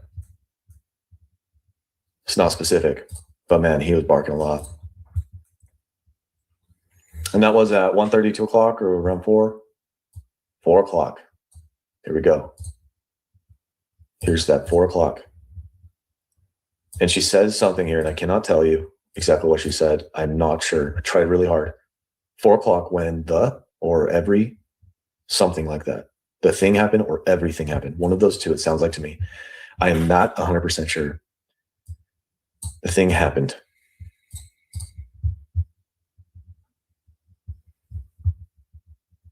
She knows when it went down. This is also so important here. And when he was... If you notice that 4 o'clock, that's something he pointed out too. He doesn't even know that. That is the time she was told. It has to be 4 a.m. You're going to stick to this no matter what. Thanks for pointing that out. Whether people point out 2, 2:30, 2:45, 2:27, 1:50, 4 a.m. has to be the time. She knows it has to be the time. It will always be the time, 4 a.m., period. And just like he just said, she knows when it went down. You know what my takeaway is? Yes, sir. It has to be 4 o'clock because that is not the true timeline. And what I mean by that is not that anything didn't happen at 4. Maybe part of what happened that night happened at 4. But remember, there are multiple victims in the house. So maybe, say, for example, 2 of them earlier had already expired. Absolutely, yeah. We just got to put it all at 4 a.m. That way, there's less attention being paid to when these other 2 may have been killed. And again, we're never given an actual timeline. Noon the next day is the timeline for the murders. That's what we were given, time of death. That was done on purpose. So, that's a good point, Eddie. Good point. Barking, when you first heard him barking after she was up, when she was up there playing, did you hear him go outside, or did he start outside? He woke. Then she stops, and then she continues with Murphy was with Kaylee when they were like dancing. This is something that I had an inkling of early in the statement. Did she get woken up and get angry? Or did someone get woken up and she was angry? She didn't want to continue on with he woke. It's concerning. Why did she not want to talk about that? She dropped it. Murphy was with Kaylee when they were like dancing. They walked upstairs. They walked. They walked. He was still with her. She's really trying to look. This is persuasion. They walked upstairs. He was still with her. And then, passage of time. This is so important. When she would yell. Okay, earlier, twice, I believe, she used the word say. Now, Kaylee yelled, but she can't say Kaylee yelled. Would yell. When we talk about things that have happened in the past, it's like oftentimes, man, I remember my old buddy, he would come over in his Jeep, and I would always hear his really loud music, and he didn't even need to knock on the door. I knew that he was there just because of the loud music. And he would just have, and every time I would come outside and I would sit down in the Jeep, he would turn on my favorite song. She would yell. Now she yelled. We have a change of language here from say to she would yell. This is indication of deception. Someone's here. He started barking. Now, this is an interesting statement here. So when she yelled, someone's here, he started barking. He's a puppy. Does he know English? Does he know? I mean, earlier, oh, no, actually, soon, she's going to say, I mean, he's a puppy, doesn't fully know that yet. But what she's saying is that once someone's here or something like that, this is not a direct quote, once something like that was mentioned, he started barking. So this is very challenging to understand what she's trying to say here. He started barking in the house. And then in the house. Thank you, Kawanda. God bless, and congrats. Keep your voice set down low in the house. What's all this ruckus in the house? That sticks out to me. No, he did ask, did you hear him inside, go outside, or did he start outside? She says in the house. So there is some parroting here. Passage of time. And then, I believe, huge caveat here coming. The slider door opens. So the slider doors open. So we have present, historical present. He started barking. She would yell, someone's here. He started barking. Okay. Well, we have present, past tense. We have kind of, I'm blanking on what this is, would. But then we have some historical present. And then I believe the slider doors open. And I think he went out that way. That way. As opposed to another way. Because we have another explanation here. I could tell, like the sound of his barking, more of his barking, was getting like more distant. What's up, K-Dips? Was getting.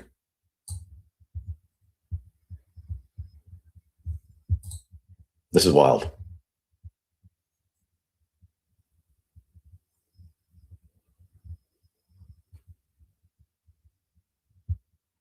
This is very wild. He woke, he woke, never mind. Murphy was with Kaylee when they were like dancing. They walked, past tense, upstairs. He was still with her.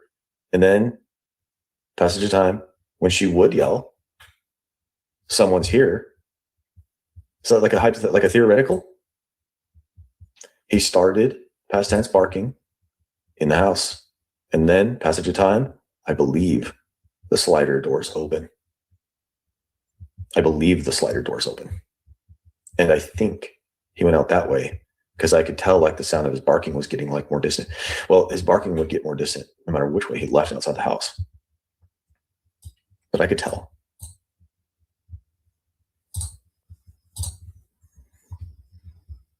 Just a heads up, guys. Okay. Do you think that Murphy would have? There's another video I want to review on this. I'm kind of like really anxious too, so I might come back in here tonight and do it again. It might be a little late, somewhat, not too late, but I may do it again tonight, and if not, it'll be tomorrow. Just a heads up that that's coming too. Went after him, whoever he was, maybe, but I mean, he's a puppy. He doesn't fully know that yet. He doesn't fully know what yet.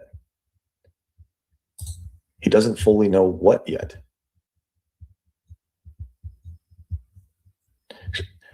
She said that he went out the slider door. Remember, she said, no, no, no. and then just hurry and shut the door. Wait, no, it won't be. Do you think Murphy would have went after him? He doesn't fully know that yet. He started barking when she said someone's here. He doesn't fully know what yet. No, he would just be, if anything, probably tie in with him. I mean, he's just trying here. Yeah. When the guy in black left, did he close the slider? Did he leave it open? I don't know. I just ran downstairs.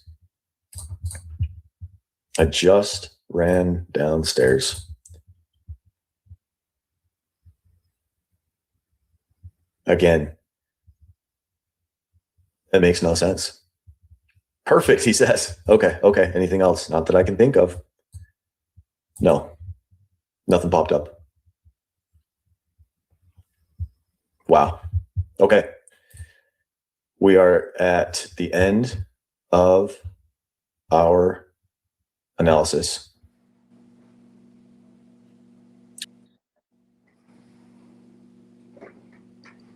All right, so that is the end of part 3 on that. For now, Travis, we're working on getting Travis to join us, whether it's here at the verdict room, not sure 100%.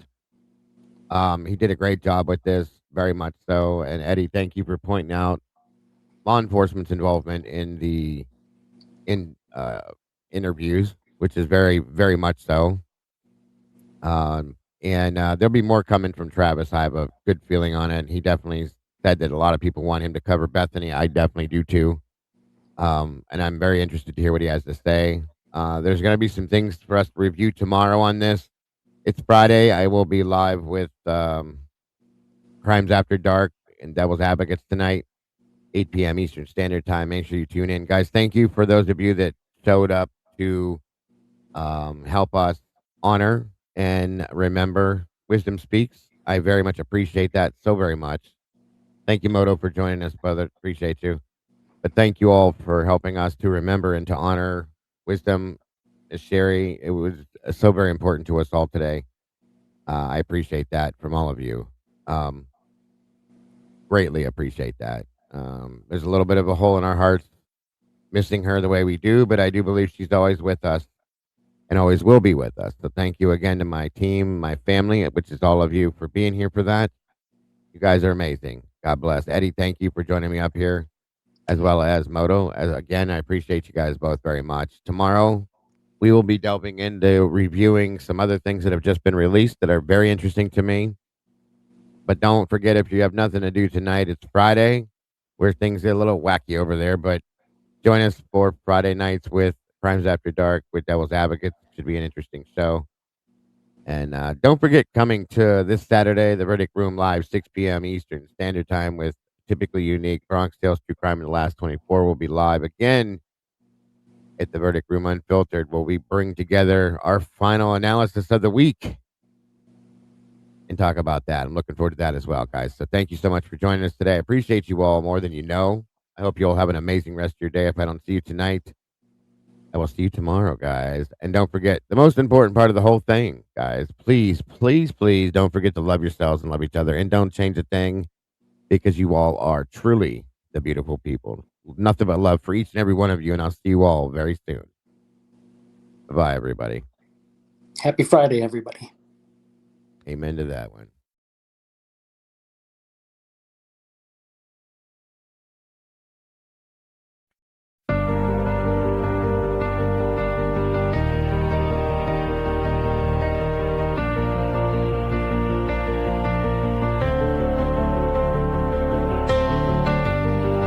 The coffee's cold, the final stain.